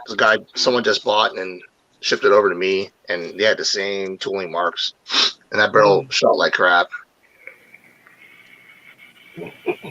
But I got a really sweet deal on it. I got a military discount. They had a special on, and then they TC was offering a military discount or a military rebate with it. So it ended up costing me under $3. Yeah. For Nice. the compass with the scope, rings. You know what's funny, man? From just building rifles lately and what I experienced, honestly, the best investment you could do if you want to shoot like a tack driver and shoot 1/4 inch groups or 1/2 inch at least, the best upgrade is a barrel, without a doubt. And you talk to like Gordy Gritters or anybody, and they'll tell you, get a barrel and get a good load going, and you'll shoot 1/2 inch. So I've been noticing that too, because I just did a Savage 12. Where's it at here? This was a Savage 12 FV originally. So slapped the barrel on this, took it out recently, and it's putting it out within the first 10 shots. Dude, it was putting out 1/2 inch. And that's with factory load ammo. Yeah. Wow. The Savage 12 FV is kind of the cream of the ball for Savage for a factory rifle. This is the original barrel. Okay. You can see how thick that is. This is the MTU contour, and that's Savage's heavy barrel that they make. So made specifically for Cabela's. Okay. But if you look at this, you can see where the copper was building up and it was uneven. I mean, the bullets were entering the chamber crooked. So that was the only downside to this barrel. Yeah. Do you do a lot of putting muzzle devices on for suppressors? Yeah, I mean, if you want like an ASR mount or something like that, or Well, I've got dead airs. okay, yeah, that's what I do here. I'll show you the one I put together. I've been doing dead airs for a long time, since they've been around. And I didn't know you were a can man. That's pretty cool. Yeah. Here's a six arc I just built, and just like my rifle basically, but it has, I believe that's a ASR mount. Okay. But yeah, if you want it timed, I mean, I don't use our crush washers or anything. I actually time the threads. That's what I do. So you have a complete, and then the muzzle brake, the threads are all the way up to the actual first baffle. That keeps you from getting all that carbon collection up there. Around your crown. Yeah, right around the crown. I mean, honestly, if you look at muzzle brakes and you see a lot of muzzle brakes that have like the enclosed crown, where it's a collector for carbon. It's like the worst design ever. Right. So my suggestion would be get a muzzle brake that allows your crown to exit the gases right at 90 degrees. If you ever get a chance to look at the ones that Dead Air makes, Yeah, they're really nice. I've shot some different brakes over the years, and I really like Dead Airs. The way that they work, they're real stable. Yeah. They're also their chemo system. It allows you to basically plug anything else into their mounts. Okay, I gotta try it out. I'm an actual Thunder Beast dealer now, so I got a couple QD. I already got Thunder Beast 30 cals. So I haven't tried Dead Air yet. Yeah. Thunder Beasts were the thing when I was buying my suppressors back in the day, so I'm sure they're still the thing. Lightweight. Yeah, they work very good here. Very cool. I almost bought a Thunder Beast. Well, let me know, Jim. I'll get you a deal. Oh, I'm fine. Yeah. Yeah. I'm waiting until they just get, no text. Yeah, That'll be the that'll day. happen eventually. All the crap that's going on, we'll see. Yeah, maybe We will it'll see. rebound twice as good. Yeah. The only thing I hate about cans is waiting. It's that waiting game. I know. For me, it would be cleaning because sometimes the weight is good. Yeah. Thunder Beasts are titanium, so they're no weight, but there's so many cans out now. But I don't find No, the weight. he's talking about the waiting period. Oh, the waiting period. Yeah. Yeah, the waiting period. Yeah, but this is how it works. You get 1 or 2 cans, and by the time you get your third, you forgot all about it, and it shows up, and it's like, oh, hey, where'd that come from? Jim, I've never had that problem. The first one is the toughest. You're waiting, biting your nails. Where is it? Where is it? But I've never had the problem of, oh, there it is. But I have had them come in on really weird schedules. Huh. I've never seen any of them come in on a regular, here's how long it's going to take. Yeah, it could be wacky nowadays. I don't know, but mine were pretty predictable. And then what we used to do, I don't know if you can still do it. There's a site where all the agents, and you find your agent that's doing your cases or whatever, and they had like this rating, how fast they were compared to the others. I don't know if that site even exists anymore, but that's what we used to do. And it's like, crap, I got this person, You want to know what's funny, Jim? I since I got my SOT and everything, I play around with cans all the time out here, but I don't think I ever will buy one. I just don't see a need for it right now. Well, you're doing a high-powered rifle. You're not doing subsonic, so. Yeah, I'm not kidding. Within the after 5 shots out here, the Mirage is crazy on that can. I can't even freaking use it. Oh yeah. Did you put a little pad on it, a little thing on it? Yeah, I put a sock on there. I could get about 10 rounds, but that's it. What you can do, Kenny, is those silicone mats that you put in your oven. The mitts, yeah. You can drape those over it. Well, they make them for suppressors that wrap and Right, they make wraps, but the thing is the wrap starts heating up. But you can take the silicone mats and just drape it over the top of the can, and just let it sit on top of it, and then shoot. And what it'll do is it'll fly off after your shot, and then you can just drape it back over it. And it's just kind of like laying on top of it. So the bottom of it continues to cool instead of it holding all of that heat inside of it. and it'll let it cool off. And the top will keep that mirage from coming up in front of your scope. Okay. I'd try something because I wasn't really impressed. I mean, honestly, it'll work really well for the 308 and 6 arc, but for like 6.5 Creedmoor, 6 Creedmoor, no way. There's no way, dude. That's why a lot of guys out here don't use it. For F class, it's a mandatory to have no muzzle brake or a can if you're gonna do F class out here. So, I think, yeah. I don't know. I mean, I try it out. It's nice to have because obviously you can shoot through in a blackout and all that. But me putting a silicone thing on the brake. I mean, these barrels are 26 inches long, 28 inches long. It'd be kind of hard to reach out there. I'm talking about on the can. Yeah, that's what I'm saying. Well, I mean, on the can, I got a 26-inch barrel plus the can. I mean, I know I'm a lanky dude anyway, but I still can't reach out there from behind the rifle, you know. Mm-hmm.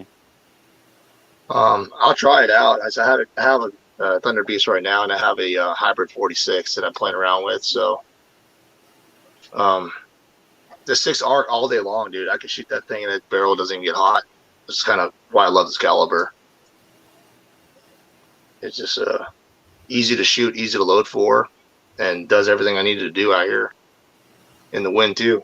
I mean, I had 20-mile-per-hour winds yesterday and freaking tack driving 10-inch plate at 1,000 yards. And down here in Louisiana, we just don't have the area to stretch it out. Yeah, that's I guess the benefit out here, but also the downside, because then he just always wanted to stretch out further and further, and I'm to the limitation now where I can't get past 2,300 yards. I can't make an impact reliably without going to like a 7 STW or 338 Lapua or something. And I promised my wife I'm not going into 50 cal. Yeah. I mean, I'm trying to push these cartridges like the 6 Creedmoor. I mean, there's channels out there getting 2,600 yards, and I just don't see how the frick they're doing that because I'm nowhere near that, and I have impeccable accuracy with the rifles I'm shooting, and the dope ain't matching up. So I'm kind of calling bullshit on that, to be honest, because there's no way in hell they're doing a soda can 2 shots at 2,600 yards or something. Well, it's luck, but they're doing it in every video. So it's just like, I don't know. I'm trying, and I could get an impact, but I'll take like 15 shots, but I'll be an impact on a 24x24 steel.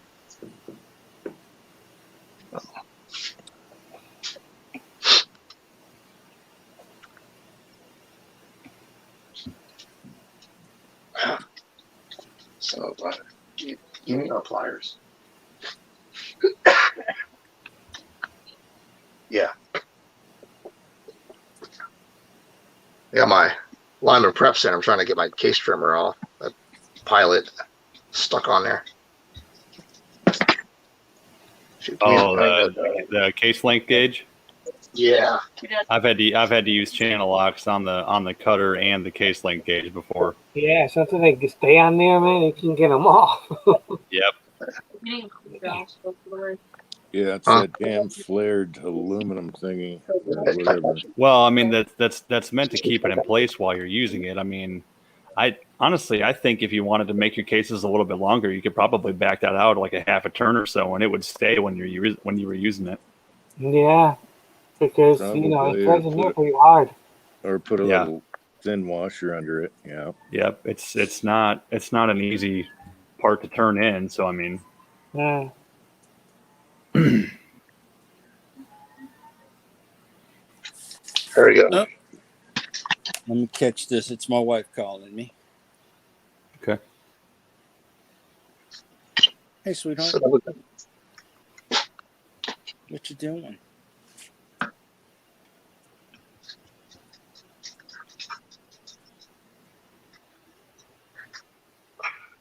Damn, what the hell is up with this one? This thing's stuck.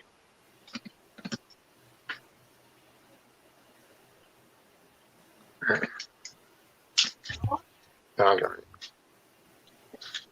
Oh, I had a brass collected on it. Yeah, Very then good. sometimes they get stuck in there. It's like, really? Yeah. Love that thing though, man. The Brass Prep Center is awesome. Mm-hmm. Yes, sir. Little golf ball trick. Idaho is here. I missed the chat because I got to click on the screen to see it. And you see one or the other. Yeah, let's see what's going on. Milk Jug Challenge? No, I'm not set up for that. The Thorzax is here. Oh, I forgot about the side chat. Whoops. I know. I gotta. For some reason, both my iPads now won't let me see this chat on the side of it. It's weird.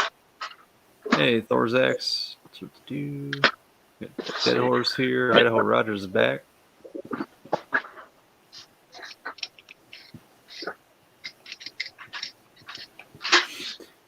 Yeah, speaking of Thorzax, I know he likes that bullseye powder, and I went and actually did some low development with bullseye and 45 ACP.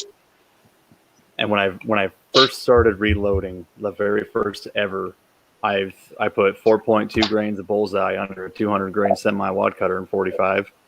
And when I did my load development, I'll be damned if that wasn't the most accurate load. So I mean, I had it right from the beginning, and I switched over to something different, and then yeah. Yeah. It's kind of funny. And that's that bullseye powder? Yep.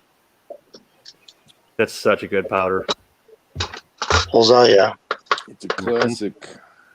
A little goes a long way too. You don't need much. But, yeah, I don't know. I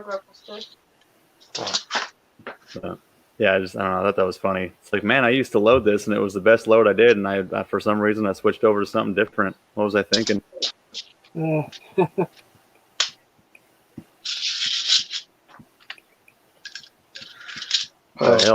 I got 9 pounds of this stuff, so I might as well switch back to it. Yeah, might as well. Yeah, 9 pounds. Wow.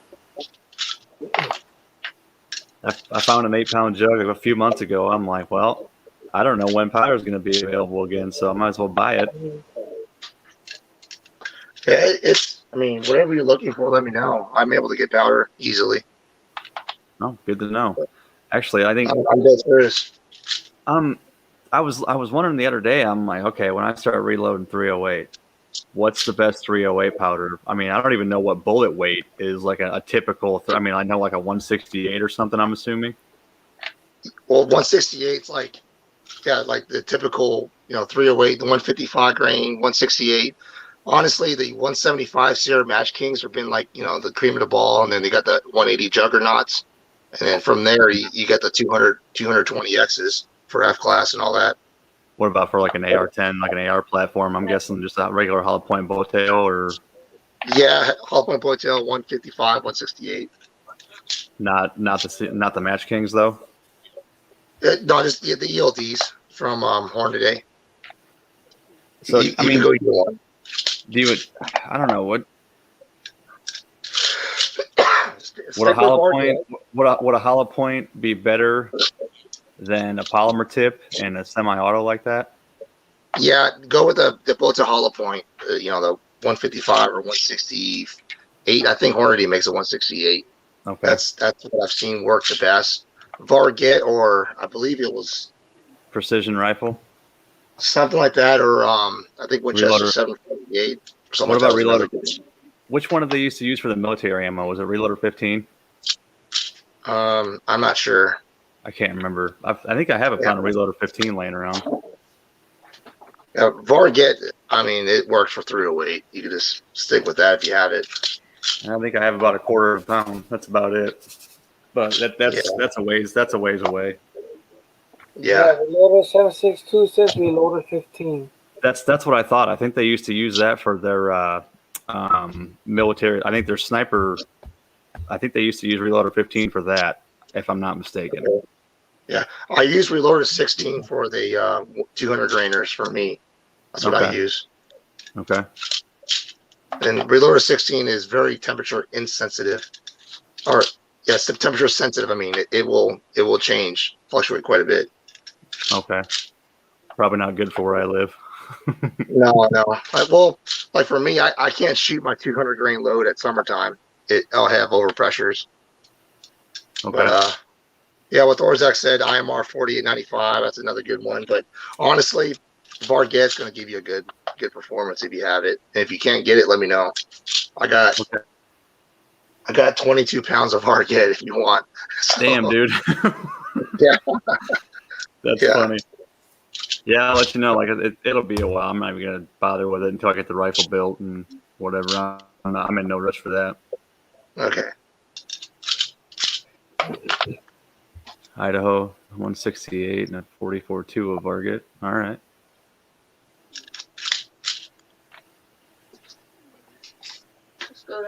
Yeah, isn't the Sierra Match King a hollow point? Or that's not tip.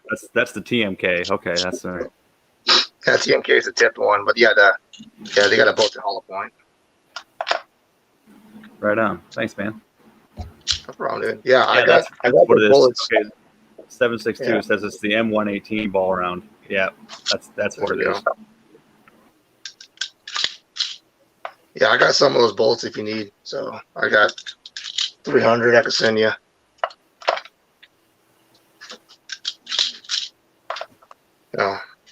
I've been on a 6mm game for a while. I don't know. I buy a bunch of those D-Tacs, the 115 D-Tacs, and it just works for everything I shoot. Nice. Yeah, I'll think about you when the time comes. Like I said, I got a lot of other stuff going on first, and Yeah, no problem. Yeah, I'll hook you up. I got I don't know if I told you, man. Match dies. So I don't know if I showed you these. I got match chamber resizing dies and a match chamber. You see these Mitutoyo seating stem dies. So these are given about 1 to 2 thousandths a run out, and this is a match chamber die for 6 GT. So that's crazy. Yeah, they're die blanks from Newland Precision. So I buy the die blanks from them, and they actually specifically custom make them how I want them. This one uses a bushing, just like a Redding bushing. So I can take this part. It has, the typical bushing that you can use. Oh, nice! You can change your neck tension. Yeah. So I ring these out, and these actually fully sized, just like a Type S die. Yeah. So they full size all the way down, and then you can pick your neck tension the way you want to.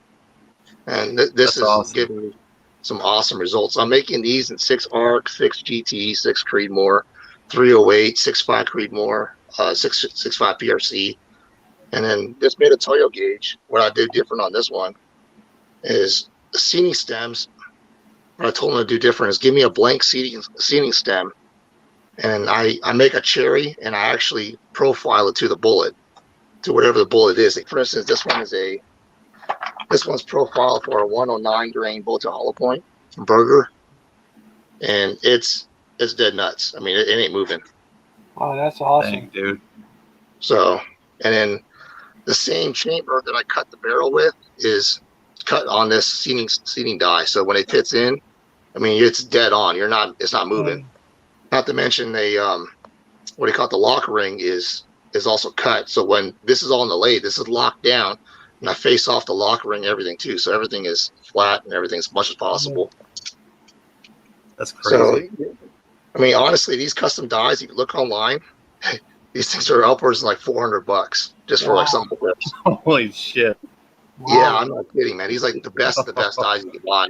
And I'm making these for a hell of a lot cheaper. So, wow. I sent this off for heat treating the other day too.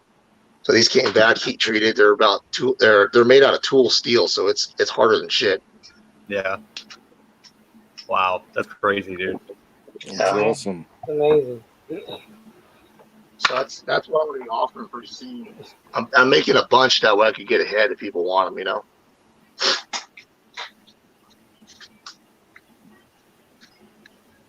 Oh. I make, buy make.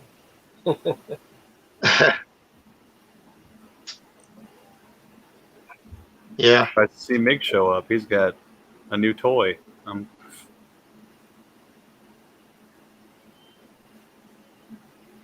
Oh. Yeah, didn't he get a scooter? He did.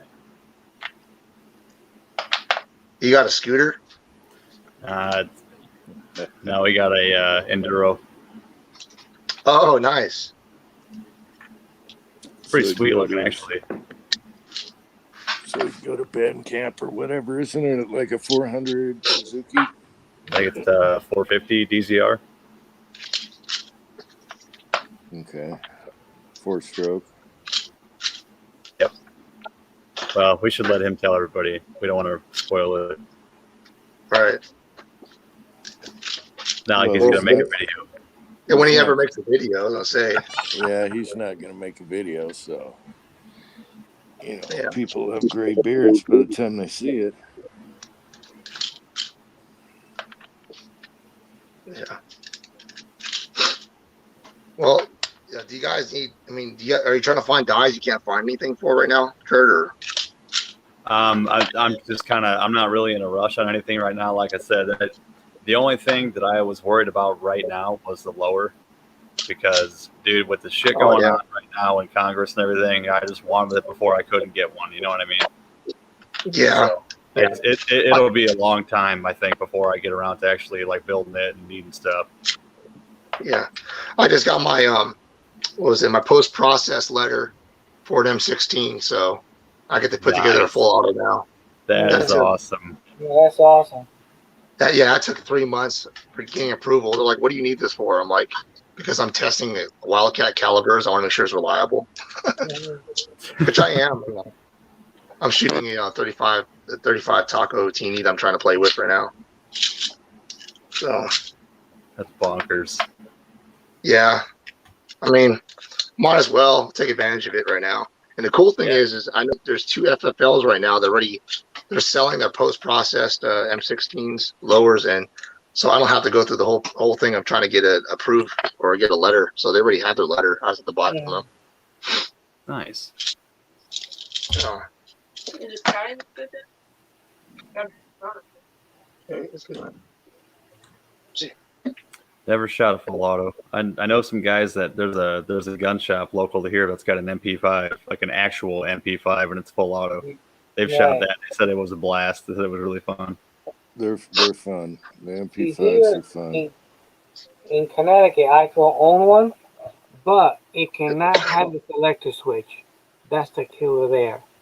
And like for full auto, semi-auto, it cannot have that. You can't have a selector switch. Full auto only, I can own one. Oh. You say if it's full auto only? Full auto only, cannot have a selector switch. If it does, I cannot own one. That's crazy. Stupid. It is. Yeah. So I didn't know anything about the M16, but I didn't know that the back shelf was milled out further. So the damn lower that I use is an Aero Precision lower, which isn't cut out for that. So now I have to freaking mill that down, which is going to be fun. Oh, yeah. Yeah. As you can tell, I don't do it. Yeah. Think you'll be able to get it first shot? Yeah. I mean, I got you go up to Mark Manson over here. He has a nice mill with a DRO, so we'll figure it out, cut it back according to the blueprints that we have. So nice. Yeah, the trigger is horrendous though. That trigger is freaking. It's like 7 pounds. Nice. Yeah. But all or nothing, man. Yeah, I mean it's got the sear and everything, so we're happy. We're able to get that right now. But, no, I'm gonna try to make that 35 Taco Teeny full auto. That's gonna be fun. Oh, that'd be a good video. Yeah. Oh yeah.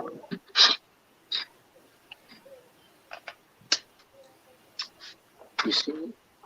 Right. Have you seen my little cut thing? Yeah, Thorzak's. I think one of the guys. It was actually my apprentice instructor is the one who went and shot it. I think one of his friends was buddy with the range owner, so that's why he got to shoot it.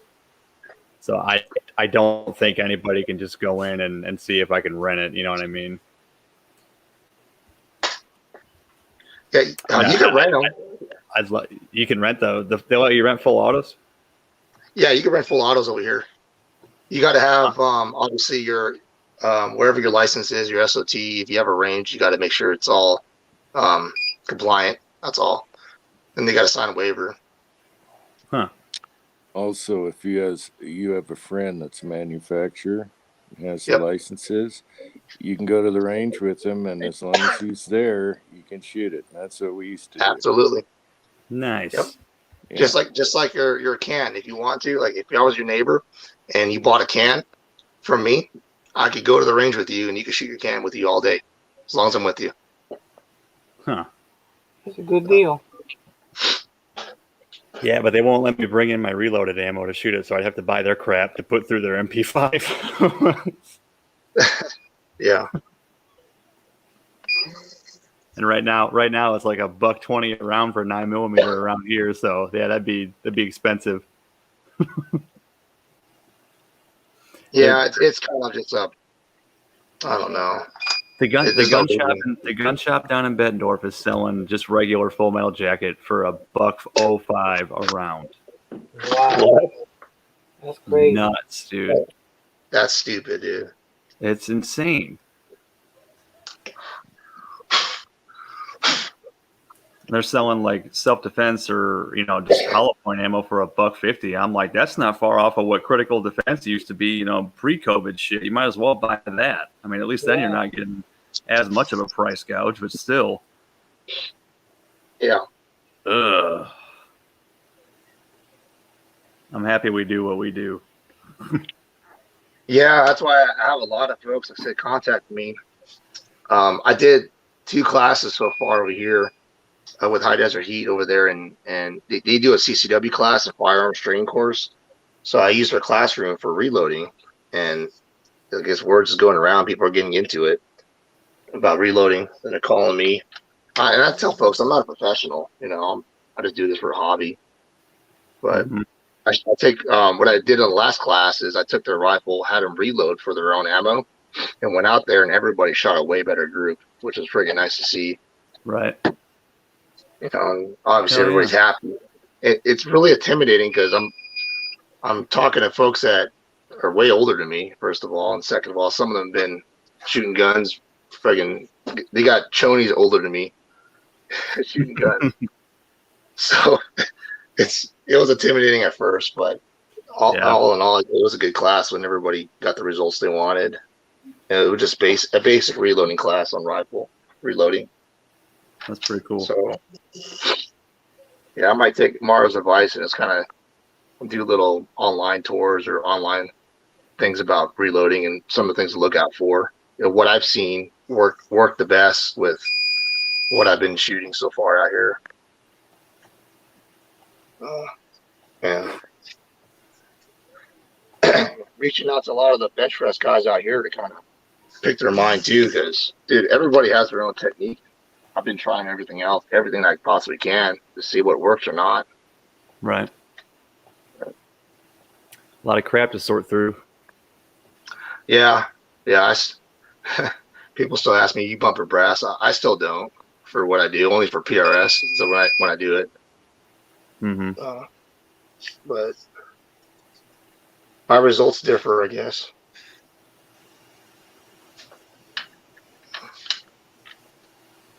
All right, I'm loading more. I think I would only bump my brass. Like, I know my brass is fire formed in my chamber, and I shot it after I fire formed it. I would probably bump it back 1 or 2 after the second firing of fire forming. Yeah, but if it's brand new brass, no, I won't do it. I'll let it fluff out to my chamber first, and then once I do it again, I'll bump it then. Yeah, I just don't do it for the type of shooting that I do, and that's KLR and long range precision and all that. But for competition, the last few competitions I went to, I had to. I mean, I have to because I'm not going to sit there trying to rock my rifle every time I close the bolt down, and it throws me off canting, Yep. So for competition, I see where folks are saying, yeah, you got to bump it back, but there's a whole different reason. It's not reliability. It's the fact that I'm not manipulating my rifle and pushing it over. It's not. And I'm only shooting 600 yards. So I'm not trying to aim a gnat's ass at 600 yards. And honestly, I've been telling folks too, is like, folks are like, oh, I can shoot half inch all day. I said, I can guarantee you're not a half inch shooter. They're like, well, what do you mean? Well, there's a guy online called The Craft that says, do his challenge. And what he does positional shooting. So you shoot off 3 different positions. You got prone, you got kneeling, and you got off a barricade or something. At 100 yards, see what you can shoot. Can you hold half inch? I guarantee you not. Most people are about an MOA shooter, including me. So I'm about an MOA and a half, to be honest. Especially kneeling. Yeah, that'd be a tough one. Yeah, it's really tough. And that's more realistic what kind of shooter you are, because anybody could be prone and shoot a pretty tight group. But when you're talking about taking, I guess what would be a marksmanship challenge, that's realistic. You're off barricades, you're in the elements, you're shooting off the logs, rocks, whatever it is, and you're trying to get as most stable as possible. And more than likely, most folks are about an MOA shooter. Mm-hmm. Yep, I'm spoiled. I got a bench and a sandbag and a bipod and all that good stuff. Offhand, I stuck. Yeah. Well, yes. I've been doing things different. I take my my Tacticam and I put it on my rifle. So I don't even take a shot, but I try different positions to see what makes you more stable. And the reason why I'm doing this is because I'm actually trying to get more into hunting. So when I'm out in the field, I could take a prairie dog shot at 400 yards and hit that thing first shot. Right. I'm trying to do first on impacts doing that. Yeah. Is prairie dog hunting? Well, it's varmint, annihilation. I'm just kidding. Yeah, it's fun. It's fun, I agree. They do a prairie dog shoot here, and at the range I shoot at, it's just paper targets. But they do you get 5 shots at 100, and then they do one big target at 200. I think you get 3 or 5 shots at that one too. But they have an open class for your custom action bench rest guys, and they have a factory class for your factory actions. I've wanted to do that several times because that compass I have and that load I have dialed in for that, man, that thing is a tack driver. Yeah, I just haven't gotten around to it. Yeah. It just be funny to shoot, 3/4 of an inch at 200 using a $300 gun. See everybody's reaction. Oh man, everybody thinks I'm shooting 6.5 Grendel with this rifle that I have out there. And with the Cowtown, everybody's picking up brass. They're like, "What are you shooting 6.5 Grendel?" I'm like, "Yeah." I just tell everybody, "Yeah." They're like, "There's no way to hit targets." I'm like, That's awesome. Yeah, dude. So that thing has been my competition gun. I also have a Remington 700 PCR, so that's my production rifles right here. So. My wife said to tell everybody, thank you for the prayers, and tell everybody hello and everybody to have a good night. Absolutely. Appreciate it. Hope she's doing good. Hope she's feeling good. She's feeling much better, and she's doing good. Glad to hear it. That's awesome, man.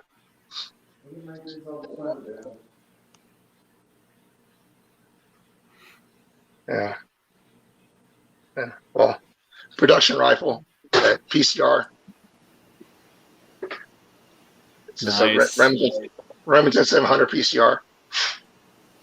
It's got a new scope on it right now. I need to play around with. What stock is that? Is it a Luth AR stock? No, dude. This is a factory stock. Besides the hydrant, yeah, that's factory. Oh wow. Yeah, look up the Remington 700 PCR. That's exactly what it is. And I bought this on Midway USA for $920. Comes just like this, without a scope, obviously, but yeah, just like this. Right. Okay. Now that I can see the stock better, that's not a Luth AR, but that's pretty sweet looking. Yeah, it's nice because it's got a mag cut. So I can side load it, like when I'm prone. Cool. Okay. And go up. But that's nice. pretty cool. Yeah, I don't know if you. No, it's short action. See, this is 6 Creedmoor. 6 Creed. Yeah, 6 Creedmoor. So Long or short action? short action, and it comes with a. This is factory too. The bolt knob. Nice. It's pretty gritty though. When I first got it, I was like, this thing feels like crap. So right.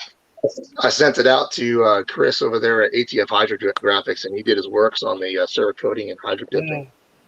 And it's just amazing rifle, man. What it looks like, it shoots like crap still, but you know, I don't need it to shoot quarter inch. It shoots about a 0.6, 0.7, but hey, it does what I need to do. Pretty good. Yeah.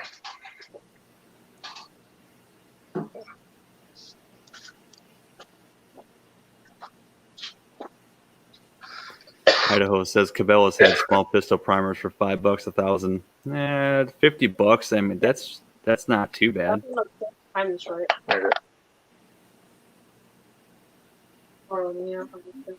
Was that Idaho? Was that were you going to the store and looking, or was that online? Because if you got to pay shipping on top of that, that's the mess I ran into. I found 2,000 small rifle primers, and it wound up being like $62 1,000 with shipping. That kind of screwed me there. Wow.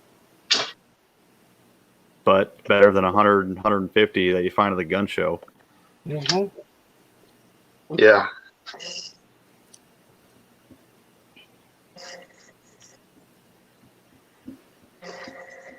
Kenny Pat says, nice job on that Is Your 6 covered rifle. Hell of a group. Oh yeah. Yeah. Well, his rifle was shooting. He shot like his best group, I guess, is a .18. He outdone me. I mean, yeah. And that was 5 shots. Amazing rifle. It's a Douglas barrel, Curtis action. I almost kept it, to be honest. No bad, no. Yeah.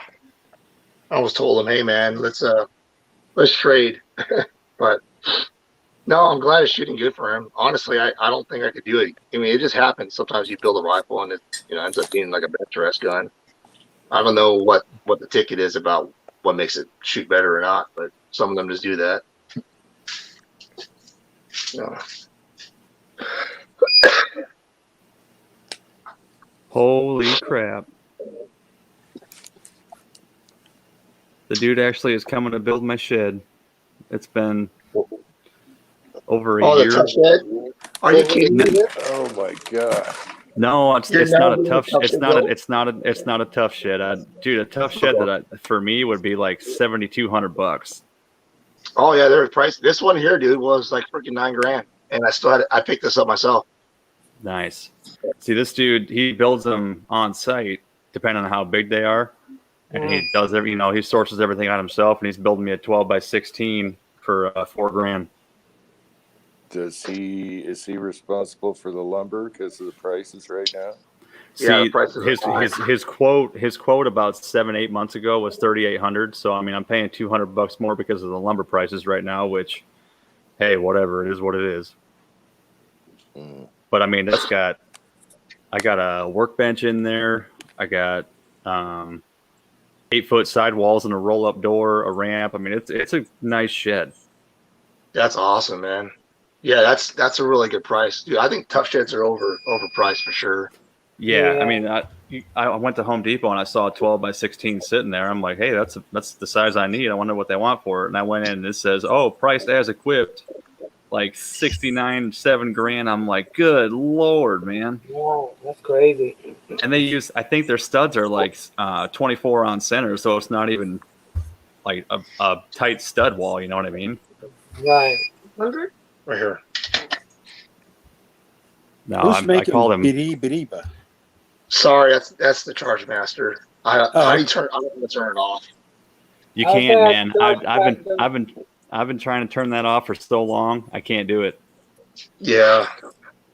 I don't know. Sorry, guys. I can stop real quick. It's okay. That's good. Okay. We just thought somebody kept running out of primers. You or somebody else. Well, what I want to do is just crack the thing apart and find the speaker and just nip the wires. There's a setting. I've seen somebody hack this thing. You could actually change the flow rate and everything on this thing. On the Charge Master or the Charge Master Lite? Charge Master. See, I got the light. I'm screwed. No, the light you could do too. Someone figured it out too. There's a certain combination code you put in. It's all secretive. And then you could Nice. change the settings. That's good. Limit 3 cards. We're trying this thing out. I don't know if you guys ever seen this before. Sorry, my desk is a mess, but it's using Ellie Wilson dies, seating dies. You ever seen this before or no? Mm-mm. It's weird. It's a hydraulic seating. It actually tells you how much pressure it is for seating a bullet, and you can sort out your bullets that way. Really? Yeah, my son's doing it right now. So watch, you can see it here. He's gonna seat the bullet right now. You should get about 25. 25 has been what I'm seeing with the cartridges I'm loading. Rechargeables. Yeah. So you can sort out your ones that have crappy neck tension. Yeah, supposedly, but honestly, I'm not joking. I don't see a difference, dude. I got this thing all the way up to 100 psi, and it freaking still shot a good group at 1,000 yards. So, it's another thing I'm testing theory of. Hey, Dead Horse has got a good idea. Pull it apart and put a drop of super glue on the buzzer. Yeah. I tried taping a cotton ball over the speaker hole, and that didn't do anything. No. No. Yeah, there's a video. I need to go find it on YouTube. Somebody showed the code what to do and what options it is to turn some things off, what to change. Yeah, turning that beep off would be huge because I've been on live chats like, I want to load up some ladder loads, but I'm not going to use my Charge Master right now because it's obnoxious. Yeah. They got this thing called YouTube. I know. I was originally worried about screwing everything up, just taking it apart and not being able to put it back together right, or messing it up. But I guess it's out of warranty anyways, right? Well, that's the thing is like, why are they only offering a 1-year warranty? Because they use Chinese electronics. Yeah. That's exactly why they're not going to warranty, crappy quality controlled parts. That's what it is. I'm trying to find the same Charge Master on Alibaba or something. I know they have it. You probably could. They probably bought an off-brand one and painted it green, just like everything else. Yeah. I'm trying to think. I've got one of the personal ones, the IntelliDropper. IntelliDropper, I've heard really good things. Yeah, when I was getting ready to get mine, I checked with a bunch of different people, and I couldn't find anybody that had anything bad to say about it, and I'm real happy with it. Yep. But I'm trying to think if I've got a beep on or off. I think I've got a silence. I think I've got a silence or a mute on it. Yeah, that would they be nice. Yeah, they updated the app or firmware on there. You could do all kinds of stuff. When it first came out, folks were having an issue with it overcharging. Well, hell, my Charge Master throws an overcharge every probably 40, 50 throws. I mean, you just dump it back in the hopper and do it again. It ain't that big a deal. Yeah, exactly. Same thing. Even the old Charge Master does it. Mm-hmm. Well, what I like about the IntelliDropper is that it will learn the pattern that you run it. And yeah, so it'll get quicker and more accurate as you go. Oh yeah. Well, I mean, it does it when you start out. You start out. You pick powder, and it'll learn it, and it'll start out, and it'll really haul ass, and then all of a sudden, right when it gets to its, it's pure, its close point, it'll shut down real quick, and it'll just, meter out just a little bit, and it'll be like.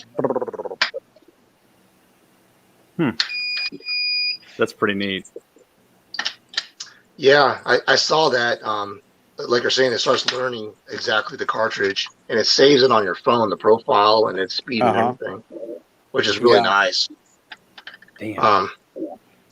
I got this because it was a steal. I mean, the guy that I built the rifle for ended up buying a Taurus scale and that auto trickler, so I got this for hella cheap. Nice.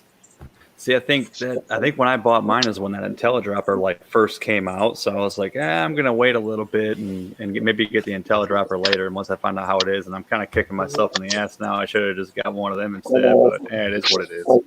Yeah, I said the same thing too. Yeah. I said the folks were having issues with it at first. I think Day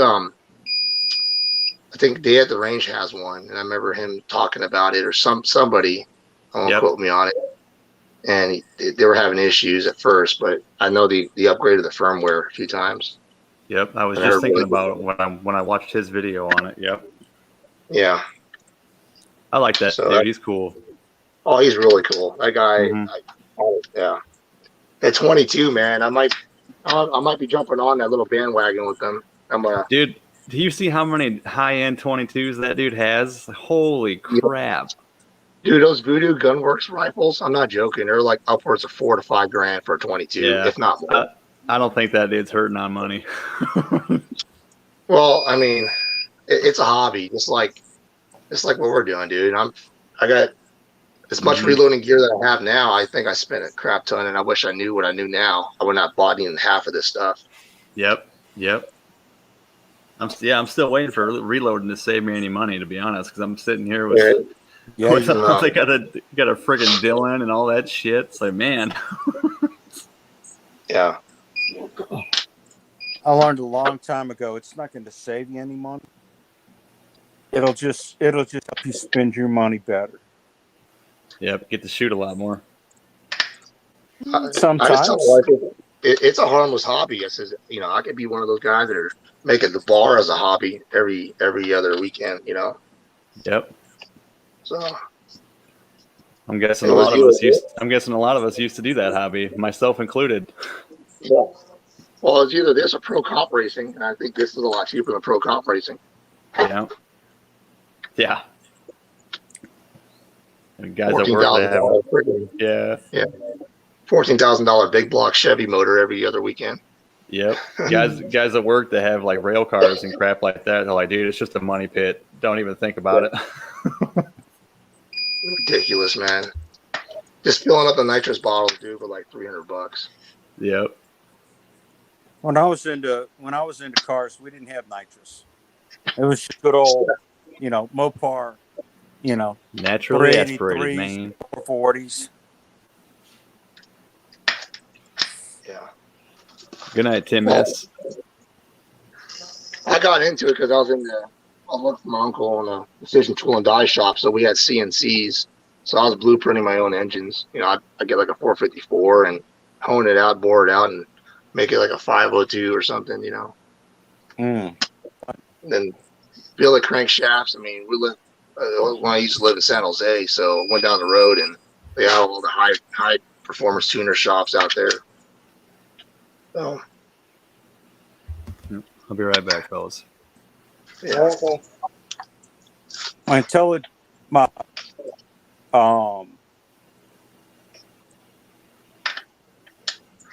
got my phone with the IntelliDropper app running, and it's trying to find the IntelliDropper.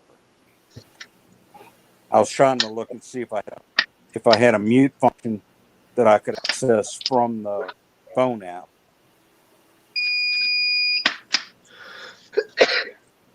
I thought there was one. I don't know. Could be wrong. I'm pretty sure I've got one.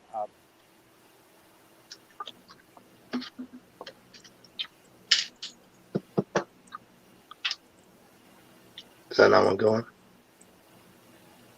Yeah, it's weird. Some of this stuff is seating at like 65 psi.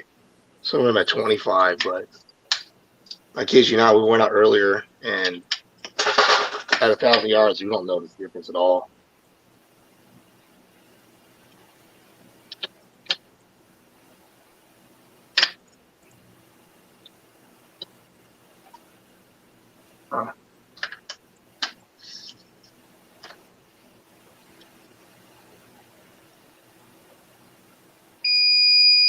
Where's Jim at? Did Jim take off?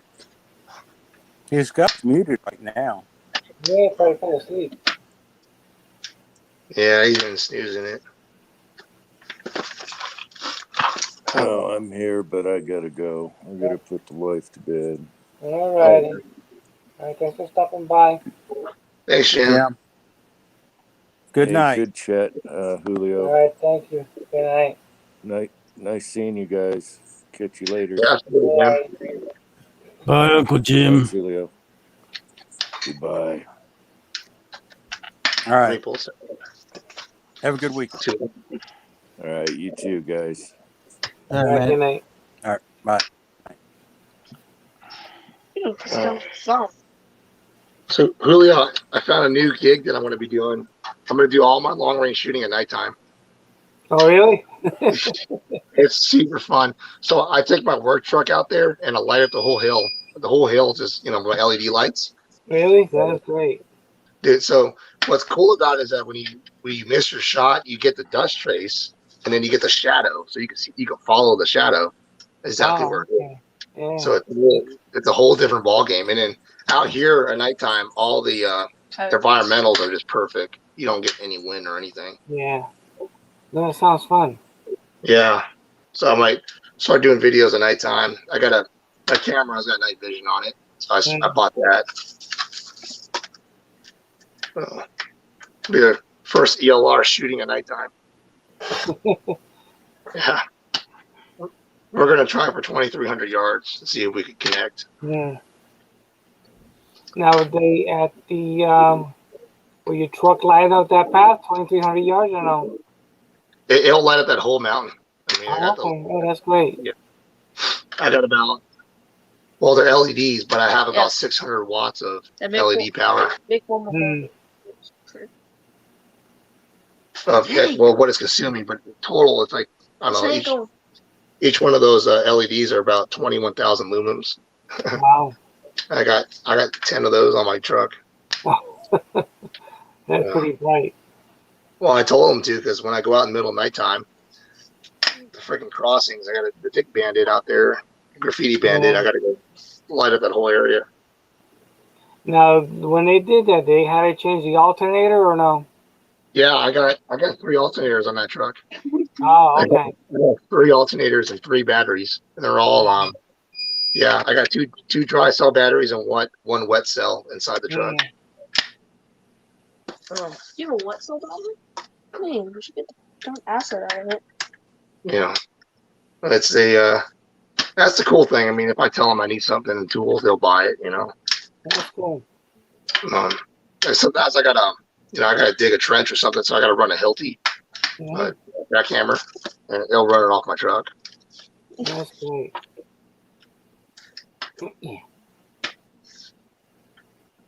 Yeah. Is that all 25?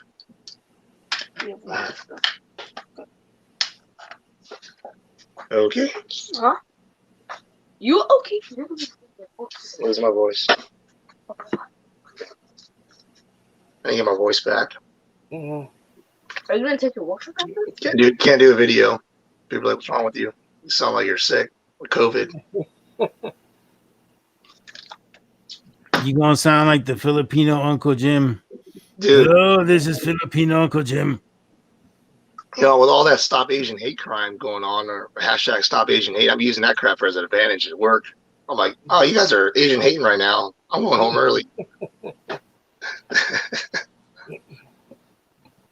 Hey man, do whatever you gotta do, bro. I know, it's just stupid. It's pathetic. Everybody's about feelings nowadays. This world's gone crazy, man.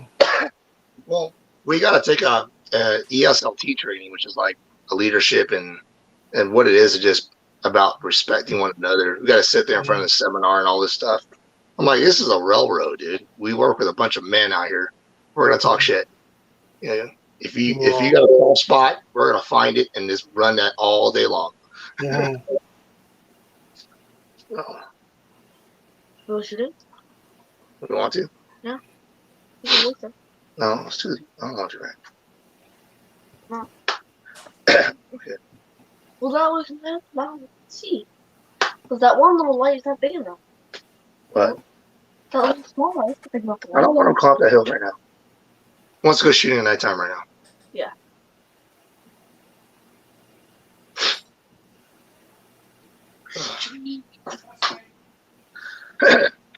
Hey, get my laptop so I can see it. Look online. Okay, it's a new stage now. We'll go back to flintlocks and machete. Yeah. Hey, go get my cell phone laptop. What's that? My work truck. It's right there. Yeah. Yeah, I want a flintlock just to play around with. It'd be kind of fun. Mm-hmm. Huh? They're not dry. Are they? Yeah, you need to clean up all the stuff you're doing first before you go into that. All my cleaning supplies, my rifle on the floor right now. Go put it back in a drawer. Kids. Kids will be the image of their parents. Yeah.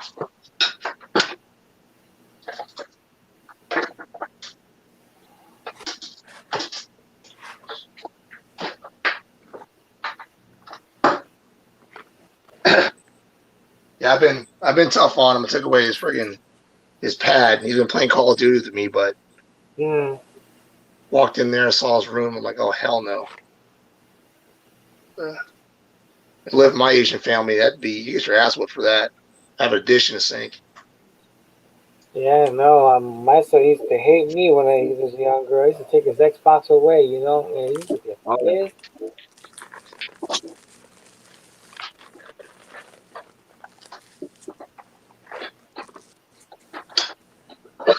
Really on your own. Did you want to do that barrel or what? I forgot to ask you on that one. Talking to me? Yeah, your barrel. Were you wanting to do that barrel or? Yeah, I ordered already, and I still have not gotten a confirmation or nothing about it yet. Oh, okay. Yeah. I can get the barrel for you if you need. Yeah, so I don't know where they stand at. It says in the email that sometimes, depending on the situation, it will get done sooner. Awesome. So I'm hoping it could get done sooner. Yeah, that'd be an interesting little cartridge. Kenny, Pat says all that strange stuff he picked up is for a black powder slug gun. Oh, okay. Huh. Hey, Kenny? Yes, sir. Do you have any luck on shotgun slug barrels? On shotgun barrels? I haven't tried, but I could call around. I haven't had anybody want to build a shotgun slug barrel. I mean, like a rifled slug barrel, 12 gauge. Well, I've got an 1100. It's got a full choke on it, and I've been trying to find a slug barrel for it, and or a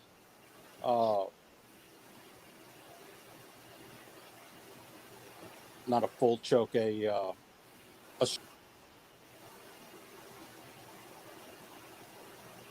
Okay. Straight barrel. Well, I mean, my dealers that I have right now are Proof, Bartlein, Douglas Barrels, Excalibur, and I have a local shop here. Bart's Rifles, or not Bart. Can't think of it right now. They're in Phoenix. I could call them and see what they'll do. But yeah, most of these guys out here are the barrel manufacturers that I deal with. I don't think they do anything shotgun related. Okay. I think something like that I could probably find in Green Mountain. Green Mountain Barrels might have something like that. Okay. So if we could find a barrel blank, and if it needs threading or whatever, that'd be something I could do. But any kind of I guess cuts or reliefs that we need to do. Unless I have an original barrel, I won't know how to make those cuts. Yeah, they're pretty much already set up for the most part. Yeah. I've just been having problems with with all of the craziness. They've been putting them on Fleabay for crazy amounts. Yeah, it's right now, like, I agree with what Jim said. Right now it's not the time to buy anything. And unfortunately, if you don't have it now, or like for AR parts or whatever, you just gotta wait until all this stuff settles down. I'm good on most of my AR parts. I've got plenty of good stuff on good stock on that. Yeah, I just started buying parts for it. Honestly, I'm like, I might as well. I mean, it's another venture I go down to learn. I mean, folks want to have a really nice 3-gun AR, so I'm going to learn what it takes to make an accurate AR. See what I can do, Well,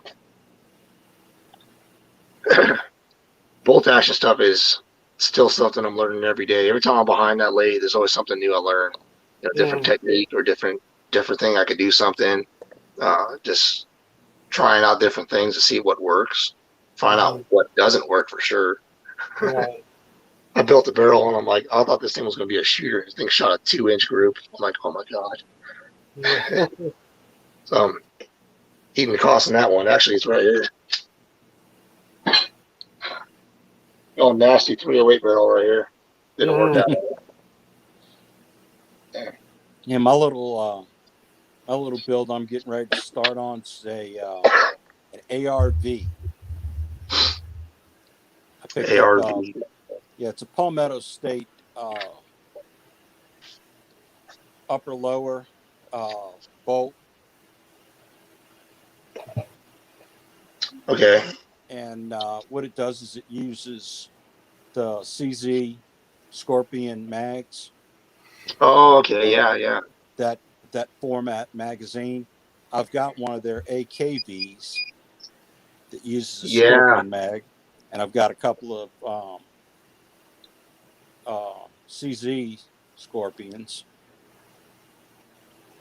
So did they release the Jackal yet? I've been wondering if they released the Jackal. I forgot about that. Yeah. That's what I want. I want that freaking Me Jackal. too. Not yet.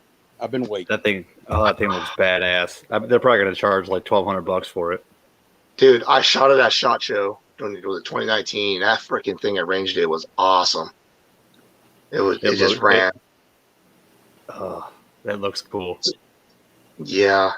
Well, but the CZ mag, that's a good idea because, dude, the CZ mags are double stacking. They're just known to run. Oh, look, they're cheap too. Yeah. You get 3 to print them. Paid for them, but they're like, I think I paid 17 to 19 a mag, and they're 35 rounders. They're better than anything else that's out there. Hang on for a second. Let me go to Cam. Okay. Let's see. Where we at? Here you go. Real banana clip. Dude, must be an Air Force thing. Hey, man. And it's a banana clip. I've been seeing those around too with the logo on there. Oh, man. That's funny. Palmetto State is selling them. And it, like I said, I picked up a bunch of them. And they're selling the cutesy ones for the same amount that they're selling the whatever you want to call it ones, the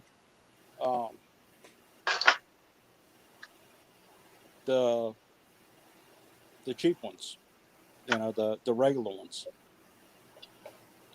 And I know y'all don't want to see me laying in bed, so I'll put y'all back to because Mario was getting all hot and bothered by it. It's already disturbing, bro. It's already disturbing. No, that's why he's got his Anyways, camera off, man. don't worry. I'm leaving, guys. But yeah, you guys have a great night, man. You guys too, all take Mario. care of yourselves. All right, you too, Good hearing Mario. from you. Have a good night, Mario. Love you, brother. All right. Love you too, bro. No homo. No homo. Yes. Later, bro. No mo. He loves it. Oh boy. Yeah, that's awesome. No. I heard a lot of good things about PSA, so they're getting a lot of good AR The only builds. thing I don't like about them is their delivery schedule sucks like an MF. Oh, okay. Their firearm deliveries are not bad, but right now they're so far behind. In the last year, they're just overloaded from their warehouses. Yeah, that's what I'm fighting right now, dude. I mean, just getting actions in from Mr. Matt or even Defiance are telling me 4 months. I'm like, really? How are you guys even making money, or how are we making money? Damn. I was watching something about Biden's trying to sign an executive order on imported AR parts. It's like, man, what's that going to do to PSA? Oh yeah, that's just going to decimate him. Right. Yeah. I don't know what they make here, like in house in the States. I'm pretty sure they source everything from China or somewhere, and they just assemble it here. Is what I'm assuming. Right. Exactly. That's what they do. They have all of their parts. They're from overseas. They're manufactured overseas. The CNC and machinery is just a lot cheaper. I mean, yep. And they slap a "Made in the USA" sticker on it and say, "Oh, well, it's assembled in the U.S., not really made." Yeah, whatever. No, with PSA?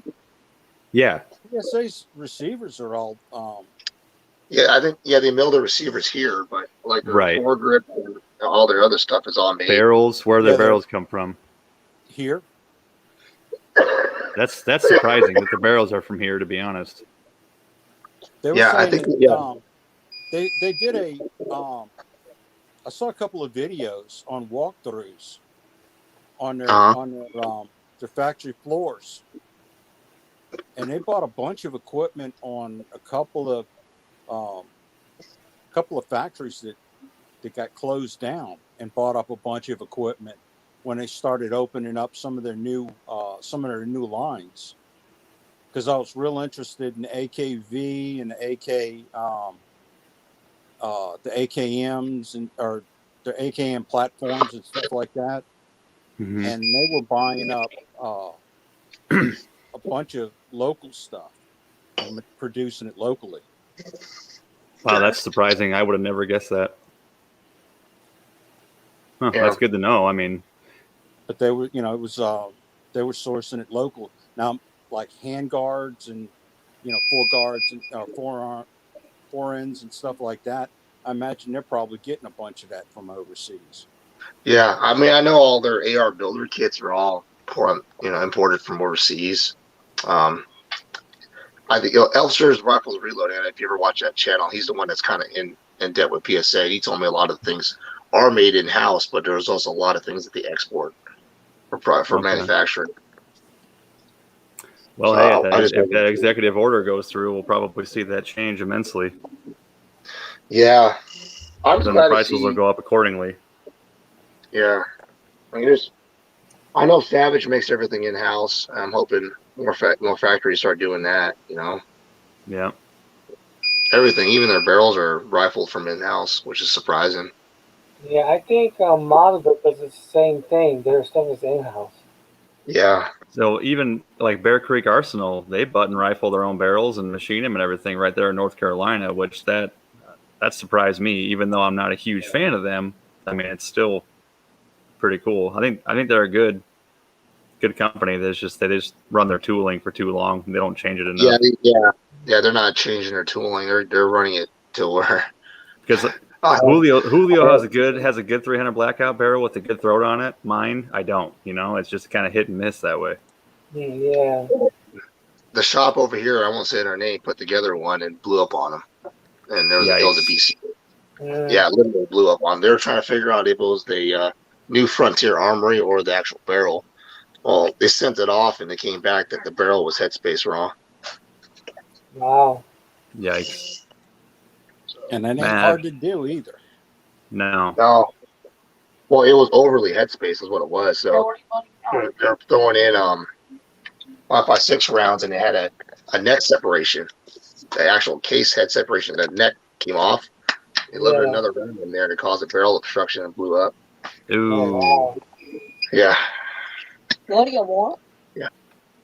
Isn't that a good day? And something like that's almost impossible to catch too. Like you ain't gonna see that unless you just happen to look over and see that piece of brass laying on the ground that just came out of your gun. Which, what are the odds of that? Yeah, I saw the barrel, dude, and I put my bore cam in there, and you just see this ring. This like where the neck was on the brass was right there. You see the bullet where it's stuck in, and freaking. Oh man. Open. And yeah, exactly. It was overly headspace, so obviously it had all that room in there, and it just. Yeah. See, doing that shit like that just makes me want to buy a field gauge for every AR I build. I mean, I know they ain't cheap, but that's the way to do it. That is an excellent idea. If you're going to build your own AR, I'd suggest either just renting a gauge from like 4D Reamer Rentals. That is the absolute best thing you could ever do for building an AR. Yeah. Renting a gauge. Yeah, you can rent the Go gauge. You just rent 223 Go gauge or 5.56 Go gauge. Just buy it. Go and no go gauge from like 4D Reamer Rentals. Just check the headspace out because you never know, dude. It's happened more than 3 times already over here. Yikes. I've got it. I keep a set. Just But see, the part where it starts getting expensive is if you build, 6 different calibers. That's a lot of gauges. You got to pick up, and for something you only use once, well, maybe every time you change your bolt head, which ain't that often. But yeah, it can get pricey. Yeah, that's why I say rent them because it'll cost you about $20 to rent it. Yeah. Cheap insurance. If it's a barrel manufacturer that for sure is on par. I mean, you could get away with skipping it, but I always check it. For me. Lately. But what if you use a quality barrel in a shitty bolt carrier group? You know what I mean? It's like, or you swap them out. Yeah, that too. Like 300 blackout. You're going back and forth, and you're changing them out. That's why I've got my sets. Yeah, it's a good idea. Like I've got a Ballistic Advantage barrel on my 300 blackout, but I've got a Bear Creek Arsenal bolt carrier group. I mean, everything's running good so far, but I took a chance, without checking headspace. Yeah, but that's all them. Honestly, the AR, they're built like tanks. They could take a lot of abuse and not hurt you. Obviously there's folks that have gotten hurt, but the AR itself, the way it's designed, and it can hold a lot of pressure. Yep. Well, I think Bear Creek Arsenal test fires their uppers before they send them out, I think. They do. Yeah, Right. I've seen their test fires. But here's the thing: they're test firing factory ammo. We're shooting big fat cast bullets. I mean, Yeah, it's a whole different ball game. like if I wouldn't have been shooting cast lead, I would have never known that I had a short throat on my barrel. You know what I mean? Because factory ammo was great through that 300 blackout barrel from them, but it was my cast lead.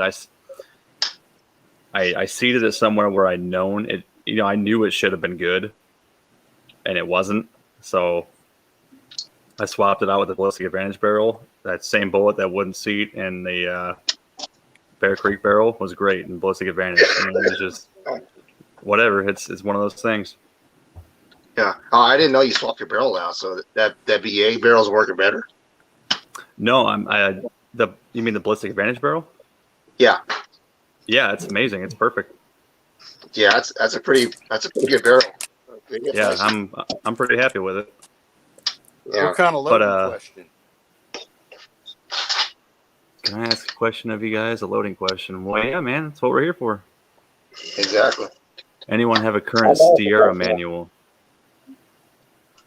I don't own one.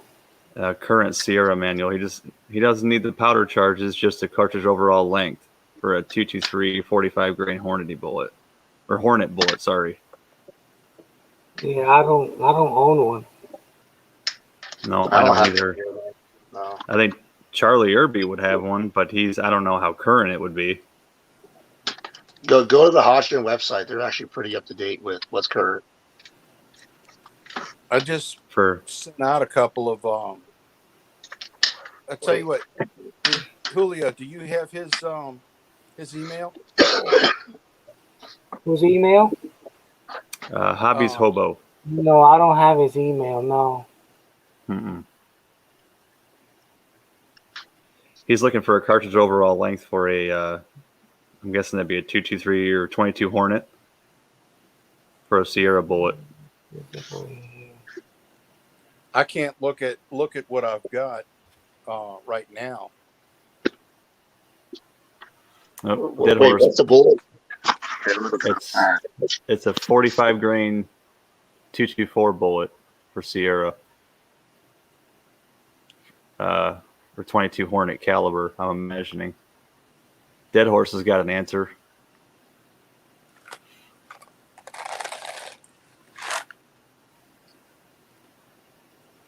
Oh, okay. Okay, he's frozen, huh? I think he's looking on his phone for something. He'll be back in a second.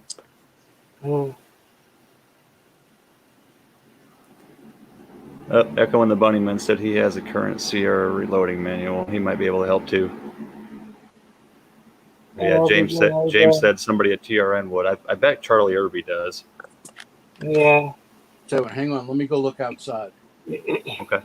Yeah, I've been meaning to get one just to have it, get a Hornady, Sierra. This is the only bullets I ever use anyway.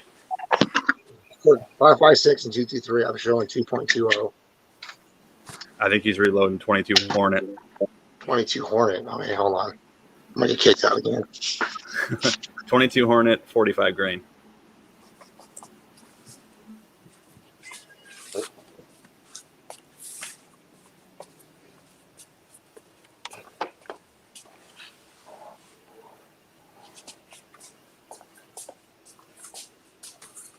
I mean, a new manual, and they never did. September was long and gone.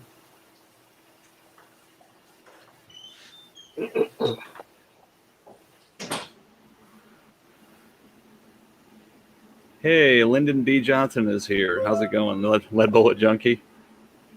All right. It's Hollow Point. Both to Hollow Point. It's 1.750. Okay. For 22 Hornet. Dead Horse says 1.723. Yeah. Yeah. Okay. Yeah, there's several answers. See, yeah, I don't have all I have are Hornady and the Lyman books. That's it. That's the only bullets I really use though. So. Yeah. Was there a new one that just came out too? Wasn't a Hornady one just came out? Or something like that? Hornady. Yeah. That's the one I just downloaded. I got. Yeah. I think it'll be out in June or something like that. Is it? They got a pre-order. Yeah, they have a pre-order. Yeah. I have majority of the pages already. I got connections. Yeah. No. Oh wait. He's saying got some 45 grain Sierra Hornet bullets to shoot in 223. Are you shooting 223 Remington or 22 Hornet? Because 1.723 is going to be shorter than your case for 223. Yeah, you don't want to do that. No. Yeah, honestly, for anything 50 grains or less, it's usually 2.20 for 223. Hell, even the 55 grain full metal jacket from Hornady, that's a 2.20. Yeah. I got the latest Nosler. I got the latest Hornady. Tighten it down. No. Yeah, Hobbies Hobo. What caliber are you loading? Oh, they're just called Hornet bullets, but I'll be shooting in 223 Remington. Okay. So it is for 223. So the 1.723 wouldn't be no good for that.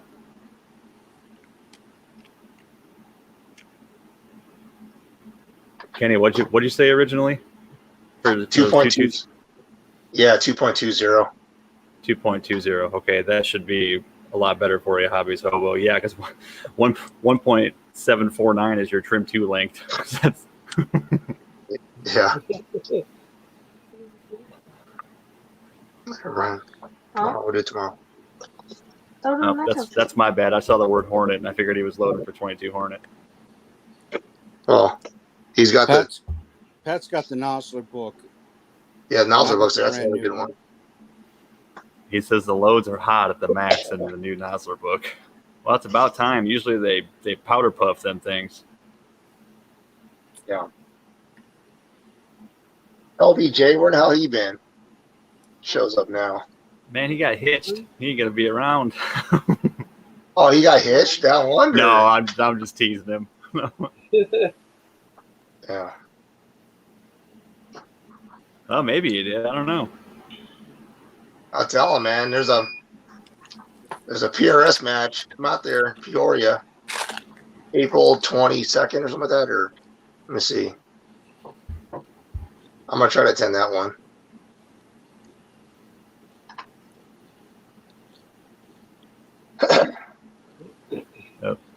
Echo must have a delay. He's still talking about 22 Hornet.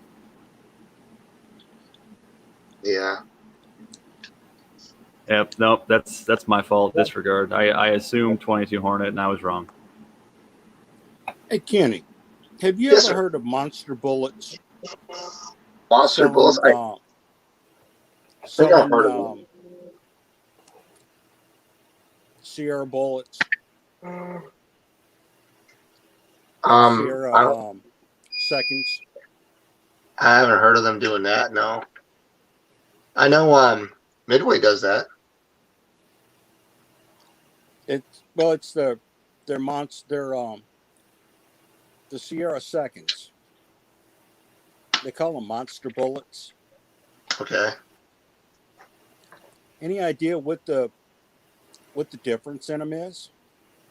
Well, What makes honestly, them when you buy seconds, like I know for sure, I go to a shooting academy or something like that, or shooting sports. I buy Nosler secondhand. It's just the bullet weights are more deviation. You'll see that the bullet weight deviation is a lot more. Okay. The overall But is length of the well. Are the profiles different, or just they're not as Well, that's where I'd say is you're kind of. I mean, if you're looking for ultimate precision, if you're using it for plinking rounds, yes, that'll do it. But for ultimate precision, I would suggest sorting out the bullets. You're going to notice a lot of the bullets using a comparator. The bullets are going to deviate a lot more on seconds than a regular, buying it retail. Well, I was thinking about getting a tipper, and retipping them. Would that help? What I'm talking about is the secant, the actual ogive of the bullet itself is going to have. Well, some of them are longer. When they get swaged, they're not the same, so you have to sort them out. Like for instance, these DTACs, you could have one. They look exactly the same. You put your comparator on, and one will show a longer overall length on the comparator than the other. About 10 thousandths, which will evidently affect your seating depth. Now that's another thing. So if you're at a max charge, I wouldn't recommend seconds because you could seat your bullet 10 thousandths deeper and cause you overpressure. So, obviously it's just something to take note of. So when you buy seconds, like these are all, I guarantee you, man, these are DTACs. This is what I use for 6 mil. 10 boxes of this stuff. Yeah. And these things are freaking phenomenal. They're on par, plus or minus 0.1 of a grain. Yeah. And then the ogive is always the same. I have yet to see one. I mean, I could randomly pick these things out of the box and it'll be the same ogive. So, Great. but yeah, that's just something to kind of look forward. Honestly, if you're going to look for seconds, I say at least drop it to 1 grain from max and use those bullets. I'm not looking for any long distance type stuff. I'm just, Yeah, I understand. I'm pretty much going to be punching steel, within a few 100 yards. Yeah, yeah. Well, what I guess what I'm really emphasizing on is your max charge. That seconds could get you overboard. Yeah, I won't be. I'm not going to be doing any type of max charges. Okay. I guess I don't know. Maybe I'm a fool, but I always play around the max charge all the time. I'm usually upper end of my charges. I'm always 90% or 95% before max. Hell yeah, you ain't first, you're last. Yeah. You're the first last guy. Like I said, I'm pushing a 6 arc at 2,800 or 2,900 feet a second, and then I got a 6 Creedmoor that I'm pushing 3,100 feet a second. So it's they're pushing max charge. I'll get an ejector swipe here and there. I ain't gonna lie. It's getting the same velocities as American Eagle 223. I'll tell you what, if Hidden Steel CA ever gets on this and watches this, we pushed a 153 grain. I don't know if you're on the last live chat. We pushed that thing at 3,100 feet a second. Good Lord. Wow. So imagine that, a 6.5 Creedmoor, 153 grain. Actually, you know what? It was what was this one? 156 grain projectile at 3,000 feet a second. That is ridiculous. Yeah, that makes, and this is 10 grains less powder than the 6.5 PRC with 200 FPS more. Wow. Yeah, so the 6.5 PRC is kind of a flop to me, in my opinion. But he's got to get the right powder, and we didn't get pressures at all. We were there, but we got there. We were getting close to pressure signs, but yeah.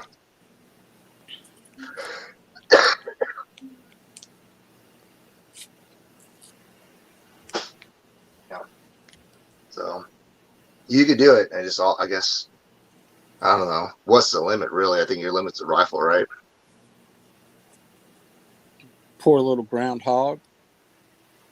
Yeah, I would want to see what that does.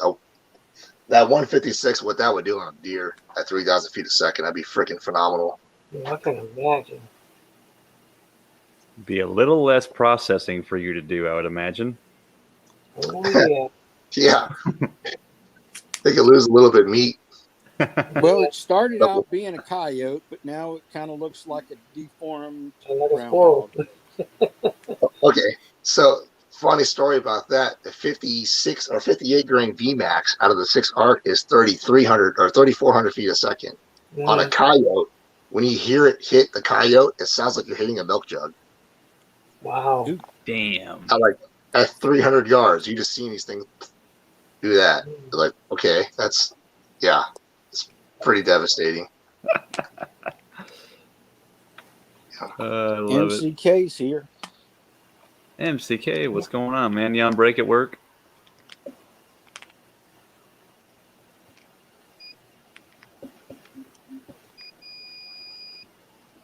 Stupid charger. Loud.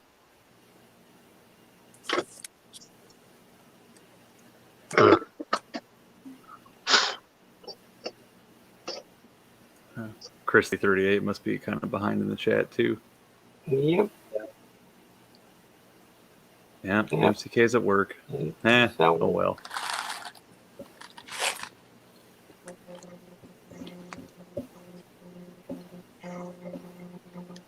Man, I went back to work this week after being off for 2 weeks. That was a long week. 2 weeks off just wrecked me.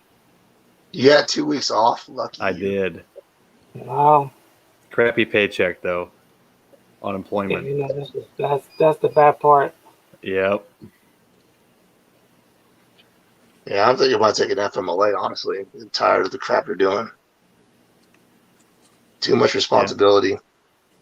Yeah. This is the first time in 10.5 years I've taken a layoff. They asked me, I'm like, you know what? It's my turn. It's been a long time. Oh yeah, 10.5 years, yeah. I don't get paid time off either, ever. Yeah. So I was like, yeah, I'll take a little bit of unemployment for a couple of weeks. No big deal. The thing is that sometimes those things come at a bad timing, Yep. Yeah, the military don't do that with you. Yeah. You don't get laid off. They'll find a job for you. Yeah, Yep. you just get kind of moved around. Yeah, you'd be And a that's freaking recruiter. That's what normally happens to me. I mean, I'm pretty versatile at my job, so they always find something I could do. And like I said, I've never been laid off in the 10.5 years I've been there. But I had all the flooring to do at my house, the painting, the trim, everything going on. And he's like, "Don't you have a bunch of stuff to do to your house?" I said, "Yeah." He's like, "You want a couple weeks off?" Hell yeah, man! I could actually get stuff done then. That's good. But yeah, going Couldn't back you take after that 2 weeks. COVID sick days off? Well, we can't pick and choose when we take those, so our company did do that. But how they do it is, if you get COVID or you think you're sick and you call in with a fever or something, they give you time off until you get your results back. But you only get up to 10 days of that. And my wife had COVID, I think it was in July. So I got like 7 days off for that. So I only had 3 to burn up. So. Oh, okay. Yeah, that paycheck protection or whatever they did. Yeah, they only gave us 10 days. And you got people that actually abuse it. They get like 45 days off with. They make like $2,000 a day. Yep. Not at our job though. You get 10 days. That's it. Any more than that, you don't get nothing. So You got more than me. Unemployment. What's that? Yeah, you get more than me. You got more than me. The railroad only gives you 4 days, but they give you the rest of they give you 2 weeks off, 4 days paid. That sucks. Oh yeah, I wanted to take it anyway. I said, screw this. I don't want to freaking be there anyway. Jeez. So no, that sucks, dude. They're getting really penny pinching bad, man, over here. I mean, yeah, that's kind of how everybody is going at the time being, Yeah. Kenny, what do y'all do with all of those railroad ties? They get sold to a third-party company that picks them up and it sells them to friggin' Home Depot, which then ups the price $200 or $100. Yeah. Man, I'm in the wrong business. Well, everybody always asks me, can I get some railroad ties? I'm like, that's not my department, but I can tell you where they're at, and if you get caught, that's you. I don't know anything about you. Yeah. That's some pretty big trouble if you get caught lifting railroad ties, though, isn't it? Yeah, from what I heard, it's a federal crime. I mean, we had a guy steal a signal mast, just a regular truck, and had a flatbed and took one of those cantilevers with aluminum, the mast. He used I don't know how he hacked it down, but this is, you're talking about 1 inch thick aluminum, cut it all the way through the base, and had it on a flatbed trailer going all the way back to freaking San Diego. Got caught. He got caught at a DOT station because it was overweight. And they're all looking at it, they're like, freaking railroad crossing sign on it and everything. They're like, what the hell? Awesome. Yeah, I'm just bringing it back for maintenance. Well, yeah, the guy had like a regular Toyota Tacoma pickup and like a freaking flatbed single axle and this freaking 6,000-pound signal mass. Oh gosh, that was hilarious. And so all he had to do was call around and call the railroad. Hey, did you guys have anything stolen in the last 24 hours? We're like, yeah, we had a crossing incident. I'm like, oh, this matches the description. Locked him up real quick. God. Yeah, some of the stuff that people do, man. I mean, it's crazy. Like out in the middle of the desert, some of the metal scrappers for the power lines. You're like, how in the hell did they pull that off? Yeah.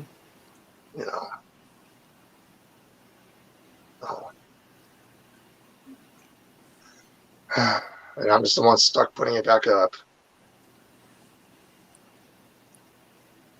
I didn't think I'd be pliable. Yeah. I ain't gapping any more poles, man. I gaffed off one of the poles before. It was about it's a class 3 pole. Guys? Hey, Willie. Hey, Kenny. How you guys doing? Hanging in there, doing good. Trying to find a spot for the damn phone. Well, I'm sizing. Nice. Yeah. I'm surprised you're still out here this late, Julio. Yeah. I figured you'd be long gone. No, I'm home alone, so. Oh yeah, party time. Yeah. Oh, yeah. Not a boob light, but it's a light. That was classic Tin Man, sending Jim the boob light.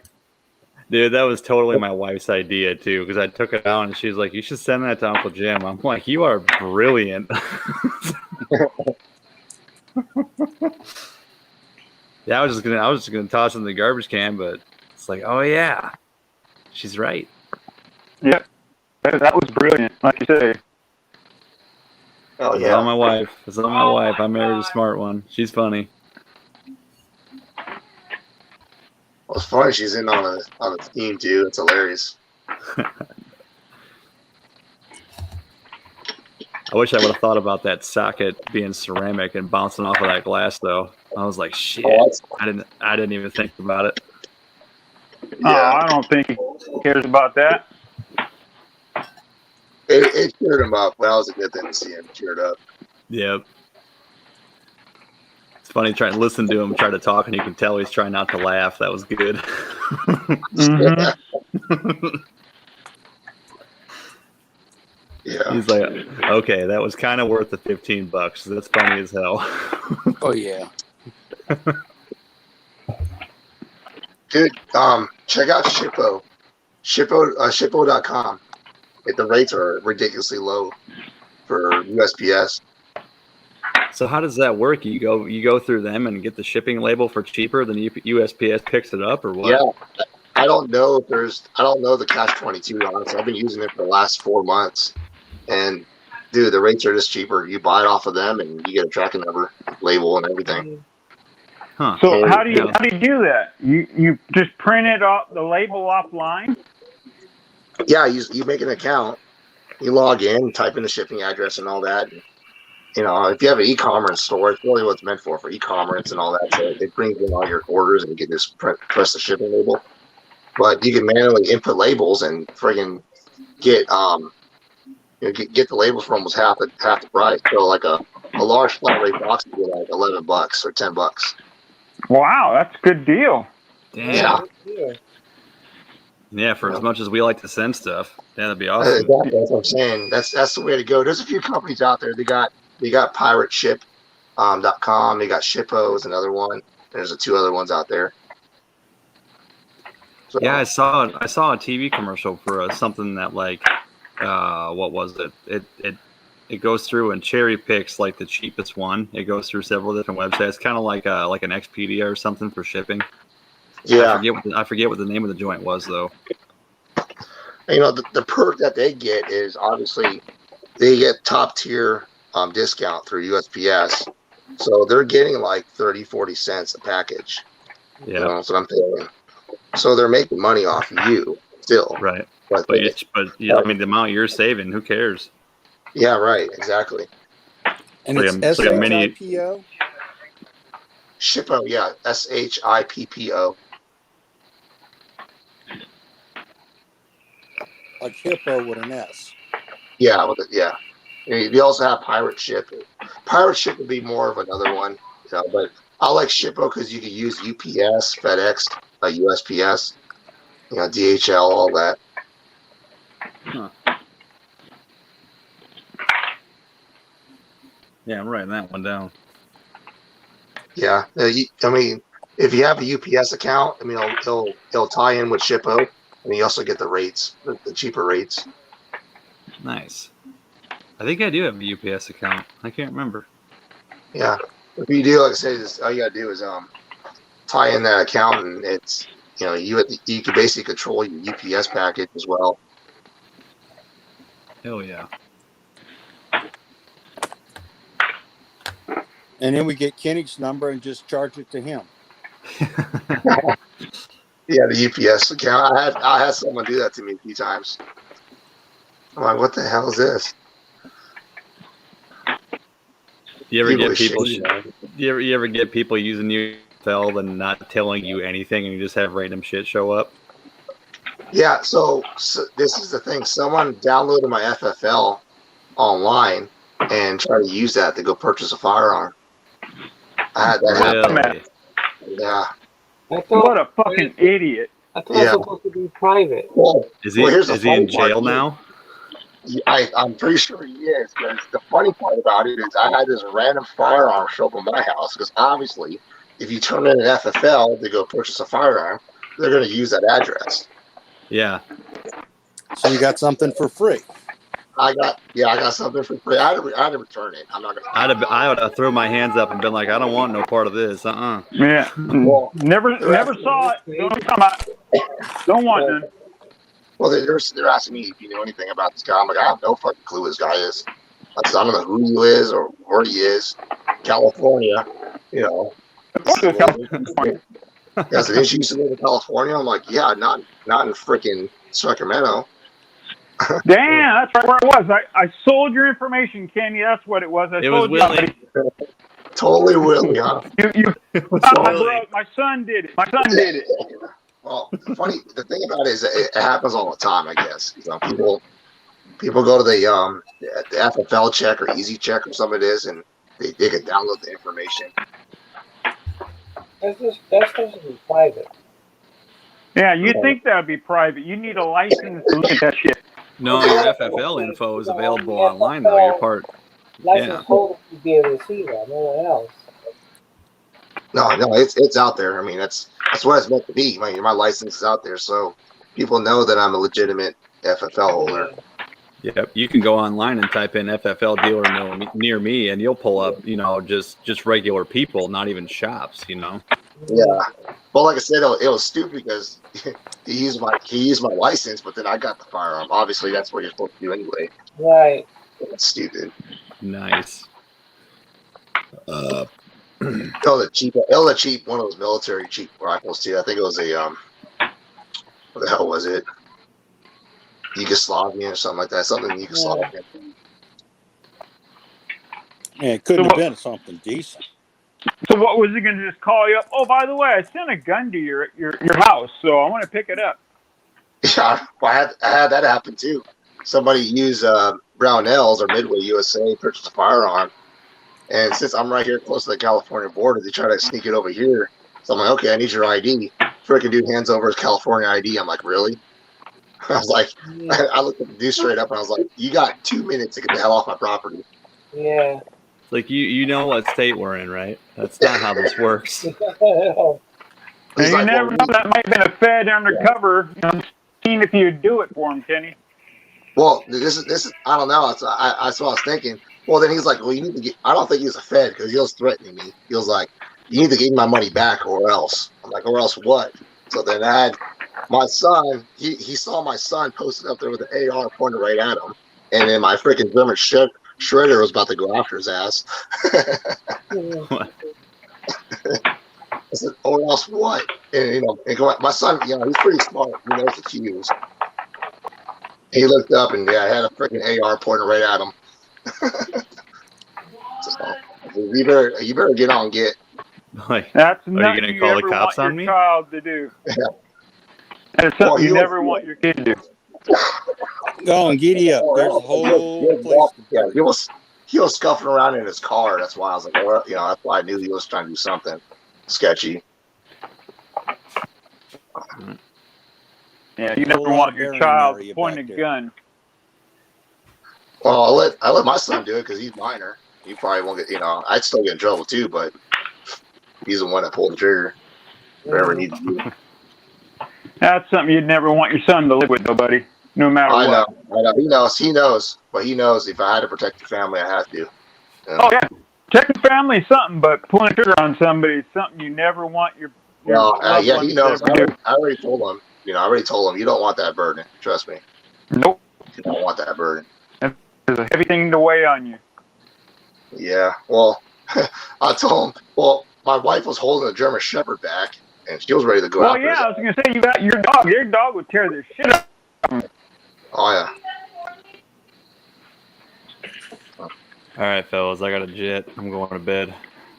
Alrighty. Yeah, I just want to come on and say hi. I got to get to my phone's got zero power. All right, good seeing all you guys. Kenny, Bulldog, Willie, Ocean. Yeah. Thanks for hosting, Ocean. Good chat. Absolutely. Great chat, Julio. All right, thank you. Take care, guys. See you, Chuck. Good night. Bye.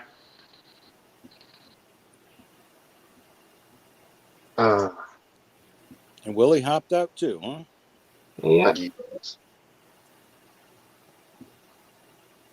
you guys want to call it or keep on going?